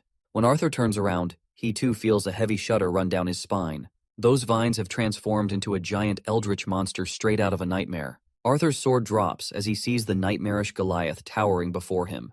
This thing is a sleep paralysis demon on steroids. Samantha's so overwhelmed with fear that she surrenders at once, realizing that the legend of the Elderwood Guardian isn't just a legend at all. Brauld, who is supposed to be one of the strongest, also accepts that they simply cannot survive this dungeon. Arthur realizes that this blonde idiot has lost his sanity again. Reginald is staring at the thing with his fucking eyeballs popping out. There's just no way they're dealing with an S-class mana beast in a dungeon like this. What's more, they see Creel's body being used up like a vessel. His very life is being sucked out of him, and he's still a whining mess pleading for his wife to come back. The entire team is too stunned to lift even a finger. The Elderwood Guardian lifts its gigantic leg and crushes Creole, leaving Reginald to wail for his lost friend's name. In response, the monster releases its own tantalizing roar, with terrifying layered mouths and horrific teeth. Reginald is out here turning Super Saiyan like he's just lost Krillin or something. Arthur knows this guy is getting annihilated if he challenges a Colossus monster like that. He wants them to stop fighting, but Reginald is pissed and uses his hammer to send Arthur flying. Reginald is done playing around and he's lost his mind. He covers his body full of rocks, adopting a powerful transformation. The fight begins as the horrific Colossus releases its vortex of vines blitzing at the man. Arthur begs Elijah to cast an immediate shield to protect Reginald at once, but the shield immediately shatters upon impact. Meanwhile, Jasmine grabs our boy's hand, insisting that they leave at once since they've got no shot of defeating this Goliath. Arthur, on the other hand, is worried about his team. Elijah's barrier is slowly being penetrated by the creature, and he's expiring his own life force just to sustain it. Arthur reminds Jasmine of his promise to the team, but in response, Jasmine is teary-eyed in reminding him that she promised his family that they'll make it back.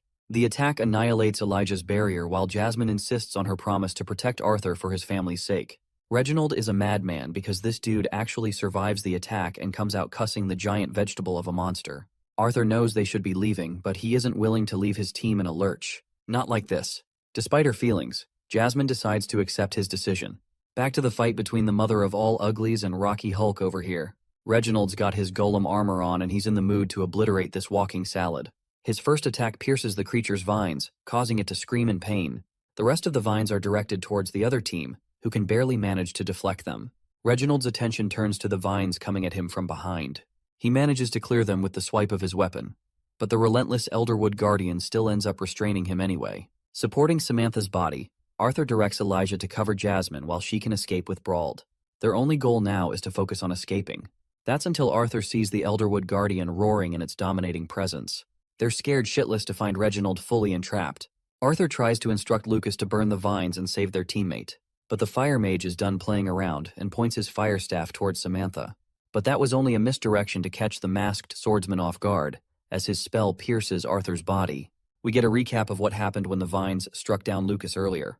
He quickly got up and realized how outclassed he found himself. He could see the exit within reach, and saw his teammates fighting for each other's lives. But his damn pride in the Wykes family got the better of him. So he grabbed his staff and reclaimed his stance. Lucas couldn't allow this to go on. In an unexpected plot twist, he pointed his weapon towards Arthur, ensuring his own survival. Then he blasted Arthur at point-blank range, sending him flying from the impact. His body is tossed aside with grievous injuries in his abdomen. The very sight leaves Jasmine in terror as she mindlessly jumps in to protect him. Lucas warns her to stop and releases a fire beam while she's distracted. The attack hits her too, giving her similar injuries like Arthur as her body flops to the ground. Brauld is in a pinch too now, while Lucas points his staff towards Elijah, happy to send him to hell if he moves an inch. Elijah questions what's gotten into him, but this stupid half-elf is succumbed by his pride and isn't ready to risk his life to let the rest of them escape. He thinks they should be honored to have died as heroes, giving him the time to escape. Lucas blasts the crystal and hopes to inform everyone about their courageous sacrifices. Elijah wants to kick his ass, but he's unfortunately knocked down by the Elderwood Guardian, leaving very little hope for our heroes. They're all in critical condition as toothy plant monster gnaws at them. Elijah refuses to let this be the end of his story, stringing together every last bit of his strength to do what he can. Coming to his rescue is the AA class hero Brauld, who wraps his flames around the vines, protecting the boy at the last moment. This time, the former leader is finally acting like a man and refuses to let the young adventurers bite the dust.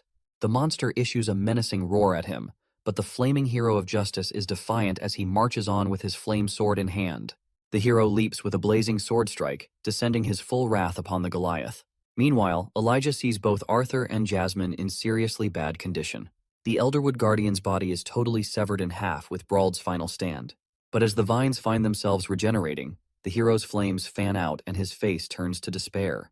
The horrifying monstrosity staring him down is so fucking scary that even Brauld is scared to the bone. He simply accepts his fate as the creature of vines encroaches him with its tendrils. It's safe to say that Brauld is fucked. As for Arthur, he's in a shitty condition coughing out blood. His mask has dropped and he can barely maintain consciousness before Elijah. The boy turns to look at Jasmine, who is also down for good. Then he sees the crystals and realizes that there's genuinely no way out except his last resort. Still, after using the move, he thinks he may not even survive. Arthur casts use of his powers and taps into Phase 2 of the Dragon's Awakening. Previously, his training in the Land of Elves led to significant discoveries.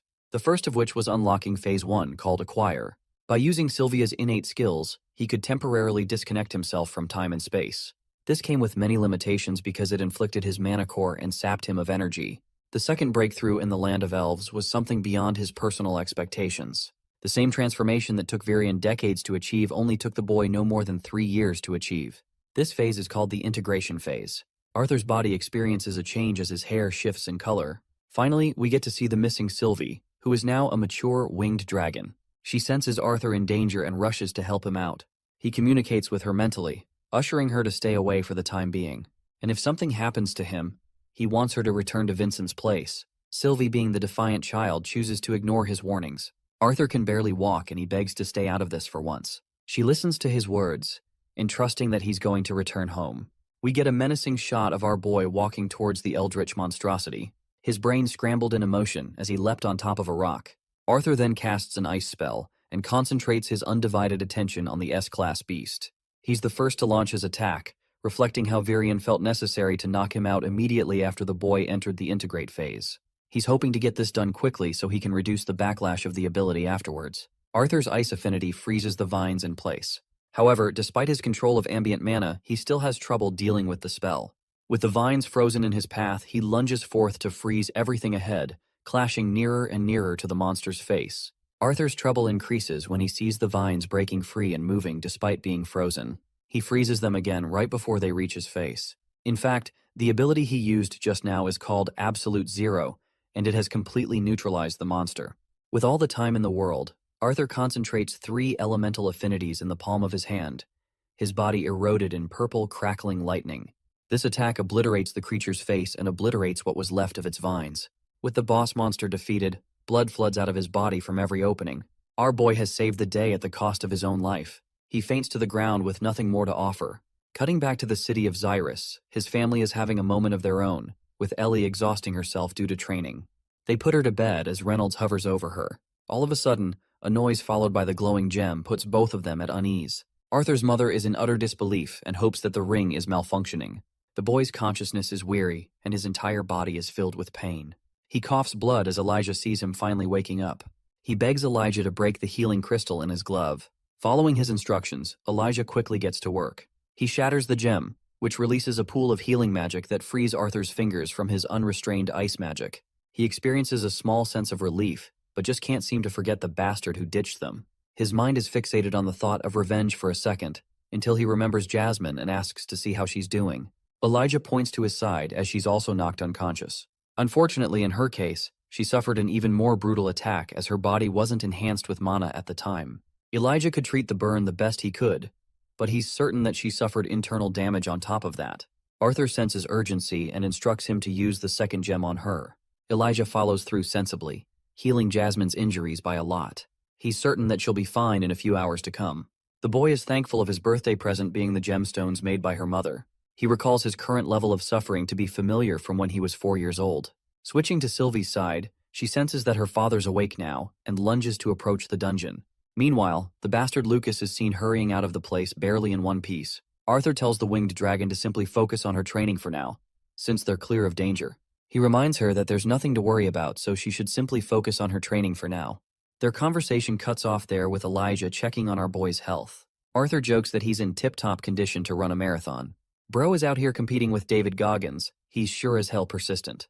Busy in thought, Elijah decides to shift the topic, finding himself surprised to see the masked swordsman being just as young as him. This makes our boy remember that he's lost his ultra-cool mask. Not even Elijah could find it in the ruins of the battlefield. That's fine, but Arthur is more troubled about his sword and asks if he found a stick. Thankfully, Elijah recovered the weapon by chance, which relieves Arthur quite a bit as he falls down again. He's infinitely grateful to this guy saving their lives and protecting his weapon, when in reality, he could have prioritized himself and left the dungeon. It's a noble deed, a truly noble one. Elijah argues that if he did that, he would be no different from Lucas. The boy laughs, disagreeing with that statement, because that spoiled brat is far worse. Glasses Boy wants to know why Arthur chose to stick around and fight for others when he could have left at the right moment. To this, Arthur responded that he promised someone very dear to him to become a person who could cherish others around him. This kind of confession makes the usually stoic Elijah laugh because he thinks Arthur is speaking no differently from an old man. He wonders the kind of life someone his age must have led up until now to believe in such things. Arthur changes the topic and asks how long he was knocked unconscious for. Elijah isn't sure for certain but claims it's more than 1 day's time at the least. Arthur regrets that they'll be stuck here until Jasmine is up and running, so he thinks this is a good opportunity to become familiar with one another. He extends his hand to Elijah, this time introducing himself by name and even his nickname Art, with a smile. Thus begins the start of a new friendship. Elijah introduces himself as one from the Dwarven lands. Tapping the metal, Arthur asks if he's the one responsible for creating the metal shelter. It turns out it was Elijah's only way to ensure the cavern didn't collapse on them. This means the Elderwood Guardian's body was the reason it maintained stability for a long while. Arthur knows for a fact that ordinary people can't create metal out of thin air. That is, until said person is a dwarf, of course. Elijah realizes that his final secret is out the gutter now, while Arthur is willing to hear his side of the story. Glasses Boy thinks it's only a fair trade if Arthur also reveals what he did to turn his hair white and become a god for a moment. Elijah could even remember Arthur's eyes turning a glowing purple, so there's a lot to explain there. Our main character is fine with the explanations as long as they're trading equal information. Elijah starts off by confirming his suspicions regarding his origin. He comes from the Dwarven Kingdom, where Elder Radius took care of him and never talked much about the boy's parents. The only memories he has as a child are filled with incomplete flashes. Anyway, he lived quite a normal life there before penetrating past the dark orange stage. That's when he felt a surge of energy and went unconscious. When he woke up, the boy was surrounded by spikes of metal all around him. That's when Rhaeus decided that it was best for the boy to explore the rest of the continent without really attaching a core reason to it. Much of his own powers are shrouded in mystery, and he always gets this uneasy feeling about something out of his control, about his origin. Just when it's Arthur time to explain, Jasmine releases a loud snore in her dream. She's out cold talking to Arthur in her dreams, causing both of them to release a hearty laughter. Elijah apologizes for his emotional story, but Arthur thinks it's fine. He wants to know about the masked swordsman's real origins now. Arthur straight up tells him that he's proficient in quadra-elemental casting, and he's an augmenter with the deviance of ice and lightning. It's so much to take in at once that Elijah carelessly bumps his own head in shock. He thought he earned the top spot for being a weirdo, but Arthur's composition just knocked him out of the water. Arthur explains the reason behind the markings, as he's a beast tamer who released his beast back there. Elijah is getting continually stunned by his words, especially when he discovers that Arthur's only 11. Elijah is older than him by a year, but he thinks it isn't a proud admission. Hearing that, Arthur's the one trying his best to contain his laugh. Both misfits laugh at each other in good memories. Still, Arthur hasn't fully recovered and feels pain from his injuries. He uses the final gem on himself, and that's when Jasmine wakes up seeing the boy's condition. She quickly grabs his body, apologizing for failing him. Jasmine sheds tears, overwhelmed by the guilt of being unable to protect him. Arthur softens his expression seeing her in this state, and tells her that it's all right. He embraces her with love as she finds herself overlapped with her actions. Arthur soothes her, stating that it was his choice to stay behind and fight, and she got hurt for it. While this is happening, Arthur muses a thought. It's the first time he feels that Jasmine is smaller than him. He releases a slight ache, which makes her worried about his injuries. She wants Elijah to use the storage ring to release their bags. Thankfully, she packed an emergency kit for them to use. After a while, she gives our boy a bandage treatment. He looks like a mummy with how much he's covered. Arthur takes his stand, supported by his friends. It's time for them to head home now. The trio makes it out alive as Elijah releases his metal barrier. Outside, the entire place is frozen in ice. Arthur questions if anyone from their team survived. It turns out that Brauld and Reginald didn't make it, so it's likely no one else made it either. Arthur's overcome by guilt, while Jasmine is curious to what happened to Samantha. Elijah explains that he created the metal shelter around the girl before they separated, but he's unsure if she made it out alive. Then again, Arthur's asking the same question. There's no telling how they're going to escape from this cage. He searches for the monster's beast core that was lost in the barrage of ice. Elijah wasn't able to locate it before, but he thinks he could try and find her now. Elijah concentrates his energy towards the earth, ordering it to search for the one missing. This spell is called the Earth's Pulse, and it sends a signal all around to detect life forms. Thankfully, he located Samantha in good shape, so he went up ahead to save her. His ability just now left Arthur stunned, because the spell usually only searches the surface instead of underground. Both of them decide to follow in his footsteps until Elijah comes to a stop. There, he sees the metal encasing he wrapped around Samantha. He grabs the metallic wall and carves it open, asking for her. Samantha is in seriously bad shape, burned and bruised all over her body. Elijah tries to reach for her, but Arthur thinks it's unsafe, as the vine is responsible for making her injuries worse.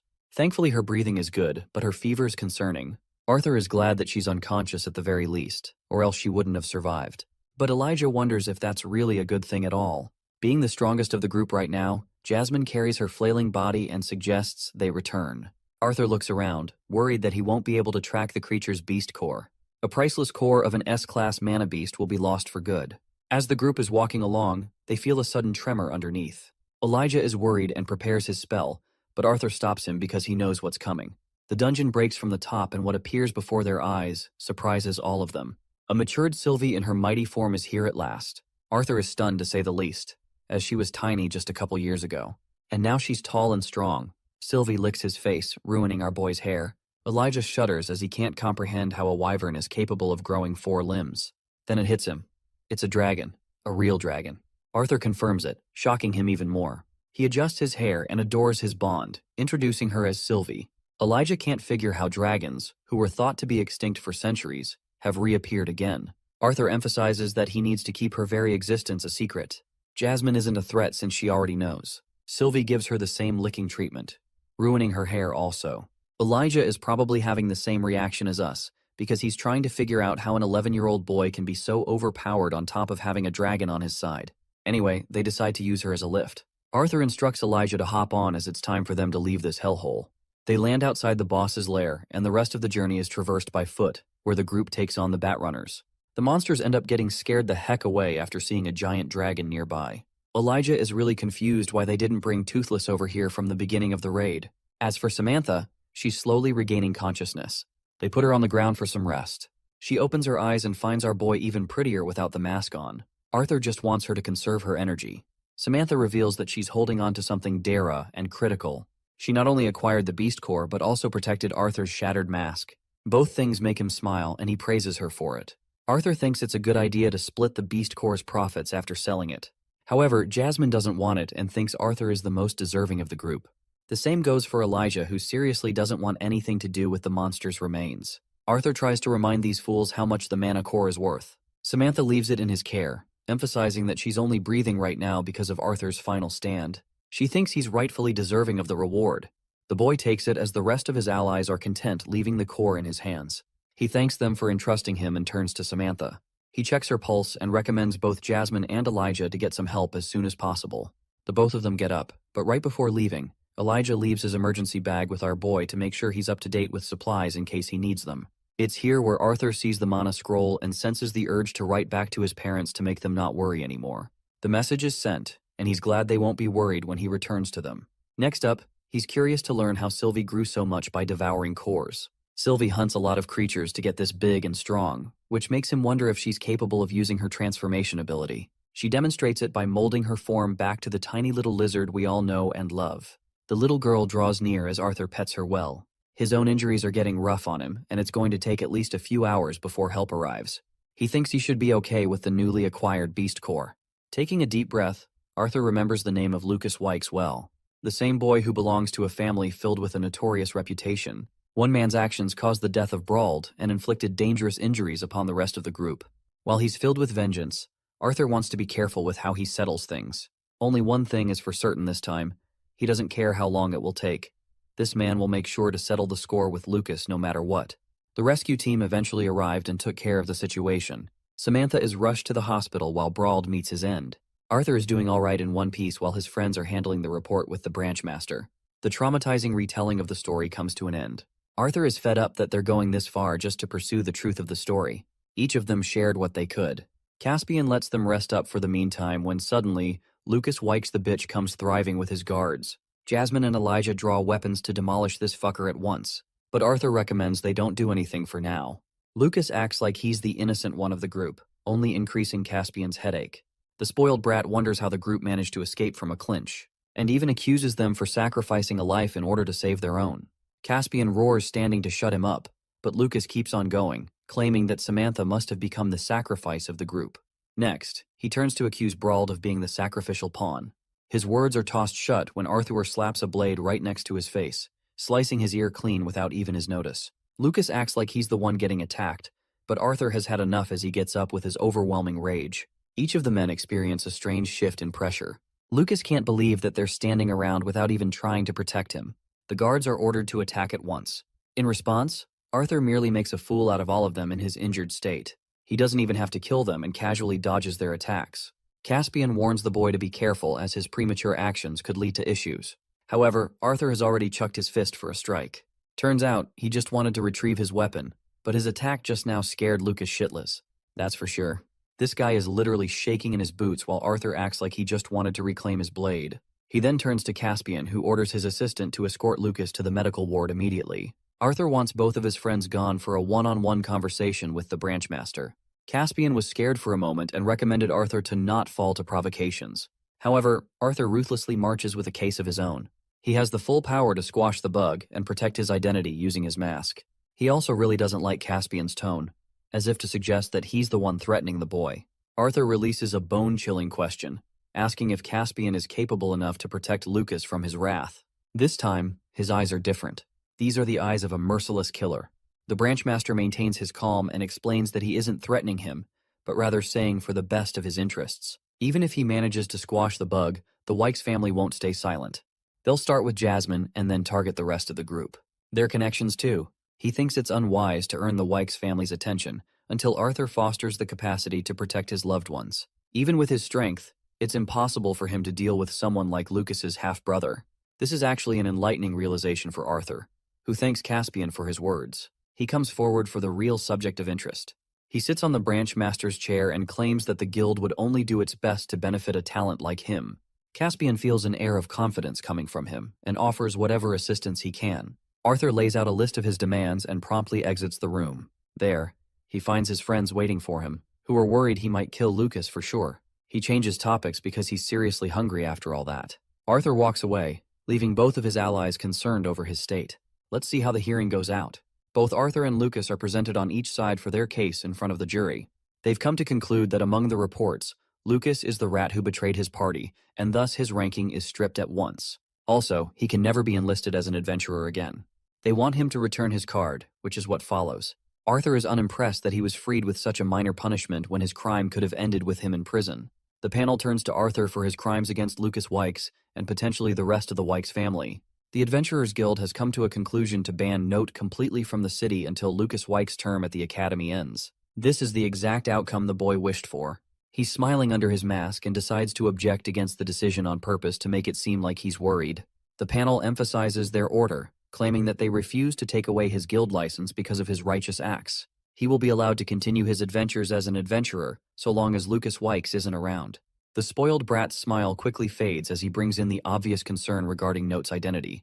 After all, he could easily unmask himself and decide to target the Wykes family under a different identity. The panel has judged for the boy's identity to be recorded right after the sentencing is cleared. They will not inform Lucas's family of his identity either, but only a few conjurers of the guild will keep an eye on the boy's whereabouts. Lucas's temper tantrum doesn't do him well, and he's left disappointed on the side. He leaves Arthur with a warning to stay as far away as possible from him. In response, the masked swordsman responds calmly, claiming that he's nothing more than a pretty boy. Lucas turns away as Arthur is requested to be escorted. However, the panel's head decides it's best to grant the boy his own protection and leads him the way. They go through a secret passage room, and as the door closes, it's revealed that everything was a setup from the ground up. Arthur is glad they compiled.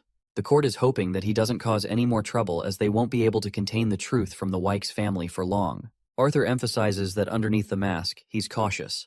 A secret passageway opens. The panel is hoping that Arthur remembers this favor that was granted to him because they really might need his help someday. The masked swordsman is glad that they chose to support the correct person. He turns to remind him that he'll never forget. And then he walks away. The final impression of this Note character, according to the Elder, is that Caspian was right to call him truly frightening. Arthur reaches for the door handle and opens it to find Sylvie tackling her papa. Both his friends are also there, and it's finally all over. It's time to return home. As they walk together, Elijah asks if it would be right to visit Samantha before leaving. Arthur thinks it's a bad idea for him, but recommends Jasmine to check on her eventually. They reach the gate where Elijah realizes they're supposed to part soon. Arthur remembers that he isn't from the Sappan Kingdom and offers Elijah to come hang out with them before he heads off to school. This man tries to explain what a school is, causing Elijah to get frustrated. He originally never had any ambitions to go to a school, which is why he's surprised for Arthur. The masked swordsman thinks that it would be a wise investment to climb the ranks by receiving an education from the academy. However, Elijah has his objections. He doesn't know how he'll be able to step foot inside the best magic academy there is. After all, there are qualifications, money, and network that come first. Arthur wraps his arm around him and assures his friend that he can take care of the rest. All he has to do is drag himself to the academy, and the rest is nothing to worry about. Arthur tells Jasmine to take their new friend home because he's got something else to deal with for the meantime. There's the issue that Lucas is also going to attend the academy, which is one reason that Elijah decides to go. He is grateful for Arthur's help, having earned a really good friend. With them gone, he tells Caspian to emerge from his hiding spot. Arthur is thankful he got the judge to act the way he wanted. Lucas is blinded for the time being, and the issue has been resolved. However, Arthur is quick to remind the branch master that this shithole still resulted in the murders of valuable heroes. Caspian emphasizes that he doesn't want to start a fight. He tosses him a bag, a parting gift for the boy. It's full of gold, the kind of money that could really help him in Caspian's eyes. Arthur thinks he'll only face trouble if he wills it. The only concern is if Lucas has spotted Sylvie before. But in response to that, the creature simply changes into another form. This surprises him as he wasn't expecting her to wield so many transformations. It's just a benefit of having a familiar dragon. Fast forwarding ahead, Arthur adjusts his hairstyle and decides to enter an inventory shop to buy a dimension ring. The boy acts clueless and lost, so the shopkeeper reminds him about the hefty price of the ring. Arthur decides to showcase a bag full of gold and ends up leaving the man speechless. He foolishly spends most of his gold on a dimension ring that could barely fit his sword and a beast core. Still, with this, his preparations are now fully complete. He books a carriage to the Hellstay Manor.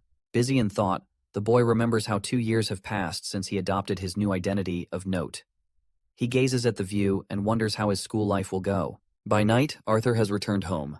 Ellie angrily stares him down, before tackling her brother mid-sentence. She can't believe that he returned, but she did say it with angry, tear-filled eyes. Arthur's happy and returns her a smile. She relieves him at last and goes inside. Arthur is glad to find her growing up quickly, but a shocking realization hits him. There's going to come a time where she'll date some bozo, and that's just every brother's nightmare. His parents are quick to welcome him in loving arms. Reynolds mocks his son's hair for the only growing factor in his physique. They tease each other lots as Arthur's mother hugs him dearly in open arms. She's just happy that he returned in one piece. The boy apologizes for always worrying her. Vincent and the others are also here to welcome him in. The whole family and friend group shares a circle while Arthur freshens up taking a shower. He realizes that Jasmine left a letter before going on a mission again. He's sad to see her go. Her letter is very to the point and has scribbled out any affectionate words from it, reflecting her personality. He's sad he couldn't see her off. At least he knows about her coordinates. As for Vincent, the man's beaming like an angel to announce that Lilia is currently a part of Xyrus Academy and has been attending for almost a year now. Arthur's glad to hear that. Vincent's family will forever be in his debt for helping their lineage become mages. They never expected it from the Hellstay house. In return, Arthur looks towards Elijah and claims that he's got a request to make for someone. Before that, though, Reynolds is all up and excited to hear about the boys dungeon diving. It's a long story, and he has trouble starting it. Anyway, they get to the really scary bits, and that's how the story concludes. Vincent is left shuddering by the end. They can't believe an Elderwood guardian faced them off, and Arthur single-handedly defeated the monster. The boy is curious to ask about his father's stage. He learns that Reynolds hasn't advanced from the Dark Orange stage no matter how much he tries to purify his mana, so he tosses a beast core to Reynolds, recommending to use it. He did use some of its energy to heal, but the rest of it is intact and powerful enough to break through the level. Reynolds hesitates to take this gift as this is something Arthur risked his very life for. None of them could imagine him gifting an S-class beast core, as it would reap a lot of profit. However, the boy has his priorities straight and wants his father to catch up to him using the beast core. Reynolds has a striking realization that his son has surpassed him by achieving the light orange stage at last. This gives him the strength to grasp the beast's core, promising to beat his son the next time they duel. The father-son rivalry just never ends. The same day, Elijah's having a relaxing shower when Arthur foolishly barges in to deliver his pajamas. He doesn't seem embarrassed even a bit and leaves quickly while Elijah slams the door shut. The boy observes his mask and reflects how so much has happened in 2 years. Sylvie agrees even though she grew taller than her papa. Elijah comes out from his shower and asks what took him a while. Arthur explains that he was talking to Vincent and helping him get sponsored for the academy. Elijah is excited as Arthur closes the door while confirming that everything is in the green. That night, the dwarven boy is full of excitement that he'll get to be a student of the academy. He wonders if they'll have enough opportunity to learn. Arthur expresses that they're super powerful for their age group, so it might be a boring experience if anything. Even so, Elijah can't wait to encounter powerful rivals and awakening greater powers. Arthur thinks the best benefit for him would be information regarding his 2 deviance affinities. Lightning especially exhausts his mana, while ice is hard to control despite his beast will. Worried, Elijah asks how they'll handle Lucas. For the time being, the spoiled brat doesn't know about Arthur's identity, which is good since he only wants to challenge his entire family when he's ready. Glasses boy is surprised that he can hold himself that much. On the other hand, Arthur can't figure out why Elijah is so shy that he built a pillow wall between them. He teases the kid and receives a body pillow smacked in his face. Curious about relationships, Elijah asks if he'll be able to score a girlfriend at the academy, which comes as surprising to Arthur. He thinks the nerd will end up finding a nerd girlfriend, and then they'll have Jimmy Neutron for a baby. It will be a nerd family, basically. On the other hand, Elijah is easily confident that our boy will be the Riz Master 69 at the academy with his lethal face card. Arthur assures him that girls their age aren't his type, so there's nothing to worry about. Both of them head to sleep after that. Arthur wakes up and runs into Vincent, who came in contact with an inventor called Gideon, known for being one of the most accomplished in his trade. The inventor will return to the city in 3 days, allowing them the chance to make a detour before meeting everyone in the city. Arthur's okay with that idea and wonders if something is happening in the downtown area. Vincent tells him that the royal families of all 3 kingdoms will make an important announcement which will be broadcasted in the downtown square. The boy is glad that Uncle Vincent over here is giving him so much of his time. Arthur's interested in a meeting with Gideon, and he's ready to use the knowledge of his past life in action. Vincent's confused until they run into Reynolds, who reminds the dude that he's got an important meeting to catch. The auction house owner bolts off, leaving the father-son duo together. The old man has officially broken into the solid orange stage. Interestingly, the beast core refused to crumble even after he absorbed everything from it. He leaves it in his son's care before thanking the boy for his help. Later that day, Arthur finds himself perplexed. He can't place how the jewel didn't crumble. It's only when he meditates and sees the haunting image of the towering beast that he realizes that the beast still exists inside the core. Let's explore how beast wills work. These things are powerhouses that seriously ramp up the intensity of the user. They're only obtainable via a powerful mana beast passing on their will. This makes Arthur excited as to what would happen if he integrates two beasts. He tests that theory out by meditating and interacting with the horrific Elderwood Guardian. His body is enveloped in a coat of purple as Sylvia's will manifests and terrifies the giant. Arthur breaks free of the experience and has confirmed one thing. The two beast wills are at odds with each other. He wonders why his father couldn't absorb the whole of the crystal. The kid suddenly remembers that a large factor is dependent on one's compatibility. So now, he's absolutely certain of the person he should grant this beast core to. He wonders how Tessia is holding up. The next few days flew by like nothing. He continued training and enjoyed a fun time with his family like any ordinary kid. One day, Ellie came to inform her brother to eat breakfast, but she could hear him knocking him cold talking in his sleep. It's the day of the announcement, so their mother wants them to get ready. Ellie is getting pissed and she decides it's a good idea to slam her brother full force, knocking the daylights out of him. Arthur teases her for learning weird habits for a lady, while Ellie reminds him to catch breakfast while she's gone. She hums away while our boy is left wondering why his sister has to be so damn violent all the time. Skipping ahead, we see both Elijah and Arthur deciding to check out a few stores. While our boy may be hard stuck with his savings, Elijah has been keeping his savings intact. The boy suggests his bond to follow Elijah while he chats with the inventor. Later, he and Vincent go and greet the inventor, whose butler scares them both. Himes leads the way, when suddenly Arthur catches a musty smell that stops him dead in his tracks. The old butler thinks he's asking the wrong question and should instead focus on what isn't a smell. The inventory pops out his clothes, looking like a zombie who hasn't showered in 2 centuries. He's furious at first, but quickly realizes that it's Vincent who's come here to meet him. The inventor Gideon expresses his annoyance with meeting people nowadays as he's got over 12 messengers from the royal family coming to him. They've all tried their best to coerce him to travel the ocean for his abilities. Arthur questions why they would ever try to do that, which only makes the inventor more pissed. Anyway, Gideon wants to know about the pipsqueak that Vincent has brought along. The boy introduces himself in good manners as one of the Lewin family and admirer of Gideon's work. The inventor seriously doesn't like the fact that Vincent brought him here regardless, as he doesn't like taking disciples under his name. The auction house owner expresses that it's rather the boy who wanted to come here on his own. Arthur uses this opportunity to express that he's got an offer, and is willing to take care of the fact that this musty, smelly bastard has to travel safe distances over the ocean. The inventor is listening, so Arthur grabs a chart and starts drawing away. Gideon belittles the boy for drawing a bunch of doodles until he finally sees what's on the canvas, causing him a great deal of shock. Gideon's expression worsens every second as he reads the concept of an engine powered by steam and generated by external materials, an idea that not even the great inventor himself could come up with. However, even with this idea, he feels as if something is missing from the equation. Arthur expresses that he intentionally left out important details, which he would be interested in sharing as long as their negotiations are finished. The inventory quickly realizes that this smiling boy isn't just any ordinary kid. He swipes off the feeling and requests his butler Himes to show the boy something worthy of his knowledge. The chest opens to reveal a brilliant ironized diamond in all its beauty. But Arthur isn't impressed. The inventor explains that this gem is one of the most valuable on the planet, and can store 5 times its size through mana. However, Arthur is disinterested as the object has little to no use for him. Gideon thinks it's time to bring out the big guns and shows the boy a whole bunch of valuable items. Among the pile, he takes out one mirror that is so special he hasn't shown to anyone.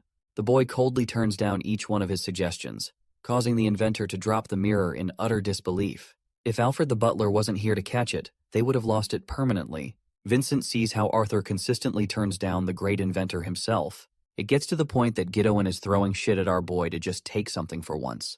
Vincent can't even comprehend what's going on anymore. Forced into a corner, the inventor thinks the pendants are the only options left. The butler reminds his master of their original worth, but he's snapped now.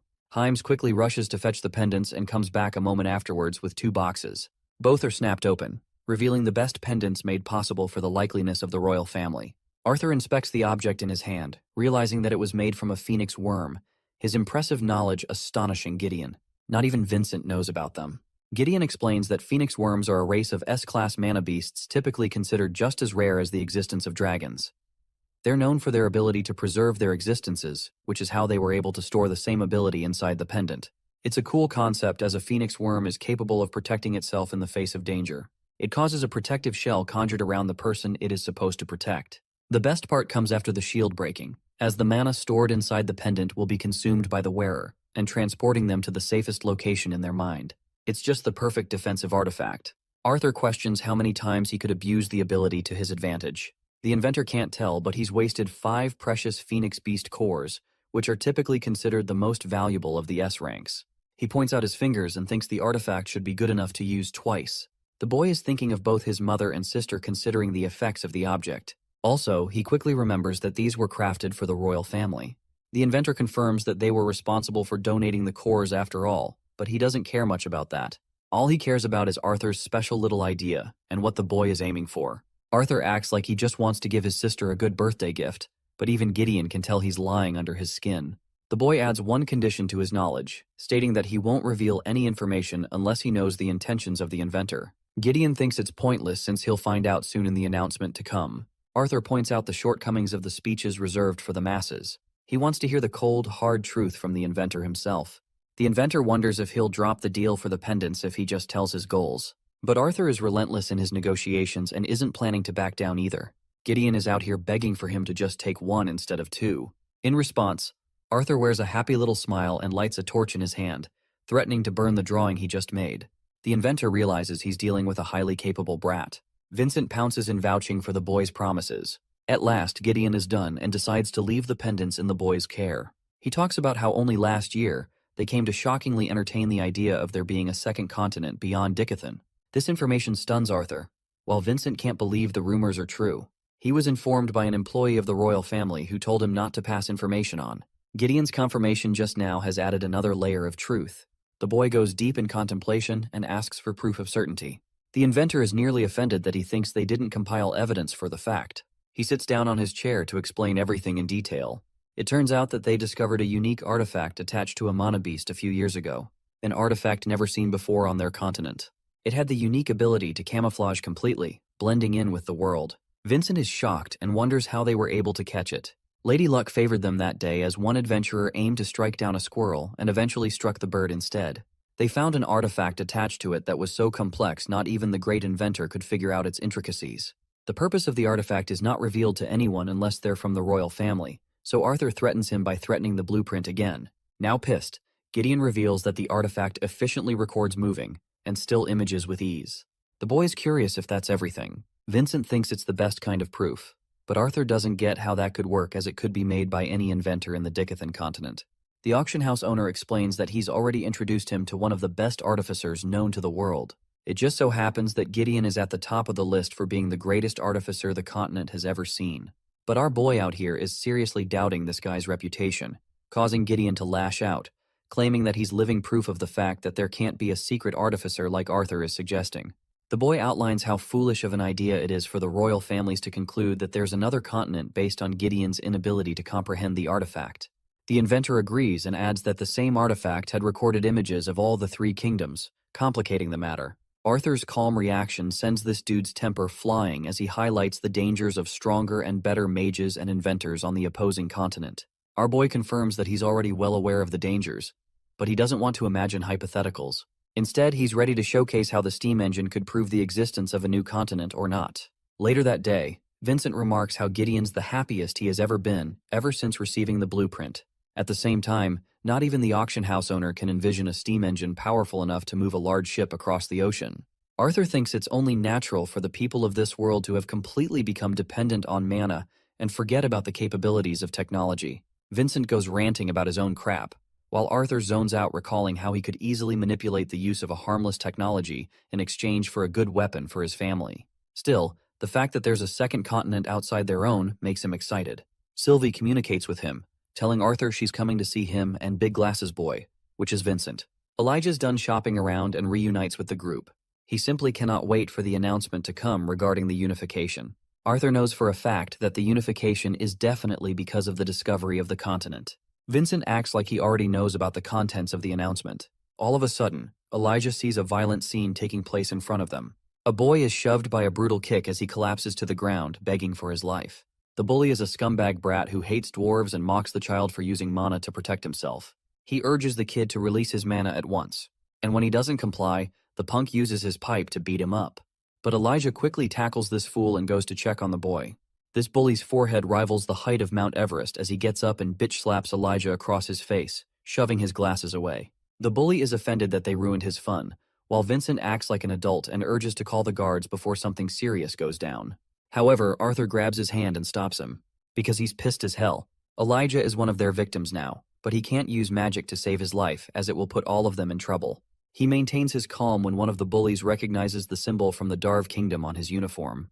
They're surprised to find this discovery as the bully grabs his hair and asks if he jumped in to save one of his own. Elijah's in a pinch and can't win the physical fight, when suddenly, Arthur comes up from behind with a pipe of his own.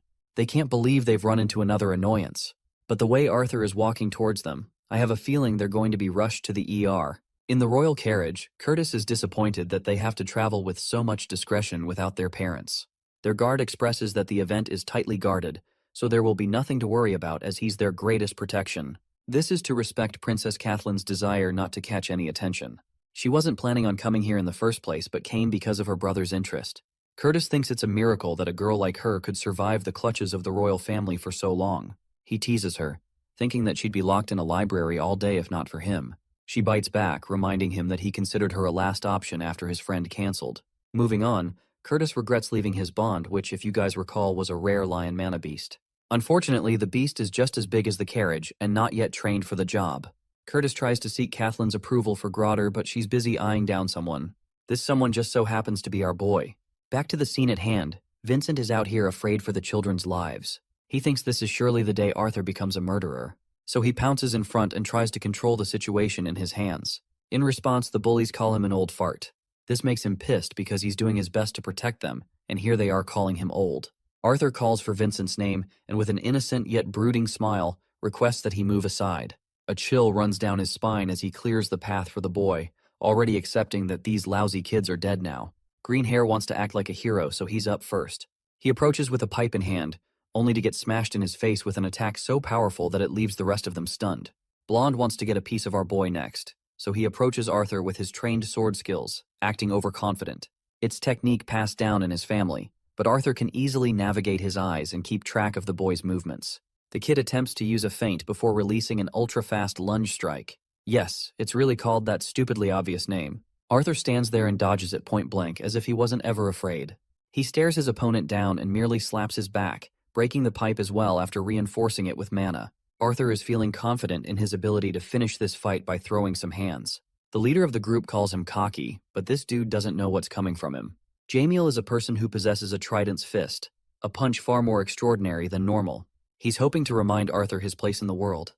But when the boy coldly approaches him, terror sets in with those paralyzing eyes of blue. He can't fathom how a mere kid can possess a more damning pressure than that of his adult father. Regardless, he swoops in to attack, only for Arthur to chuck a fist in his face and beat the ever-living shit out of him. This dude's face receives plastic surgery as he crashes to the ground. He gets back up, reinforcing magic in his attack and releasing it at once. In response, an icy shield manifests to protect them. A girl with luscious black hair has stepped up to save them. It's Princess Kathleen. Before we proceed further, here's a little inner monologue of Kathleen Glider. Arthur was just another boy in her eyes, like her childish brother and all his friends. At least, that's what she thought in the short time she was with him. But her gaze seemed to always go back to him. Maybe that's how she realized he wasn't like the immature boys she had grown to dislike. Arthur was different. As she steps forward and freezes everything, her brother, Curtis Glider, also steps forward, demanding to know the meaning behind all this fuss. The guys who were trying to bully Elijah begin to cower in fear, and it doesn't take them long to drop to their knees and bow their heads to the ground, begging for mercy. In their defense, these bastards claim they were just enjoying their time chatting with each other when that barbaric peasant started beating them up for no reason.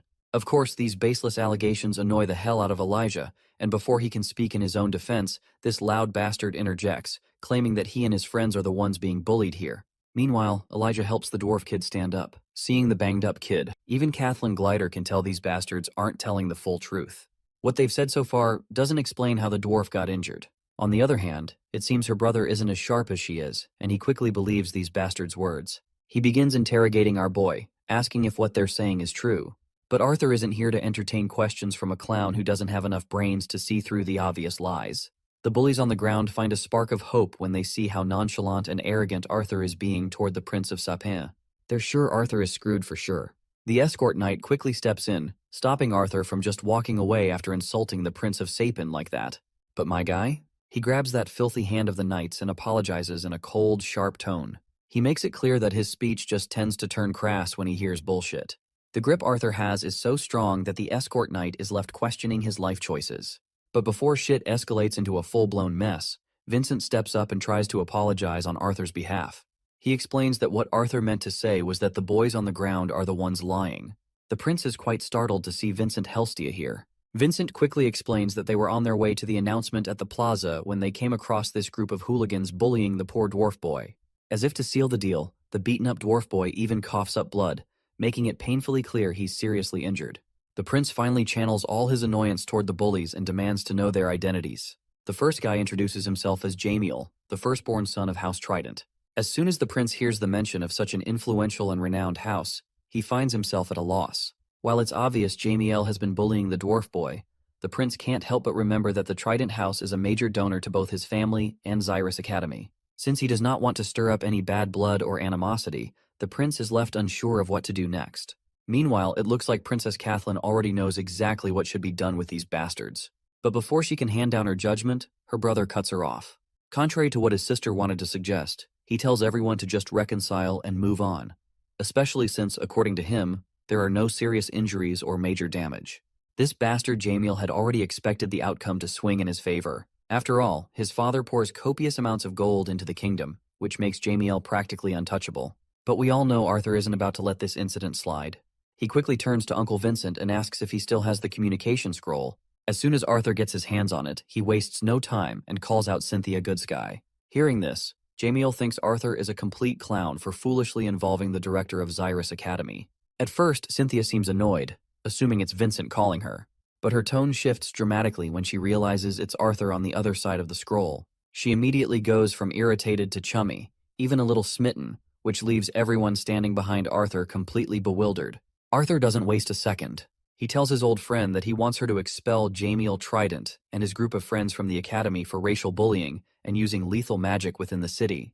At first, all the criminals responsible start flinching and trembling, dreading what might come next. But then Cynthia casually asks what's wrong and what Jamiel Trident did. For a moment, Jamiel feels a glimmer of hope. Even if that peasant Arthur is a bit close to the director, there's no way she would side with him. Not when his family pours so much money into her school. But my guy doesn't hesitate before issuing his own subtle threat.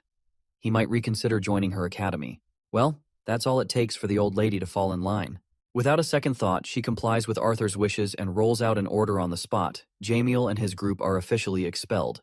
Later, the prince personally visits Arthur to apologize for his earlier behavior, admitting it was unbecoming of a prince to be swayed so easily. Arthur also apologizes for letting his emotions get the better of him earlier.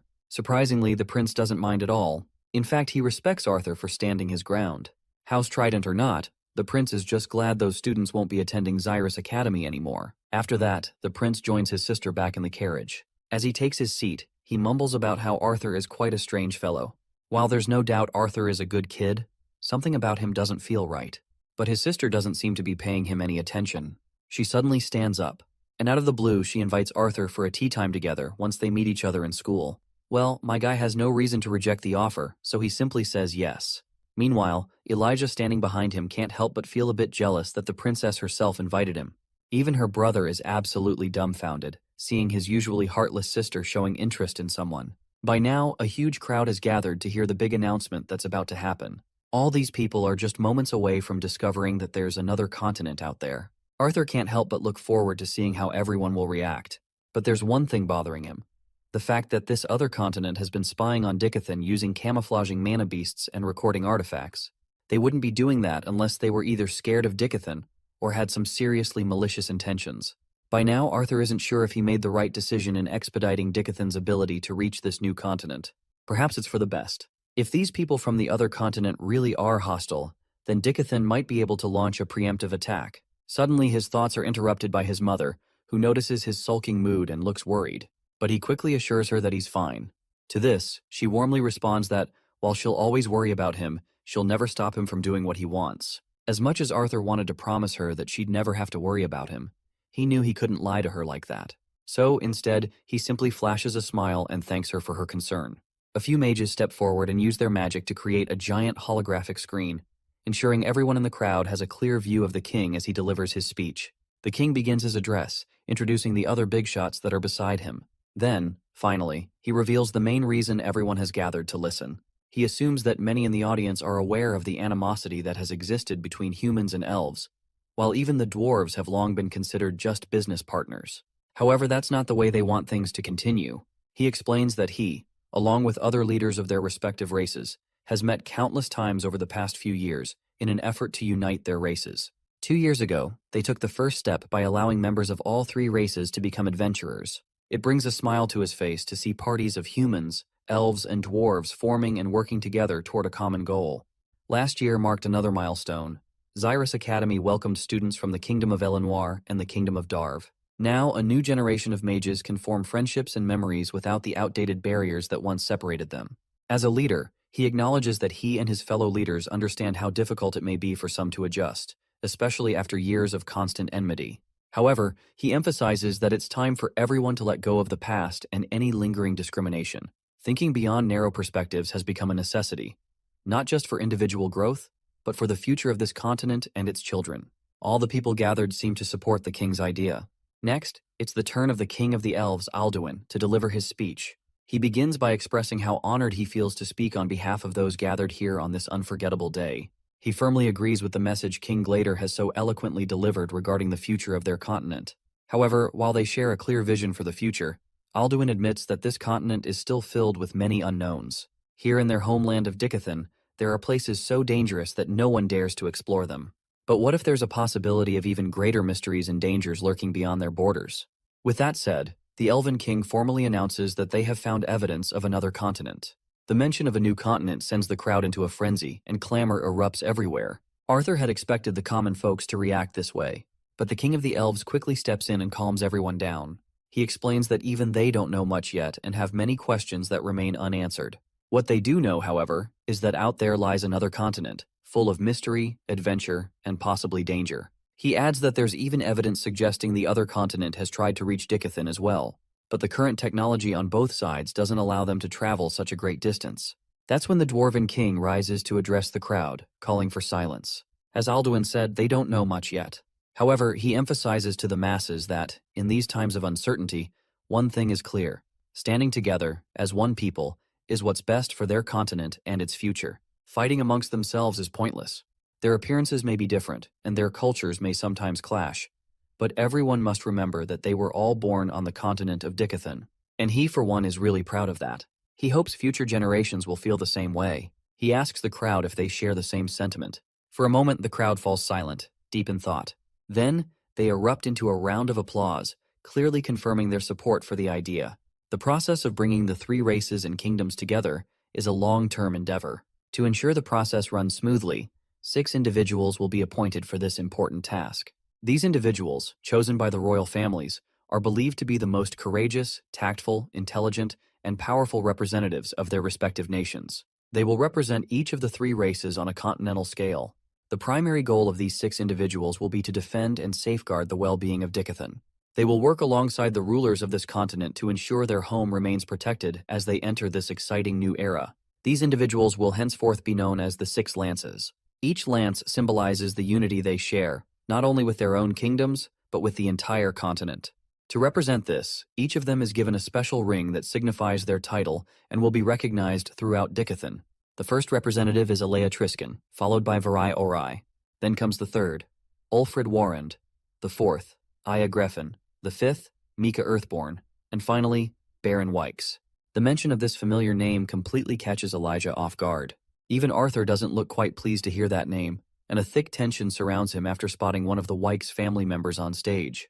The day of the announcement serves as a harsh reality check for Arthur. Lucas Wykes, whose insubordination and betrayal led to the deaths of most of their party, had used his family's power and connections to walk free from his atrocities. Arthur had been warned that seeking revenge against Lucas would be suicide. Standing behind Lucas was his older brother, a powerful mage who now holds the title of a lance.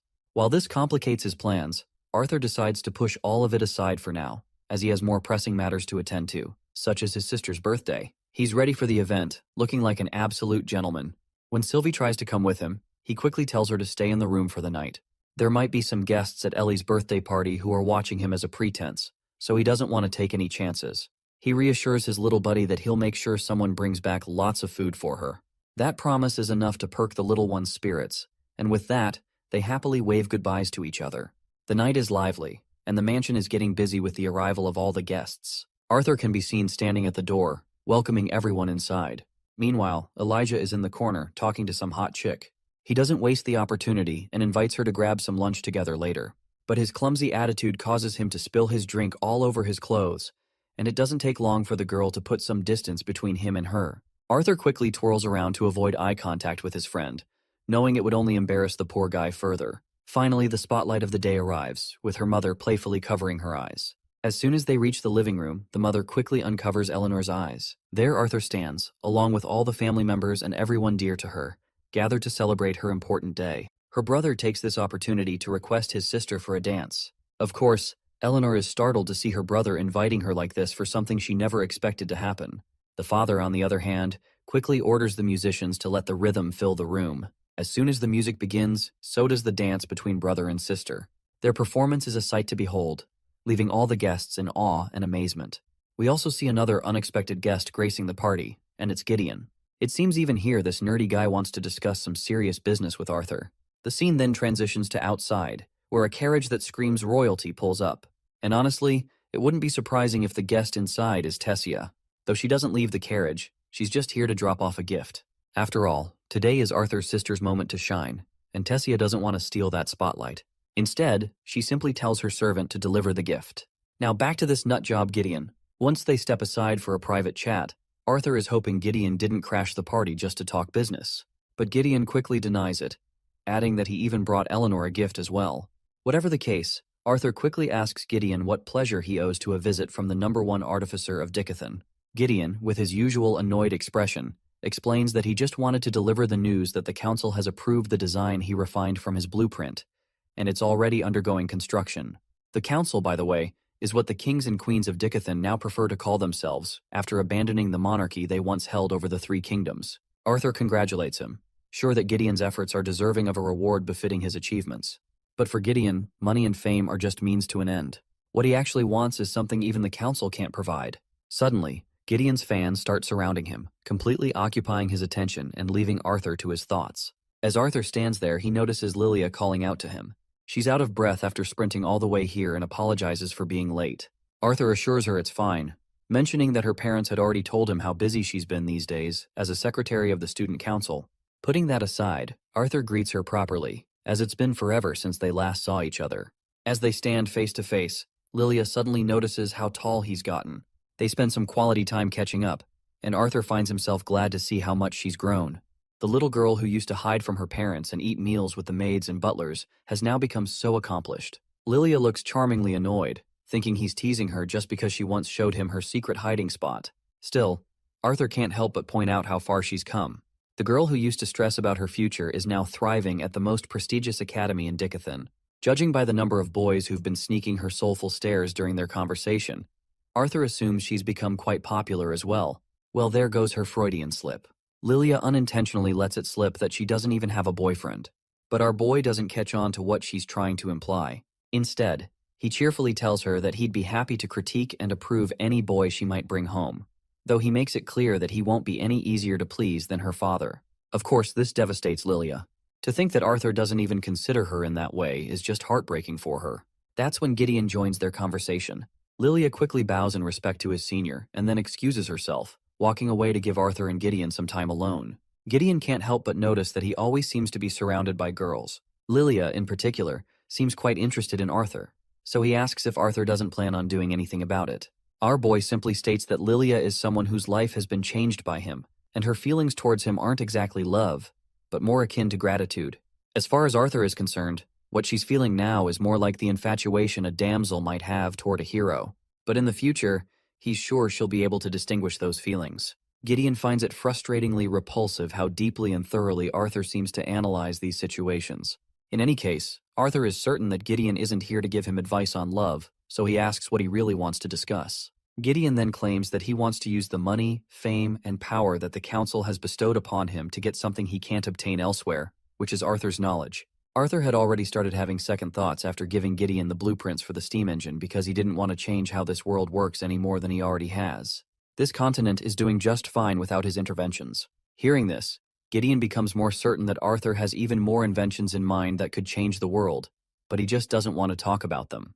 Arthur finds it concerning how easily Gideon picks up only the parts of his thoughts he wants to hear. So Arthur coldly addresses Gideon and makes it clear that he's not here to indulge his selfish curiosities. In response, Gideon decides to offer a trade.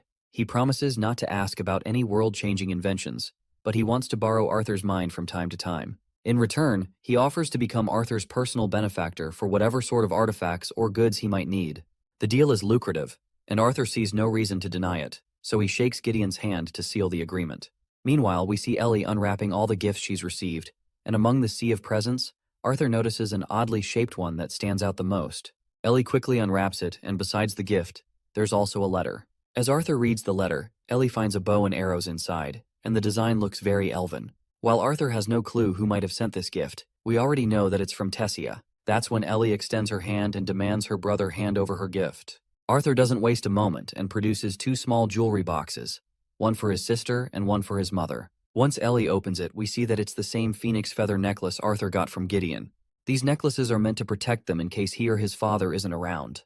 While Mrs. Helstea is in awe of such a lavish item, her husband claims that these 2 pendants are the only ones in existence. After putting one of the pendants around his sister's neck, Arthur greets her with a heartfelt happy birthday. Later, we find ourselves at the manufacturing facility, where Arthur walks alongside Gideon. This place is restricted to council members only, yet Arthur is being given the privilege of walking around. As they talk back and forth, Gideon remembers that Arthur's birthday passed not long ago. It's actually been 4 months since Ellie's birthday, and the days have blurred by. But still, even though it's late, Gideon presents his gift to Arthur. When Arthur opens the box, he finds exactly what he's been hoping for a long time. For that reason, Arthur thanks his maniac friend. But Gideon states that, compared to the help Arthur provided with the steam engine, this little present is nothing. Though Gideon is curious why Arthur wanted to hide not just 1, but 2 elemental attributes. As a joke, Gideon even wonders aloud if Arthur is a quadra-elemental mage or something like that. Well, this joke hits a little too close to home for Gideon because, to his surprise, Arthur actually is a quadra-elemental mage. Gideon chokes when he hears this, and it finally clicks for him. The reason Arthur wanted that bracelet is to hide half of his elemental attributes, but he isn't sure why Arthur is revealing this now, of all times. My guy doesn't shy away from explaining that the more Gideon knows about how special Arthur is, the more likely he'll be inclined to give him free stuff. However, Gideon still believes the secret Arthur just shared is literally world-defying, and he actually wants some proof to truly believe it. Arthur is more than willing to prove himself. In any case, Arthur is really impressed by how fast the ship is getting built. Gideon feels glad about this and states that, by the time Arthur is prancing merrily to his first day of school in a few days, the Decathius will set sail. As Arthur walks alone, he truly acknowledges how fast this old geezer really works. To think he could organize and have an entire steam engine ship built in a matter of months is mind-blowing. If this new continent really is as hostile as they say, Arthur just can't afford to train half-heartedly. With the artifact Gideon gave him, he should work on getting his wind and earth magic closer to his fire and water magic. Lost in thought, Arthur accidentally stumbles into a big guy who's also carrying 2 chicks alongside him. Seeing this guy as just a low-life extra, Arthur decides to walk past. But this guy doesn't quit with his teasing, and even goes as far as grabbing Arthur by the head. Arthur is willing to ignore the guy's yapping, but he can't tolerate having his head grabbed. Finally, Arthur's deadly glare causes the guy to recoil in apprehension. He's seriously annoyed that this guy dared speak to a professor of Ziren's academy like that. The mention that this bastard is a professor makes Arthur halt. While the guy continues to mock Arthur and flaunt his title as professor, Arthur throws down the pendant he had stolen from the guy, leaving the bastard utterly bewildered. As far as this bastard can tell, he did not see this brat move, so how come he even stole that pendant? As soon as Arthur gets back home, his sister and the little furball jump at him, but he quickly saves himself by gently making them both float using his wind magic. He questions his sister where their parents are, to which Ellie responds that they're in the living room with Elijah because there's a package they received from Zyrus Academy. One is for Elijah, and one is for Arthur. It turns out it's a uniform they've received, and seeing the box that officially welcomes him to Zyrus Academy, the moment feels special to Arthur. From an orphan to a king, to a baby, then an adventurer, it looks like he will finally be a student. He can't even begin to imagine how much more this world is going to teach him. Well, there you go, guys. The end of the 3rd season. The next season opens with Arthur getting ready for school, while Elijah is already prepared and waiting. As Arthur dons his uniform, Elijah can't help but question why Arthur chose to attend Xyrus Academy as a scholar mage. To that, Arthur simply responds that he wanted to learn more about magic theory. But Elijah points out that Arthur could have done that by taking electives instead of centering his entire academic life around it. Well, fighting kids his age doesn't really interest Arthur much. Besides, he'll still be taking some battle mage classes on the side. Elijah knows all this, but he's heard that scholar mages tend to be looked down upon by battle mage students. He's worried about how many students Arthur will end up sending to the medical ward for looking down on him. Anyhow, as Arthur finishes getting ready, he assures his friend that he'll try to behave. Later, they arrive in the dining area and sit down for breakfast. Ellie is sulking because she wanted to go to Xyrus Academy as well. Seeing her brother in that prestigious uniform doesn't make things any easier for her. After breakfast, Arthur and Elijah are finally ready to depart for their academy. Before boarding the carriage, Arthur makes sure to give his parents a sweet hug. He also makes sure to show some love to his sister, ruffling her hair playfully. Arthur reminds them to keep the pendants he gave them on at all times. Both his mother and sister proudly show the pendants they're already wearing. His father, not wanting to be left out, asks if his son has any final words for him. To this, Arthur simply smirks and advises his old man to just don't burn the house down while he is training. After their short journey, Arthur finally arrives at the academy. The scene is bustling with all kinds of students arriving, some riding fantastical animals as their means of transportation. As the students gather, one of the seniors steps forward and informs everyone to form a single file line in front of the grand white central building up ahead. Attendance at the entrance ceremony is mandatory. One by one, the students approach the receptionist's desk to register and verify their identities. When it's finally Arthur's turn, the receptionist is visibly shocked upon learning that Arthur has affinities for both earth and wind magic. After a brief moment of surprise, she regains her composure and directs him to proceed further. The auditorium is already packed with students, and there isn't a single seat left unoccupied. Arthur and Elijah navigate their way through the crowded seating area, finally managing to secure seats after quite a bit of effort. Soon after, the chairman of the academy, Goodsky, makes her appearance. Her sharp eyes immediately catch sight of Arthur, and she acknowledges him with a subtle wink. With just a single snap of her fingers, the noisy students, who had been chattering amongst themselves, fall into complete silence. Arthur is thoroughly impressed by her display of power. While he never doubted her abilities, seeing her exert enough control to encompass the entire building is truly awe-inspiring.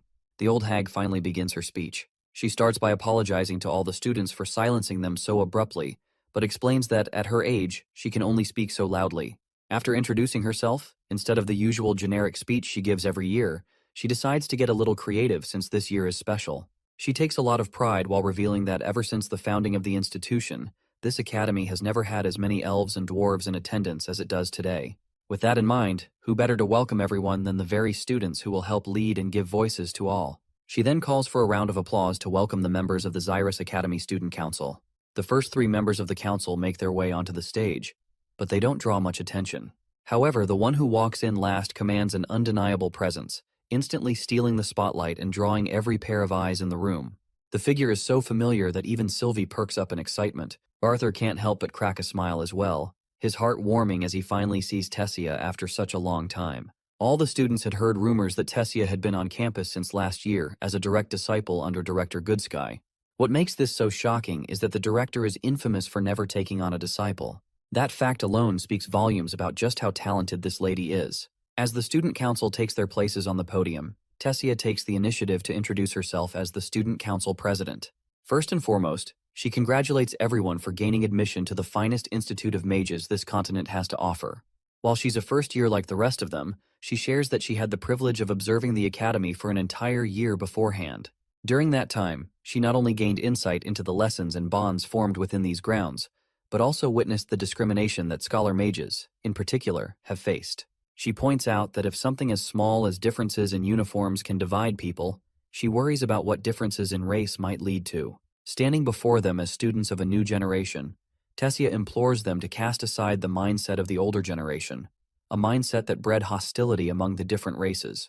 Just as the royal families have come together to form the council, everyone should do the same for the future of this continent.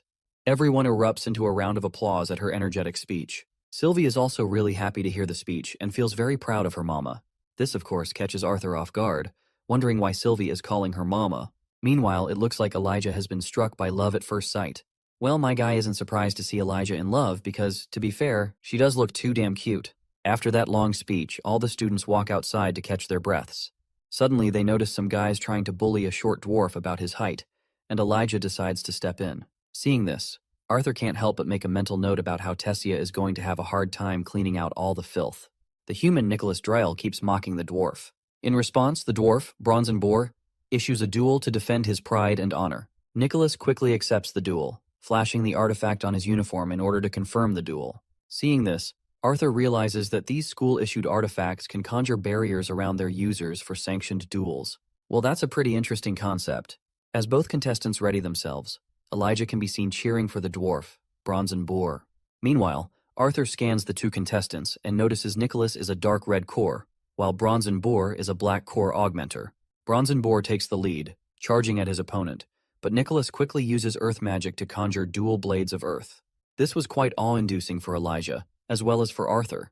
To be able to conjure earth like that as an augmenter, especially as a red core mage, shows not only natural talent, but also extensive training. Meanwhile, Bronzen Boar counters by using his giant axe to fend off the earth blades. At the same time, Nicholas tries to sneak behind his opponent for a surprise attack.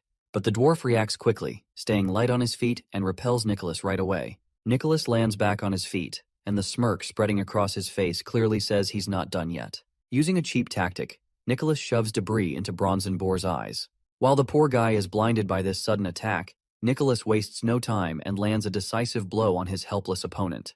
And just like that, the duel of pride is over, with Nicholas winning in the most unprideful way possible. The duel is over since the barrier has vanished, but Nicholas doesn't seem to have any plans of stopping. The bastard proceeds to break the poor guy's arm, who's lying helpless on the ground. But Elijah isn't ready to let this happen and seizes the opportunity to play the hero. However, his dream of becoming a hero is quickly dashed when Arthur simply shouts for the student council president. Nicholas is caught off guard and starts looking around, trying to figure out where the president is. Meanwhile, Elijah is complaining about how Arthur just ruined his perfect moment to be the hero, when suddenly, Arthur is yanked by that bastard Nicholas, who's annoyed by Arthur's antics. Arthur tries to keep cool and reminds the bully that discrimination isn't a good thing. Besides, the duel was over long before that. Eventually, Nicholas shoves Arthur away and walks off, muttering insults under his breath. Arthur doesn't mind the insults and starts walking off when, out of the blue, Sylvie does something completely unexpected. She literally spits on the guy's neck as he walks away. Well, that does it. This is enough to make Nicholas, who was basically a ticking time bomb, finally erupt. But once again, Arthur stays cool and points to his little buddy, claiming that it's this little furball who did it. Before the bastard can start his bullying again, the student council walks into the scene. Yes, guys, it's the student council, the most powerful faction, more formidable than anything in the anime world, whether it's the government or the mafia. While the vice president of the student council is outlining all the regulations regarding discipline and discrimination, Tessia's mind is elsewhere, thinking about Arthur. She hadn't been able to spot him in the sea of students during the speech, which makes her wonder if he might have skipped it altogether. But she clearly remembers that Director Goodsky mentioned he was already at the school. Now her mind is spinning with scenarios about how to act when she finally sees him for the first time. Should she play it cool or be more friendly? And what if he's the one who finds her first? All these thoughts weigh her down, and just as she gets lost in her own musings, the vice president snaps her out of it, asking if she's feeling unwell, and offers to cancel the remaining meetings for the day. But Tessia quickly brushes it off, saying she's totally fine. That's when her eyes catch something unexpected. It's Arthur. Noticing the direction of her gaze, the vice president also looks over and starts explaining. That's Nicholas from House Dryle. He's one of the more promising students who joined last year. The red-haired boy next to Nicholas seems to be a first year. The vice president adds that he doesn't recognize him from any of the noble family's prospective student parties, so he must be a commoner. Lilia, another member of the council, also spots Arthur. When both Tessia and Lilia see how rowdy Nicholas is getting, their first thought is the same. This student might actually die if he ends up pissing Arthur off. To prevent things from escalating, Tessia steps in and questions Nicholas directly, asking if he really dares to draw his abilities. The guy quickly switches to defense mode, claiming it's all a misunderstanding. He insists that he simply accepted a duel from Bronzen Boar when this first year rudely interrupted. Arthur also notices Tessia and casually waves at her, but before he can say anything, Lilia interrupts and questions him about what actually happened. Seeing this, Tessia turns to Lilia and asks if she knows him. Lilia doesn't hesitate to reveal that Arthur's father has worked for her family for several years, so they've been friends for a long time. Arthur further clarifies to Tessia that he and Lilia have been living together for a while now. While Arthur is just trying to clarify things, Tessia finds herself getting even more confused. She just can't wrap her head around the idea of them living together. And now, a flood of questions and doubts starts clouding her mind. The vice president turns to Nicholas, asking about the meaning behind his antics. He reminds Nicholas that even if he was interrupted, that doesn't give him an excuse to pull a weapon on any student. Nicholas quickly tries to defend himself, claiming he just wanted to scare the other student off and never intended to actually harm him. Although the vice president is annoyed by such a lousy excuse, he decides to let it slide. However, the president herself doesn't agree that Nicholas's actions should go unaddressed. As far as she's concerned, pointing a weapon at someone outside of a sanctioned duel is a clear violation of school rules. She firmly reminds him of the rules, stating that even threatening someone with a weapon is enough to warrant suspension. And if he ever laid a hand on someone, expulsion would be the least of his worries. With a commanding tone, she questions him again, demanding to know if he dared to act recklessly. Seeing no way out of the mess, Nicholas finally owns up to his mistake and quickly offers an apology for acting rashly out of anger towards Arthur. Arthur acts nonchalantly, not bothering to respond to Nicholas's apology. Tessia steps in and reminds Nicholas that his actions will be reported, but for now, he's allowed to leave. The rest of the cowards with ill intentions start retreating, not wanting to get caught up in more trouble. Tessia then turns to Arthur, questioning why he's starting fights on the very first day of school. As far as she recalls, her grandfather had told her Arthur was trying to keep a low profile, but beating up a senior is hardly something that could go unnoticed. Arthur is visibly disappointed to see how she is taking this matter so lightly. He reminds her that she's judging him based on just 5 seconds of what she saw and insists that he never intended to fight in the first place. Tessia doesn't back down, making it clear that it doesn't matter who started the issue. He should have kept the consequences in mind that could have followed if the situation had escalated further. Arthur stands his ground and clarifies that Nicholas was about to seriously injure that poor student. If Arthur hadn't intervened to distract Nicholas, that student would have been dealing with far worse than just a few injuries. Seeing how Arthur is getting so serious about the situation, Elijah tries to snap him out of it. He tells his friend to let it go since the president isn't entirely wrong either. With all the frustration caused by the people around him, Arthur has had enough and starts walking away from the scene. Seeing how rudely Arthur is acting, the vice president quickly stops him and throws an insult, questioning if he was raised in a barn. My guy, however, just lets out a heavy sigh, clearly fed up with people always putting their filthy hands over his shoulder. This naturally pisses Clive off even more. But before the poor guy can react, Arthur releases a heavy pressure that makes everyone around him cower. Before anyone can make sense of what's happening, Clive is sent flying into the air, only to come crashing down butt first onto the solid ground. Lilia quickly rushes over to Clive, who's sprawled on the ground, and checks if he's okay. Arthur is seriously sick of everyone around him and simply walks off. Even Tessia doesn't have the courage to stop him. Later that day, as dusk settles, Tessia is inside her dorm room building, banging her head against the wall in frustration after messing up so badly. She's both frustrated and embarrassed with herself. All she had been trying to do was help Arthur avoid trouble. If he got into trouble, he'd lose access to the library and training facility privileges, something she thought he'd value. But she realizes she shouldn't have been so biased in her judgment. After all, Arthur wasn't the one holding a weapon in the first place. Though, let's be real, Arthur himself is basically a weapon. But currently, this fiasco is the least of her concerns right now. Most importantly, why the hell did Arthur end up living with Lilia? Her irritation only grows as she blames it all on Director Goodsky. If not for Goodsky making her the student council president, she wouldn't have had to deal with all this fairness nonsense. She could have just reunited with Arthur like an old friend, without all the formalities and pressure. But now, everything's ruined. Suddenly, a knock on the door pulls her out of her thoughts. It's Clive on the other side of the door. He just wanted to check on her since she seemed a bit drained after their earlier encounter with that first-year student. The lady doesn't bother opening the door and simply tells Clive that she's fine. As Clive walks away from her door, her mind remains stuck on Arthur. What makes her situation worse is that damn guy has somehow gotten even more good-looking, making him even harder for her to resist. Now that she thinks about it, she becomes convinced that countless girls in the academy must be hitting on him by now. This realization only fuels her panic, and she ends up letting out a scream so loud it grabs Clive's attention as he quietly walks away. Meanwhile, we catch up with our boys, who have just arrived back at their dorm room. Elijah can't help but ask Arthur why he got so worked up earlier, pointing out that it's pretty rare for him to get that irritated. Now that Arthur thinks about it, he realizes that what Tessia said wasn't entirely wrong. Whatever the case, he decides to shove all the gloomy thoughts aside. What's done is done, and there's no point dwelling on it. Suddenly, there's a knock at the door. When Arthur opens it, it's none other than Director Goodsky herself. Elijah is completely shocked, unable to believe that Director Goodsky is standing right there in person to meet Arthur. The poor guy starts bowing frantically, overwhelmed by the honor of meeting the director so up close. Goodsky acknowledges Elijah, even sharing that he's been on her radar and that she's heard great things about him already. While Elijah is practically glowing from the praise, Arthur casually invites the director inside. Once they're alone, Goodsky reminds Arthur that she had already told him to call her Cynthia, but Arthur, in his usual style, blatantly refuses. Cynthia then notices the seal Arthur is wearing and senses only wind and earth attribute mana.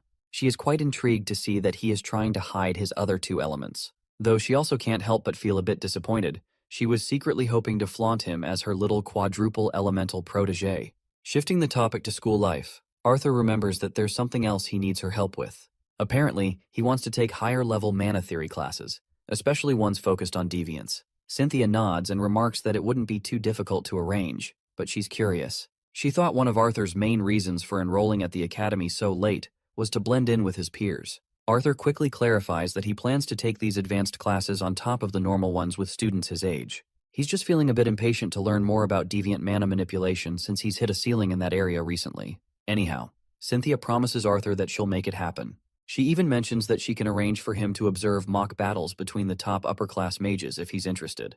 As Arthur is about to ask her more about it, Elijah suddenly shows up with tea in hand. Cynthia takes the moment to question both of them about their awareness of the student council's implications.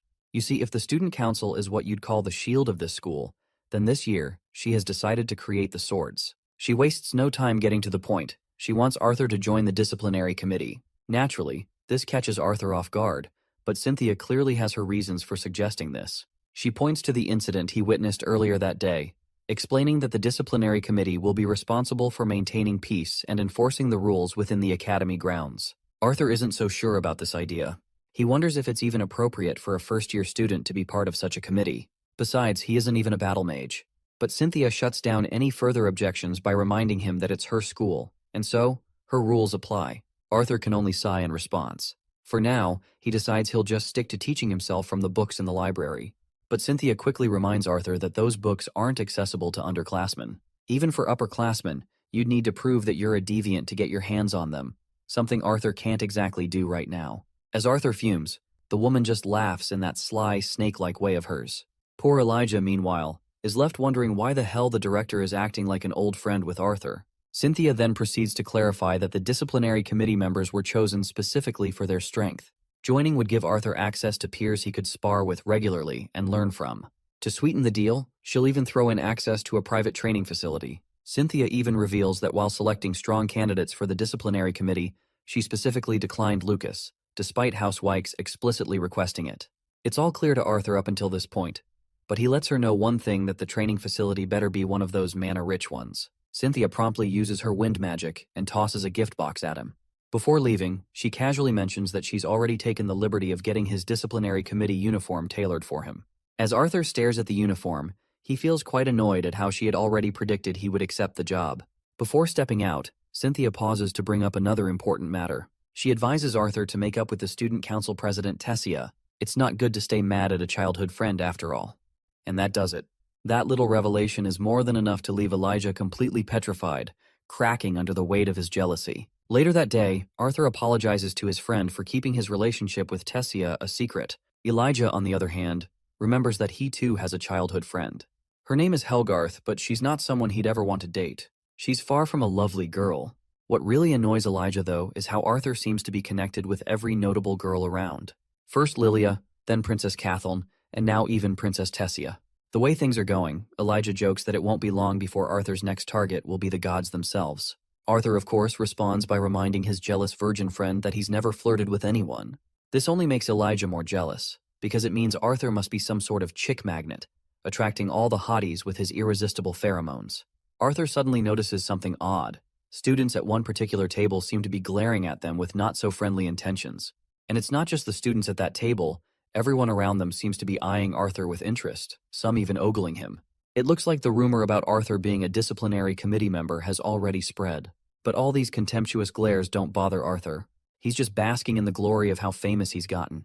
Anyway, they kick back and have some lunch. But suddenly a group of students approaches Elijah. The one leading the charge is Charles Ravenpour, the second heir of the famous Ravenpour house. He's sure that everyone has heard of his family name. Apparently this guy's here to recruit Elijah into his group, thinking Elijah shouldn't be hanging around with lowlifes like Arthur. Elijah, however, pretends to mishear the family name as Ravenpoop, and snickers along with his friend, remarking that he's never heard of a noble family named after bird feces. Naturally, Charles is pissed to see them trashing his family name, and he throws Elijah's plate of food to the side. He's furious that someone's trying to look down on a noble, but Elijah stands his ground, making it clear that he won't tolerate anyone tarnishing or looking down on his friend. As the two continue to exchange words, Charles decides to throw a punch at Arthur to show just how pathetic he thinks Arthur's existence is. Little does this bastard know he's putting his hand in the lion's jaw. And as expected, Arthur doesn't even put in real effort. He simply flings Charles's hand away like it's nothing. The pussy bastard didn't even see what hit him.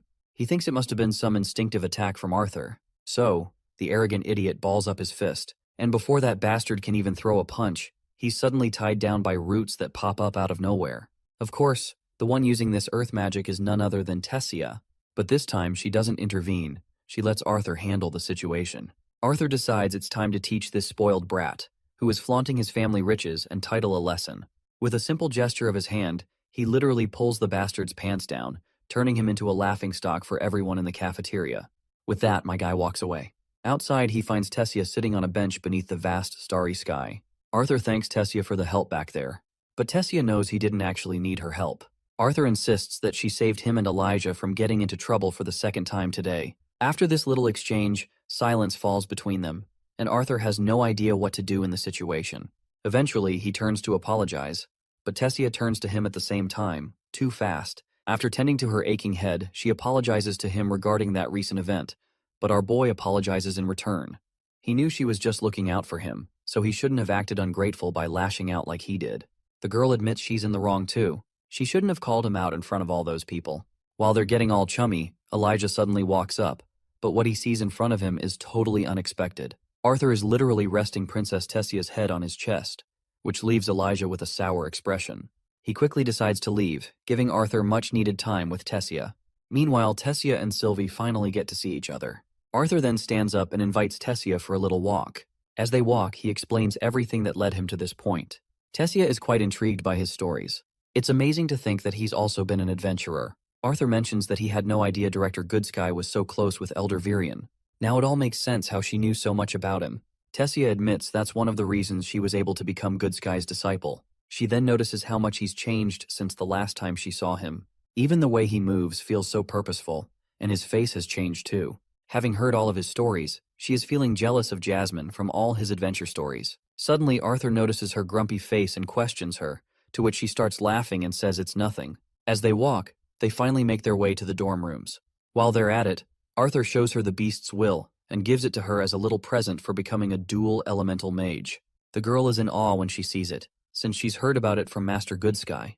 While she hesitates to take it, Arthur hands it over anyway, because he can't think of a better gift for her than this. With that, he waves her goodbye and tells her to get some sleep, as they have a big day ahead tomorrow.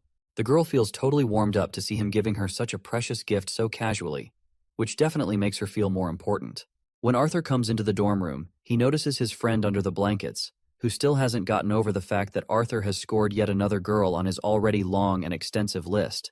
His rather unusual behavior even unsettles Arthur. As they both get into bed, Elijah can't believe that Tessia, the lunar goddess, was leaning her head on Arthur's chest. Arthur questions him about this weird name, so Elijah explains that it's a name the students of this school have bestowed upon their student council president. She looks like the moon. The moon seems so close that you could grab it, but no matter how hard one tries, no one can touch it. But the fact that Arthur touched that moon is really pissing the hell out of this idiot. Arthur shuts this loudmouth up by throwing his pillow over his face and proceeds to go to sleep. The night quickly transitions to the day at the academy, and in the corridor, all the eyes are glued to Arthur, who is rocking his new disciplinary committee uniform, making him stand out more than ever. As he proceeds to enter the committee room, he looks forward to seeing the so-called strongest students of Xyrus Academy. As soon as the door is opened, a lion roars right in Arthur's face, and all the spit coming out of the lion's mouth glistens on Arthur's face. Then steps forward this guy, who had ordered his lion to intimidate our boy. But I guess his plan flopped miserably, as my guy didn't even flinch, let alone cower. He can now understand that Director Goodsky has indeed picked someone interesting. Regardless, the guy smiles and introduces himself as Kai Cressless, from the 4th year, and he'd rather be called Kai. Arthur reciprocates with the gesture and shakes his hand. Arthur also doesn't forget to introduce his bond, Sylvie. While Sylvie is short in height, her presence has already humbled that giant lion that was trying to scare everyone off just now. Even Kai finds it really awe-inducing to think about what kind of beast could render such a powerful lion so submissive. Finally, another member of the council arrives, and this one is so colorful that I don't want to assume their gender, not wanting to offend anyone. But seeing them quickly jogs a memory for Arthur, who remembers them as Same Helgarth, who is head over heels for Elijah. But it looks like our boy has mistaken this person for someone else, because this colorful individual quickly corrects Arthur, saying their name is Doradrea Origuard, from the 1st year. Arthur awkwardly smiles and greets his new fellow, and as a gesture of goodwill, he extends his hand for a shake. But Doradrea quickly slaps Arthur's hand away in a rather playful manner. Kai then mentions that the rest of the DC officers are waiting in the other room. As they make their way through this grand place, Kai mentions that Director Goodsky didn't even tell Arthur's name, let alone give any details, so everyone was pretty curious. Doradrea quickly grabs Arthur's hand and starts running into the committee room to get him acquainted with everyone. But what Arthur sees inside catches his attention. Well, it's Curtis, the prince himself, who had been waiting for him inside. They both shake hands like good buddies. Meanwhile, Doradrea is looking bewildered to see how chummy they both are acting with each other, which makes them believe that perhaps they know each other already. It's not just the prince who's going to be in the committee. There's also Princess Catheln, who will be playing her role in the committee. Then there's another guy who seems to know Arthur pretty well, but I think our boy does not seem to recall this guy's name. But after all these years, Arthur's memory has been a bit hazy, and he asks this dude who he even is. Of course, Fairith gets annoyed and once again introduces himself as Ivysaur.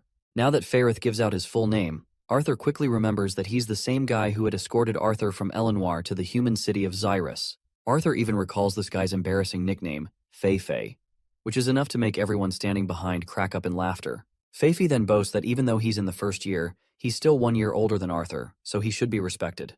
Well, my guy is ready to give this guy the respect he deserves, but he can't seem to forget the time when he literally knocked him out with one punch, and that memory still feels like it was yesterday. Now this duo enters. The girl with red hair introduces herself as Claire Bladeheart, a 6th year battle mage student and also the leader of this little ragtag group. The mention of Bladeheart jogs a memory for Arthur, and he questions her if she's somehow related to Casparian Bladeheart. The girl quickly asks if he knows her uncle, to which Arthur quickly feigns ignorance. He simply twists the story, saying he's heard many great things about Casparian Bladeheart's strength from his father. She then points out that her uncle started training her almost as soon as she awakened, so a lot of her techniques are similar to his. Let's not forget about this big guy, who doesn't seem too thrilled to see Arthur, whom he considers a twerp. Anyhow, he extends his hand to shake, and as soon as their handshake takes place, Arthur feels this gravity magic pinning him down. He now knows that this big guy is just trying to test him, but, well, Arthur breezes through this test like it's nothing, and it's all thanks to his body's assimilation with Sylvie's beast will. All the guys watching are in awe to see that Arthur made it through the big guy's test, and the big guy officially recognizes him. By the way, this big guy is Theo. Kai takes a moment for a round of applause for Arthur, because Feifei over there fell face first into the ground when Theo did that to him. Feifei is annoyed to hear this insult and tries to excuse himself by stating that he's a conjurer while Arthur is an augmenter, so there's no comparison between a brute and a conjurer. Claire tells Feifei to take a chill pill because they barely have any time for the club rush announcement. You see, this will be the very first time the disciplinary committee officers will show their faces to the student body. It looks like Arthur wasn't informed about this development beforehand, so he hasn't prepared anything for his speech. The prince quickly assures him that there's nothing to prepare since the student council will be taking their turn to speak on behalf of the disciplinary committee. And all the disciplinary committee has to do is walk in and look tough. Later, we see the student council president formally introducing the disciplinary committee, a group handpicked by the director to resolve and prevent disputes among students, as well as enforce punishments for troublemakers, all for the sake of upholding peace and safety for everyone. The group finally appears right in front of the entire student body, and Tessia proudly introduces them as the disciplinary committee. A while later, when the regular classes begin, we see all the students in the classroom clamoring about Arthur, now known as a disciplinary committee officer. It seems all the attention his title is attracting has already started to wear him down. Finally, the professor arrives. This guy is a conjurer, and his control over his core is so refined that Arthur can't even sense his level. As soon as the professor hits the podium with a thick book, silence spreads through the room. With everyone's attention now captured, he takes the opportunity to welcome everyone to Fundamentals of Mana Theory. He introduces himself as Professor Avius, their instructor for this course. Although this is technically a basic class, he emphasizes that understanding the topics covered this semester is imperative. There will be plenty of fun projects and assignments along the way. In light of the new changes starting this year, Professor Avius thinks it's appropriate to address what actually started the whole "conjurers are better than augmenters" stigma. Back in the old days, when achieving even an orange core was considered extremely difficult, conjurers had a massive advantage over augmenters. Physiologically, conjurers have much more developed mana veins, which are responsible for absorbing ambient mana and transporting it to the mana core. Meanwhile, augmenters naturally have more developed mana channels, which are responsible for distributing mana from the mage's core to the rest of their body. Because of how much more efficiently conjurers can absorb mana from their surroundings, it's much easier for them to ascend to higher core levels. However, as both types of mages ascend to higher core levels, this distinction becomes less pronounced. Conjurers will eventually be able to distribute their mana through their body more easily, while augmenters will have better control over manipulating mana remotely. So, Professor Avius asks the class, if, in the end, 2 mages, 1 a conjurer, and 1 an augmenter, both reach the silver core stage, who would have the advantage? It's obvious, he explains, that the mage who trains not only their core, but also their body, would have the bigger advantage.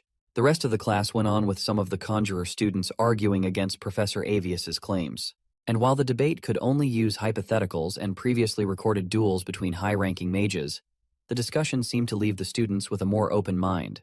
Anyway, the class finally came to an end, and Elijah and Arthur had to part ways since they were about to attend different classes. As Arthur proceeds to his next class, he's sure this one will be more interesting. As he takes his seat, he notices Princess Kathleen joining him. She sits next to Arthur and notices Sylvie, getting a little flustered as she calls the little furball a cute animal. Another familiar face shows up. It's Fei-Fei, of course. Without even bothering to ask, he plops himself right next to Arthur. Soon enough, the professor arrives, and just from hearing his voice from a distance, Arthur notices it's the same drunken teacher he had met a while ago. It turns out this guy is here to teach practical mana manipulation, which means this class will be all about hands-on experience. According to him, the best way to learn is through real-world examples. As this guy delivers his lecture, he takes the liberty of eyeing all the hotties in the crowd of students.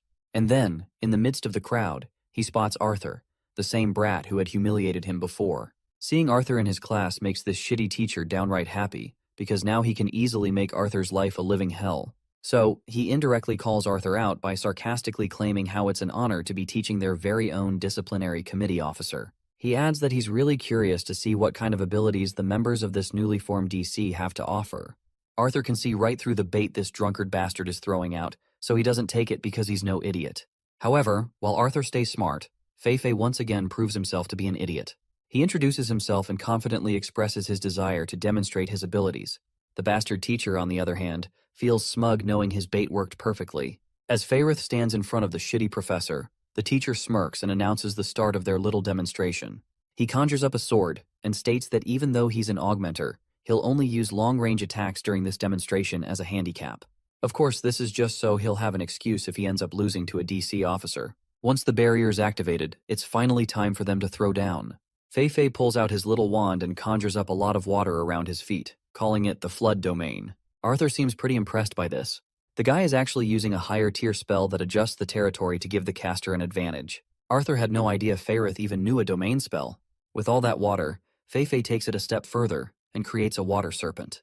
But then, the horny teacher, Geist, steps in with an attack of his own. He throws a blue fireball that evaporates all the water in front of him, and even lands a hit on poor Fei-Fei's knee, leaving him with a nasty burn. Once Fei-Fei is down for the count, the teacher smugly asks if he surrenders. Not surprisingly, the poor guy concedes. In the crowd, Arthur looks pretty annoyed, watching this bastard of a teacher beat up a student just to stroke his own ego.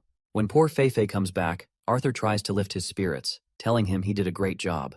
The teacher, of course, starts boasting about himself again. He tells everyone that this should be a lesson for them all. One should not be too confident about themselves. While this bastard is completely successful in his plan to humiliate Fei-Fei, the princess isn't about to let this slide so easily. She volunteers to participate. Fei-Fei is bewildered to see this. Even the teacher is thrown off, clearly not expecting or wanting a girl to volunteer. After all, he's a horny sucker, so he can't bring himself to injure a hottie. Arthur remembers that Kathleen has an affinity for ice magic, and she's just witnessed Geist's fire attribute in action. Fei tries to stop her from going, but she eventually steps down into the arena. The horny teacher feels quite honored to have the princess herself as his opponent, and humbly asks her not to hold it against him if he goes a bit rough. Of course, Kathleen doesn't give much of a response. She quickly conjures her wand and gets ready. The teacher, on the other hand, summons his fire powers again and decides to proceed. Kathleen raises her hand and, with a command, launches needles made of ice. But those are quickly blocked by the teacher's fiery powers. Undeterred, the girl conjures up even bigger needles and throws them down at her opponent. But once again, the bastard's firepower breaks through all the ice coming at him. But this time, the princess switches up her strategy. She quickly splits her big chunk of ice into smaller needles, turning them into a barrage of missiles. The teacher, confident that no petty tricks can work on him, retaliates. But the princess counters his attack with an ice tornado. However, as she tries to control the massive tornado, the fire bullets the teacher launched earlier are heading straight for her. She's completely vulnerable in this critical moment, and both Fei and Arthur are losing their minds, thinking she's about to get hit. Even the teacher starts to regret throwing those fireballs, realizing too late that the princess has no way to defend herself. Just as the fireballs are mere inches away, an explosion rocks the arena, leaving the entire crowd of students in suspense, wondering what just happened. As the dust begins to settle, the horny teacher frantically searches for the princess in the haze but can't spot her. He glances in both directions and finally sees her on the ground with Arthur, who had intervened at the last possible moment. Arthur isn't messing around. He's completely pissed at this teacher. That horny gorilla can feel the hostility Arthur is exuding. Though he doesn't directly voice his resentment, he plasters a fake smile on his face. While he appreciates Arthur's concern for the princess, he claims it was unnecessary. As far as the teacher believes, he had everything under control. He questions Arthur, asking if a professor from such an esteemed academy would actually put one of his students in harm's way, insisting that he was about to cancel the spell on the spot. Well, that's what you call absolute bullshit, and Arthur knows it all too well. Once a spell attack is fully manifested, it's impossible to cancel it mid-flight. But since Kathleen thankfully didn't get hurt, Arthur has no proof to call out the teacher's lies. In that case, Arthur decides to take a darker step. He resolves to confront this bastard and force him to screw up in front of everyone. So, Arthur requests to join the power demonstration on behalf of his colleague. And of course, this horny bastard is more than happy to oblige. As the princess leaves the arena, Arthur asks her if she's okay, to which she responds that his assistance was unnecessary, but she still thanks him for saving her. After giving her a reassuring smile, my guy summons his weapon of choice. And let me tell you, the weapon Arthur picks is so eye-catching that even this bastard can't help but take note of it. Since Arthur is an augmenter, the teacher decides it's only fair to let Arthur choose the method of combat. But Arthur, being the Sigma he is, casually declares that he doesn't give a damn. This response makes the teacher flinch, and veins start popping out of his forehead in frustration. Yet somehow, he manages to crack a fake smile. Arthur, still cool as ever, gives the teacher the opportunity to use whatever method he's most confident in. Now that Arthur's given him this opening, the teacher decides to make the most of it. Infusing his sword with a serious amount of fire, the bastard smugly claims that he'll try to go easy on Arthur. Now that both contestants are equipped, they finally clash their swords. You can tell that this bastard is putting every ounce of power he can muster into his swings, while still claiming he's going easy on Arthur. But as strong as those swings might be, Arthur is dodging them left and right. After playing this tag game for a few minutes, the horny bastard starts to get annoyed. What's really pissing him off is the fact that Arthur isn't using any spells. He's just strengthening his body and sword with mana. So, in a failed attempt at provocation, the teacher directly calls Arthur a rat for constantly dodging. But Arthur's got sass for days. He fires back, asking this bastard if there's really a point in attacking back when his esteemed professor can't even land a single blow on a first-year student. Of course, the teacher takes the bait and gets provoked as expected, and with all the strength he can muster, he launches an attack that causes a massive eruption of fire. But that still isn't enough to take Arthur down. He continues dodging them left and right. As this game of tag continues, with the teacher giving his all to take Arthur down, the students begin to suspect that this is spiraling out of control. This fight doesn't look like a demonstration anymore. At some point, Arthur decides it's time to finally retaliate.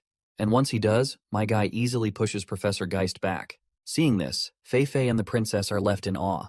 Arthur looks like he's on a completely different level. He charges at the teacher and launches a barrage of air blades. No matter how much the professor tries to block these attacks, nothing is able to withstand the mighty wind blades Arthur throws at him. Geist finally falls to the ground, which was his rightful place all along. Once the battle is over, the students break into a round of applause directed to Arthur. After the class wraps up, Arthur tries to catch up with the princess, who's walking ahead. But before he can reach her, Fei interrupts him, clearly thrilled and eager to express how impressive Arthur was back there. But in return, our boy gives Fei some props for his own solid performance as well. As the two chat amongst themselves, the princess also joins in. She turns to Arthur and asks his opinion regarding her performance. Well, if Arthur had to be brutally honest in his critique, he'd say that ignoring her defense in order to finish that last spell was her biggest mistake. An awkward silence follows, which only gets more uncomfortable until the princess herself turns around and walks away. As Arthur walks his own path to the next class, Sylvie notices his off-putting expression and asks why he looks so sad. At first, Arthur brushes it off, saying it's nothing and that he's fine. But it's clear that there's something weighing on his mind. You see, not being able to finish off Geist quickly with just his wind attribute made him realize that he has to work a lot harder to get where he wants to be. It's almost noon, and Arthur is looking forward to his next class, Basics of Artificing. The class is all about manipulating and coding mana into objects for specific uses, something Arthur didn't have in his old world. As Arthur takes his seat, another student approaches and asks if she can sit beside him. Arthur gives her permission, and the girl promptly takes her seat. She looks quite shy and reserved.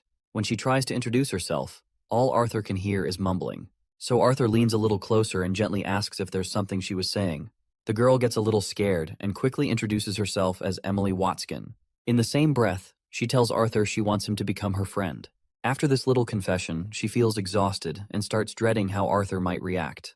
But to her surprise, Arthur simply extends his hand as a gesture of goodwill and introduces himself. He's more than willing to be her friend, but he wants to start off as acquaintances. The girl gets so embarrassed that her cheeks turn bright red. With a happy smile, she quickly shakes his hand. While Arthur is shaking her hand, he feels the roughness of her palm and the calluses on her hands. She suddenly retracts her hand, thinking he must be grossed out by her dirty hands. But Arthur, being Arthur, doesn't mind at all. He shows her that he has calluses too. The girl perks up with happiness at the realization that he must practice a lot as well. She admires him even more now, especially since he's on the disciplinary committee. For Emily, she really loves artificing, so she spends a lot of time fiddling around with gadgets. But unfortunately, it makes her hands pretty rough. Hearing this, Arthur feels a little jealous. She has such a passion for artificing, something creative and constructive. With fighting, the only thing he can get better at is destroying and killing. But with artificing, the better she gets, the more things she can create. Emily blinks in surprise. She's never thought of it that way, but that's quite something coming from a 12-year-old. It's been a while since anyone said anything like that to her, not since she created the projection display artifact. The mention of the projection display artifact catches Arthur's attention, because he had seen this projection display during the announcement of an unknown continent. Now that he thinks about it, he wonders just how young she was when she invented that. By now he feels truly honored to be in the presence of a genius like her.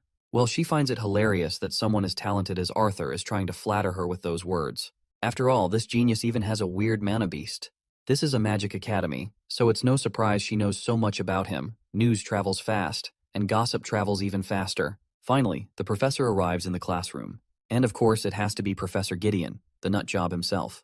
When Gideon notices Arthur in his class, he can hardly contain the overwhelming excitement bubbling inside him. He acts like he had no idea Arthur would be in his class.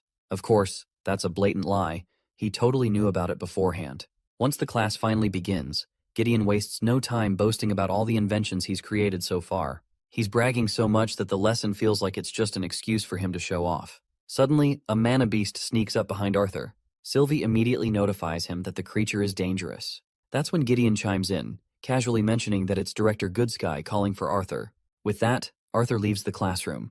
As he walks through the corridor, he notices the princess stepping out of Goodsky's office with a rather moody expression.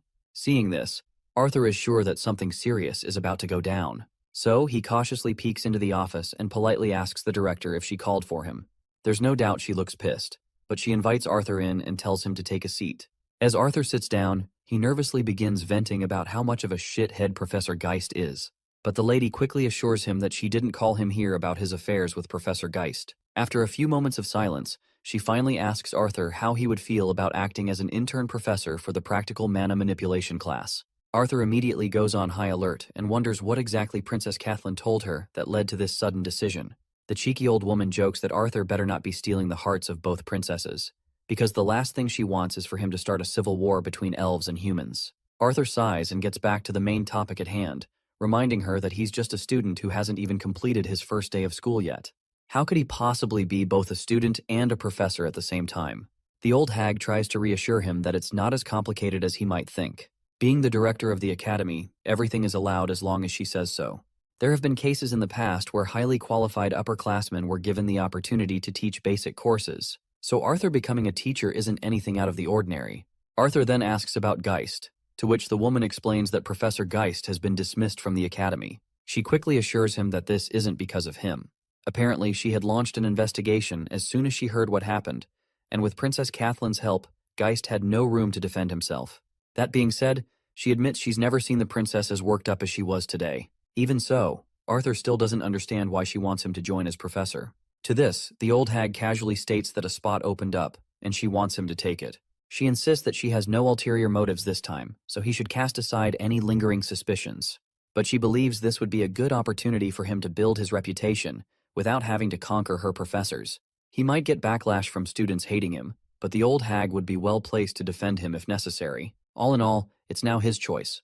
But she suggests that it would be better for him to make use of his time, rather than sitting through a class he's clearly overqualified for. Eventually, Arthur agrees to what the old hag is suggesting, especially since his plan to keep a low profile has already flopped. Good Sky finally smiles, seeing him take the opportunity. She's sure he's going to perform exceptionally well. As he walks away, the old hag watches him through the window. There's something about Arthur, something that always keeps her on her toes. Negotiating with him is more nerve-wracking than dealing with royal families. She asks her beast, Avier, for his take on the boy. The Vice Owl simply replies that Arthur is not ordinary. He warns her not to make the mistake of viewing Arthur Lewin as just a child. Whether it is mental acuity or emotional maturity, there is far more to Arthur than meets the eye. Cynthia questions Avier, asking what makes him so sure about this. To this, Avier explains that it's his bond. Sylvie is not a fox as she appears to be, but a dragon. Avier suspects that when Sylvie fully develops, her strength could easily overshadow his own by an immense margin. Avier further warns Cynthia not to make an enemy out of Arthur. If treated with trust and respect, he could become her greatest ally. But if betrayed, he might very well be the cause of this continent's downfall. In the cafeteria, Elijah spots Arthur and calls out to him. As the two sit together, Elijah introduces the girl seated across from him, Charlotte. While Sylvie drools at the sight of the delicious chicken steak on Arthur's plate, Charlotte tries to pet the little furball. But of course, Sylvie gets defensive and lets out a sharp hiss, causing Charlotte to retract her hand quickly. Meanwhile, Elijah explains that Charlotte is in his chain casting class and that she's exceptionally skilled. Elijah then remembers rumors circulating in the academy about Arthur defeating a professor. My guy reveals to his friend that not only did he defeat the professor, but he also ended up taking his place as professor. This revelation leaves Elijah utterly dumbfounded. So much so that he chokes on the water he's drinking and accidentally spits it all over Arthur. Our boy wipes his face in mild irritation. As the conversation continues, Elijah mentions that he and Charlotte are planning to head downtown for some shopping later. He extends an invitation to Arthur, asking if he'd like to join them. Arthur politely declines, explaining that he still has 3 classes left to attend and doesn't want to miss the upper division lessons. With that, Elijah decides to go alone with Charlotte. However, Charlotte immediately turns Elijah down. It becomes clear that her interest was less in shopping with Elijah and more in hanging out with Arthur. After giving a warm goodbye solely to Arthur, she starts leaving the cafeteria, with her intentions totally apparent. Poor Elijah watches her go, visibly deflated. He turns back to his friend with hope, asking if Arthur thinks he has any chance with Charlotte. Arthur smirks knowingly, and reassures Elijah that he deserves someone far better and believes his friend can do even better. Later, after class, as our boy walks freely through the academy grounds, he can't help but attract the attention of the people surrounding him. Soon enough, he hears the familiar voice of Claire calling out to him, and alongside her stands none other than Prince Curtis. As the friends catch up, they notice members of the student council mingling in the crowd as well. It doesn't take Tessia long to notice Arthur's presence, and her face lights up with happiness at the sight of him. Meanwhile, Claire is practically suffocating Arthur under her shoulder wrap, but Tessia doesn't look too thrilled to see him clinging to another woman. She can't help but pout. So disappointed, Tessia literally just walks right past him. Claire also notices Tessia's bad mood, but little does she realize, it's all her fault. Once Arthur finally escapes Claire's grasp and catches his breath, he senses a familiar yet utterly disgusting presence walking past him. That presence is none other than Lucas Wykes. All the horrible memories come flooding back, making Arthur clench his fists in frustration. Then out of nowhere, a giant hawk lands in the courtyard. Riding on its back is none other than Professor Glory, the instructor for team fighting mechanics. The massive bird, a flare hawk named Torch, is actually her bond. Arthur quickly decides to scan Professor Glory from head to toe, trying to gauge how powerful she is. However, before he can even sense her power level, she glares at him so fiercely that it makes his head throb. Well, it's not surprising that she's hiding her level and elemental attribute, especially around a bunch of students. Though Arthur isn't quite sure why, it seems like she has noticed him, and she starts walking toward him. She appears genuinely glad to see her new colleague, and looks forward to working alongside him. A murmur breaks out among the students as they begin making wild guesses. Could Arthur actually be their new student professor? Their curiosity gets the better of them, and they directly ask Professor Glory if Arthur is really their teacher. Glory doesn't waste time addressing their questions. She clarifies everything, revealing that not only is Arthur a freshman disciplinary committee officer, but he's also been appointed as the interim professor for the practical mana manipulation class. Though it's only a temporary position, Glory still considers it pretty damn impressive. The students are absolutely stunned, struggling to believe what they've just heard. As far as they know, even some of the best upperclassmen don't get to teach. And now this scrawny first-year kid is going to be their instructor is completely unfathomable. Glory quickly steps in to calm the crowd, reminding them that it's imperative to respect and trust the director's decisions. She reminds them that Arthur has proven himself to some extent by defeating the professor who previously taught the class. So it's not surprising that the director chose him. Even after all this, one particular student doesn't seem impressed by Arthur's accomplishment. To him, defeating a professor doesn't mean much. He's confident most of them could do the same, especially if the professor was just some former thug adventurer. Glory, on the other hand, looks genuinely pleased to see that these young students have some fire in them. Seizing the moment, she extends an open invitation to all the students present to test their strength against the new professor of practical mana manipulation. As soon as the announcement is made, all the students turn their death glares toward Arthur, looking ready to take him down.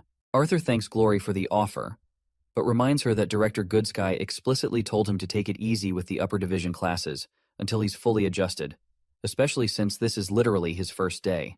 But Glory considers him a party pooper. She points out that since he's a first year in an upper division class, there's no special treatment here. He has to prove his qualifications through demonstrations. She then turns to the eager students and asks if they agree with her, and unsurprisingly, the students enthusiastically support her idea. Glory then reveals that she wants to kick off the semester with a fun casual game. She suggests war and conquest, but the students don't seem particularly thrilled by the idea. Prince Curtis chimes in with his own suggestion, a team mock battle with the 3 disciplinary committee officers on one team. According to him, it would be a great opportunity for them to work on their teamwork. Glory quickly approves of the idea, as that it's not half bad. Vice President Clive volunteers himself and Princess Tessia to act as opponents on the other team. Naturally, Tessia isn't sure how she feels about going up against Arthur, but Glory seems really excited about this idea. In fact, she's now even more interested in seeing the disciplinary committee go up against the student council. However, she admits that having 2 people against 3 wouldn't be fair. That's when Lucas Wykes steps forward and volunteers to join the student council team to balance the playing field. Since Wykes is another genius freshman, Glory has no objections to him teaming up with the student council. In fact, it'll be a great opportunity to see what he's capable of. Glory quickly instructs the 6 contestants to get ready. As they walk to take their positions, Arthur and Lucas share a little heated exchange. Lucas is clearly pissed that Arthur took the disciplinary committee position he thought was rightfully his. But Arthur doesn't see it that way. He believes that position never belonged to Lucas in the first place. Before the match starts, all the students gear up in their practice uniforms. While Arthur is struggling to put on his protective gear, Tessia takes the initiative to help him. Arthur tries to tease her, asking if someone like Princess Tessia should really be helping him with something like this. However, his little attempt at banter only earns him a sharp pinch, and she tells him to keep his voice down as people around him might overhear. As she finishes helping him, she confesses that she actually hates how they have to act like they don't know each other in public. Arthur, in his usual blunt way, tells her there's no need to act like strangers, especially since it doesn't really matter. Tessia is shocked to hear this. As far as she remembers, Director Goodsky explicitly told her that Arthur wanted to keep a low profile, so she'd been careful not to show they knew each other. Arthur shrugs it off, admitting that he hasn't been doing a great job of keeping a low profile anyway. So at this point, it mostly doesn't matter. As long as the secret about his true powers remains a secret, everything is fine. As the 2 of them stand uncomfortably close to each other, Professor Glory suddenly startles them. Tessia, acting on instinct, shoves Arthur back as if he's some kind of creep trying to grope her. Finally, the opposing teams face off against each other. Before the match begins, Glory steps in to lay down the rules to keep things fair. The match will have a 30-minute time limit, after which they'll have a short discussion and analysis of how everything played out. The disciplinary committee team will start with a handicap since Curtis and Claire have had more classical training compared to the student council team, which includes 2 first years. Arthur Lewin will play the role of the king in this match. If he's knocked out, the entire team will be disqualified. The gear they're using is specially designed by artificers to measure the amount of damage dealt. If the damage surpasses the threshold encrypted into the gear, it will release a shrill noise. Anyone who chooses to ignore this warning and continues to fight or cast spells will be immediately banned from the class, and the situation could escalate to expulsion. That said, this equipment isn't meant to protect anyone, so the students should be skilled enough to protect themselves with their mana. They shouldn't forget that they could still get injured if they charge recklessly. With that, Professor Glory signals the start of the battle. Prince Curtis immediately goes after Tessia, and without waiting for the outcome, Arthur feels confident that Curtis probably won't be able to beat Tessia, but he should be able to hold her off long enough. Then Lucas, wand in hand, marches toward Arthur. It doesn't take Arthur long to conjure up a weapon of his own. You see, my guy had been hoping that this bastard might have gotten a bit more humble since coming to Xyrus, but it seems like he's still the same piece of work. As they stand face to face, Arthur waits for his opponent to make the first move. But instead of striking, Lucas decides to take his time throwing verbal jabs. Well, it looks like Arthur has no choice now. He begins to exude an immense pressure that causes Lucas to flinch. Meanwhile, Professor Glory, observing from above, seems to be having the time of her life, almost as if she wanted Arthur to go to such extremes. Even the other contestants can't help but take notice of Arthur's overwhelming presence. Tessia, however, doesn't seem too surprised. She knew something like this was inevitable. Arthur dashes toward his opponent with unwavering confidence. Seeing him charge so fearlessly causes Lucas to freeze for a moment, but he quickly gathers himself and summons his fire element, conjuring flames to execute a technique known as Inferno's Cage. Arthur quickly deflects the fiery attack using his wind magic and lands gracefully back on his feet. It seems Lucas is already prepared for his next onslaught. This time, he conjures glowing fireballs, and he is prepared to unleash them. The fiery orbs light up and begin to surround Arthur, trapping him in their blaze. Some of the fireballs even travel towards our boy, but my guy begins dashing left and right. One of Arthur's steps accidentally triggers one of Lucas's traps, causing an explosion. Thankfully, he is safe, but Lucas is having the time of his life watching Arthur struggle and dance around his attacks. He continues to bombard our boy with those relentless fireballs. Sylvie gets concerned to see her papa struggling. Arthur reassures her that he's fine and quickly inquires about how the rest of the team is doing. Sylvie happily reports that Mama is winning against Curtis, and Claire is holding her own against Grumpy Guy. Satisfied with the update, Arthur shifts his focus back to his opponent. He observes that Lucas's mana pool has grown significantly since his adventurer days, larger than Arthur expected. Regardless, he decides to close the gap between them, so he charges straight at the smug bastard. But Lucas counters with yet another fire attack, forcing his opponent to step back again. Without fire or water elemental mana, Arthur struggles against the intense heat. He starts to worry that if this drags on, his mana pool might eventually be drained. Another explosion erupts, sending Arthur flying backward. Lucas, on the other hand, revels in his dominance. He's glad he didn't join the disciplinary committee. If he had to work alongside someone as incompetent as Arthur, he says he might have quit school out of sheer embarrassment. It looks like Arthur is struggling more than he anticipated. He wants to conjure a wind spell strong enough to counter the scorching fire, but he's not getting any space to make it happen. He focuses himself, recalling that wind magic is essentially about pushing, pulling, and manipulating air to achieve desired effects. But what if he manipulates the air particles themselves? He could get rid of the very thing fire needs to keep burning, which is oxygen in this case. Arthur isn't sure if he can manipulate the oxygen fast enough to extinguish the flames before they reach him, and even if he does, would he still be able to breathe? With all these daunting questions swirling in his mind, he cracks a smile. After all, the reason he came to this school in the first place was to face the unpredictable and learn from it. All the while, Professor Glory is genuinely surprised to see that Lucas is better than she's heard. Inferno's Cage is one of the tougher flame attribute domain spells, yet Lucas is able to use it so proficiently at such a young age. On top of that, his mana reserves seem almost on par with that of a silver core mage. This also causes her to sulk a little. Given how fast the younger generation is growing, the old-timers like her will eventually be left behind. Still, she's glad to see kids like Arthur Lewin. He lacks the variety in his spells that would be typical for a dual elemental mage, but he makes up for it with fluid movements and tight control. She was only mildly curious about the kid who managed to best a veteran adventurer, even one as careless as Geist. But after sensing that pressure he exuded, she has no doubts how he was able to conquer his senior. It makes her wonder what kind of life he's lived to be capable of something like that at his age. Suddenly, she notices something unusual. From what she can see, Arthur seems to be holding his breath. After holding it, he stands still and lets the fireballs hit him. At first, she's unimpressed, thinking his uniform is about to burn off if he keeps this up. But then something unexpected happens. The fire simply disperses the moment it gets closer to him.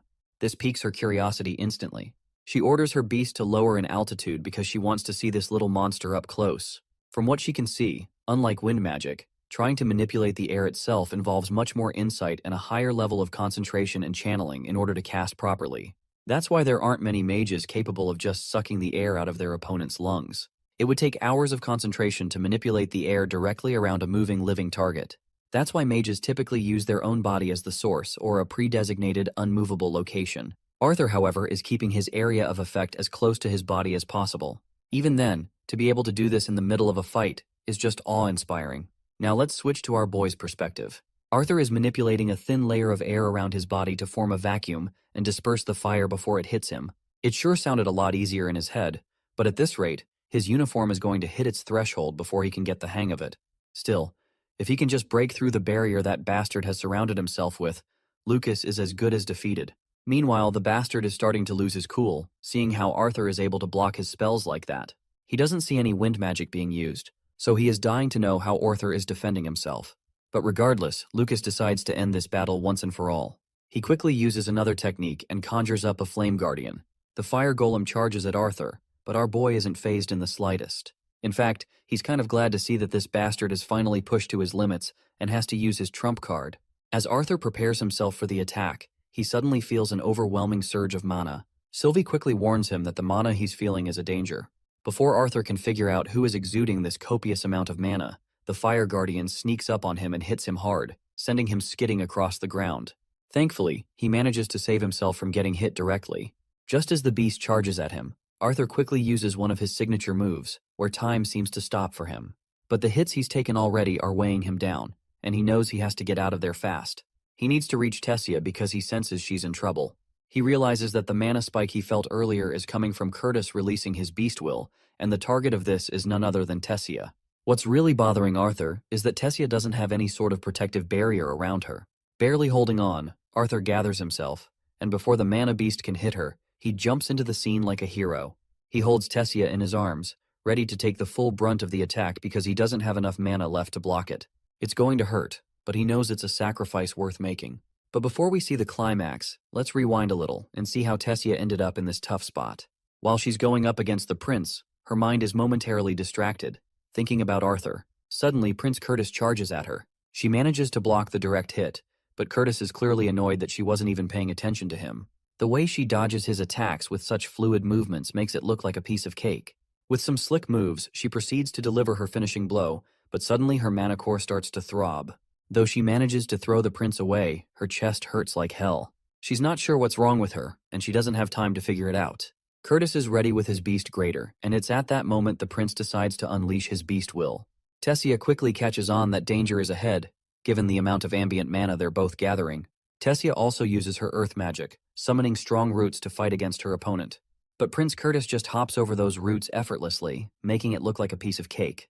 Tessia, on the other hand, is still unsure of what's going on with her mana core. She's struggling to properly assimilate the energy from the Elderwood Guardian's core. She even considers forfeiting the match, but then her pride gets the better of her. As the student council president, she just can't bring herself to concede defeat. She can't let anyone think she's weak, much less a coward, so she gives it her all.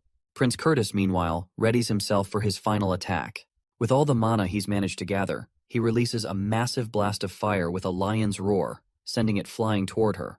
All the while, with Tessia's mana core overwhelming her, she begins to lose consciousness, and the last thing she notices is the blazing fire heading straight toward her before her eyes shut. The powerful attack from Prince Curtis causes a devastating blast that rocks the entire arena. Professor Glory is devastated when she realizes that she wasn't able to make it there faster in time to prevent the destruction. She quickly lands as soon as she approaches the explosion zone. The smoke is thick, but as it starts to dissipate, she sees nothing but burning roots. When she looks into the other side, she spots Arthur on top of Tessia, his back burned to a crisp from the blast. The other students quickly rush to the scene, and Glory immediately commands them to get the rest of the team on standby, and further instructs one of the students to start the damage assessment. A while later, Arthur finds himself in the infirmary, his entire body wrapped in bandages. Sitting on top of him is an angry Sylvie, who presses her little paw against his head to express her frustration. She's in tears, overwhelmed by the thought that he had been on the verge of death. She doesn't know what she would have done if he hadn't made it through. Arthur is startled at first, but soon softens as he apologizes for worrying her. He admits that it was reckless of him, but he promises he won't ever leave her. Right then, Director Goodsky enters to check on Arthur and inquires about his well-being, but Arthur is more interested in hearing how Tessia is doing. The director claims that she is doing well, and the good news is that Tessia is in a much better state than he is. Arthur clearly understands the cause of her condition. He is sure that it is due to the beast's will that her body was not able to handle it. The old hag is startled to hear this and quickly asks how he knows. Arthur admits that he is the one who gave her the beast will. He believes he should be the one to help her with the assimilation, but he doubts if he can in his current state. Goodsky reassures him that he has already done more than enough. It is actually her fault for not paying much attention to her. Tessia is at the most vulnerable stage of the assimilation process, and the director believes that if that girl had been taught about it earlier, this might have been avoided. Though she thanks him for sacrificing himself to save her disciple, the director has already contacted both the royal family and Arthur's, so they should arrive soon. She advises him to get some rest until then. With that, the director leaves Arthur alone for some much-needed rest. Outside, Tessia stands hesitantly, unsure whether to enter. After a moment, she decides to let Arthur rest. As she stands there, the old hag startles her by inviting her for some dessert. With no choice, Tessia decides to join the director, unable to summon the courage needed to face Arthur just yet.